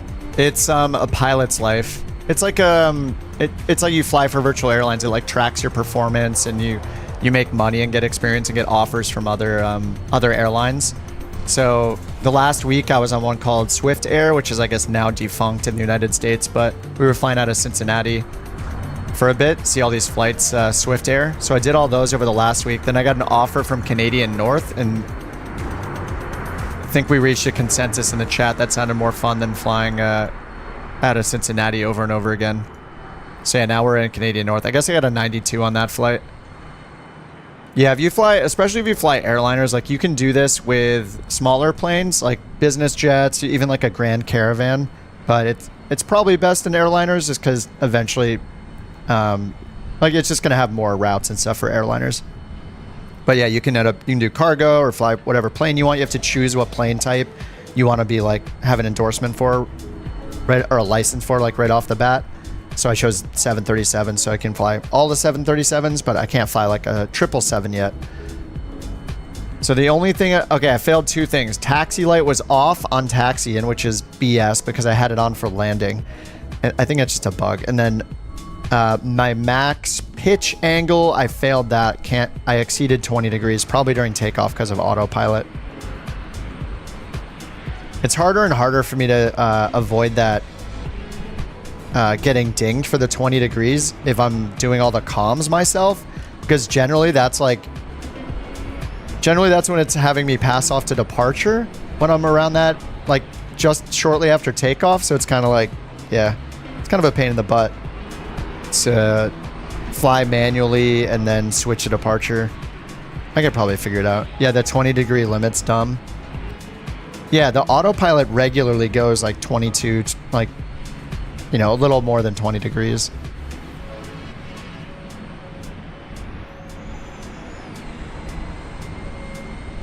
Drake is coming in. Learjet 35A.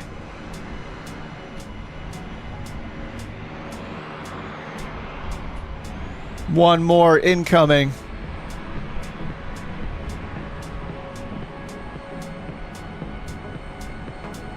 What's up, Keith? Newfie? From Newfoundland? Sounds like Newfie. That was a pretty fun flight. It's slightly terrifying. I can't believe there were no lights. Like, it says on the chart that there's runway lighting. Like, it literally has none. Not even, like, the threshold. And it said there were supposed to be pappies on the left of both runways, and there's none. There's a marshal standing in front of your engine with balls of steel, yeah. I'm gonna be done, Rex. It's 9:45 here. Work night, school night. But yeah, if the rest of you guys are gonna be flying, you guys could hop on Discord and fly more if anybody's gonna stay up. I need to call it a night though. Eat dinner, feed the dog. She's gonna have a late dinner too. But yeah, if you guys are gonna fly more, should hop on the Discord and voice or not. You can use the group flights channel with your routes and all that.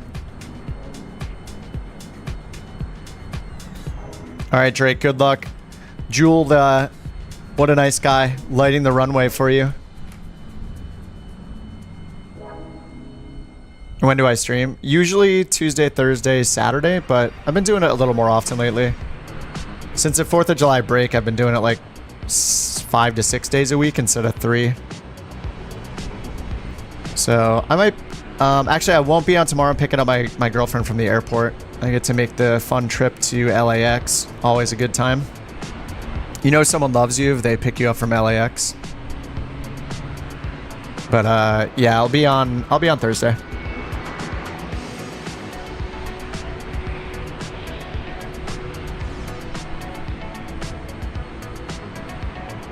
Aviation Geek, thanks for the sub, dude. Yeah, easier next year with a new tram. Yeah, I think I saw it's... What did the headline say? It's like... Is it December 2025? Sometime in 2025. Yeah, Shattermage, thanks for hanging out. Yo, Cooper, what's up? This was fun going into Canada. The Arctic is interesting. Smaller airports. Oh my god, the performance is so nice. We're all getting like over 60 FPS at Calgary. This is so nice. Yeah, no problem, Mr. Anderson. Thanks for hanging out, dude. Thanks for tuning in. I'm just gonna watch Drake land this Learjet before I hop off. Jules providing runway lighting. Look at the lights. The lights look so cool, actually.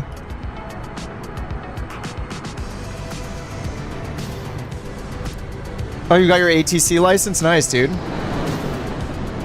Do you have to, are you starting at like clearance or something? Where are you, and at what airport? Like, what's your assignment? What's your RTAC? Lights are bright, yeah. Oh, there it is, through the clouds. I think I just need to turn my detail up. Ground in Boston, nice. Oh man, that sounds like a lot of work. If you guys fly on VATSIM, Cooper's your new Boston ground controller.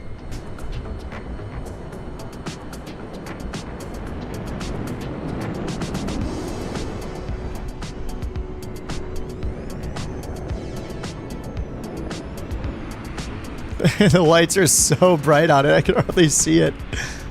There we go. Learjet down.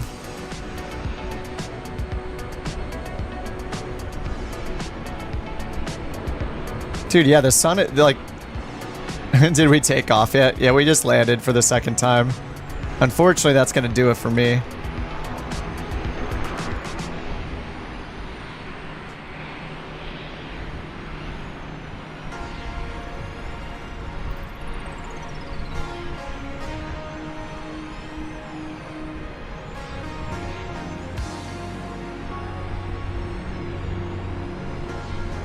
So funny how small this is. Like, how realistically, how many 737s are going to be landing here? I mean, there's room for like what, 4, maybe 3. I don't know, probably more. not in real life.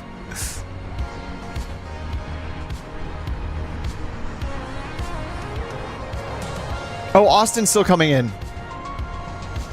Maybe Austin's actually the last one. He's at 2,500 feet. Oh, he's descending really fast.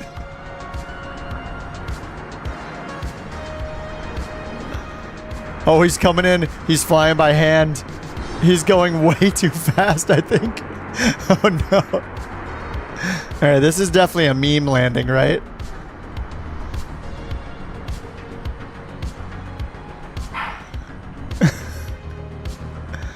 Oh, he was already in and left again? Oh. Oh, he might have beat me, yeah. He's just totally hand flying it, roll the trucks.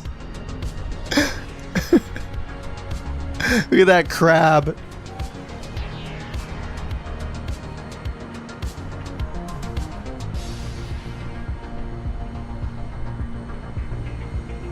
High speed landing. He's just going again. Go around, go around. Alright guys, that was fun. Alright, I'm gonna speed the feed. Oh, he's off the edge. Into the trees and we never saw him again. He's going on it. Yeah, he thinks he's in a juice goose. What is this? Alright guys, thanks for flying along. Good games. I'll see you guys on Thursday. I won't be on tomorrow night. Raccoon, if you're still here, thanks for the super chat. Canada fact of the day earlier, man. Clear the deck. Off to Rivendell. Good game, guys. That was fun. Nice change of scenery. I will see you guys on the Discord. I'll see you guys on Thursday, hopefully. If any of you guys are still gonna fly more, Rex was putting out a call. He's interested in flying. If you guys want to hop on Discord and fly with him. Alright, dudes. Have a good one. Good games. Good landings. That was a fun route. It was a little terrifying. RNAV worked just fine, though. Worked out seamlessly. Alright, everyone. See you guys Thursday. Have a great night or day. GG's. Thanks for the help on the plane, as usual. All the advice, all the questions I ask. Appreciate it. Alright, GG. See ya. See ya.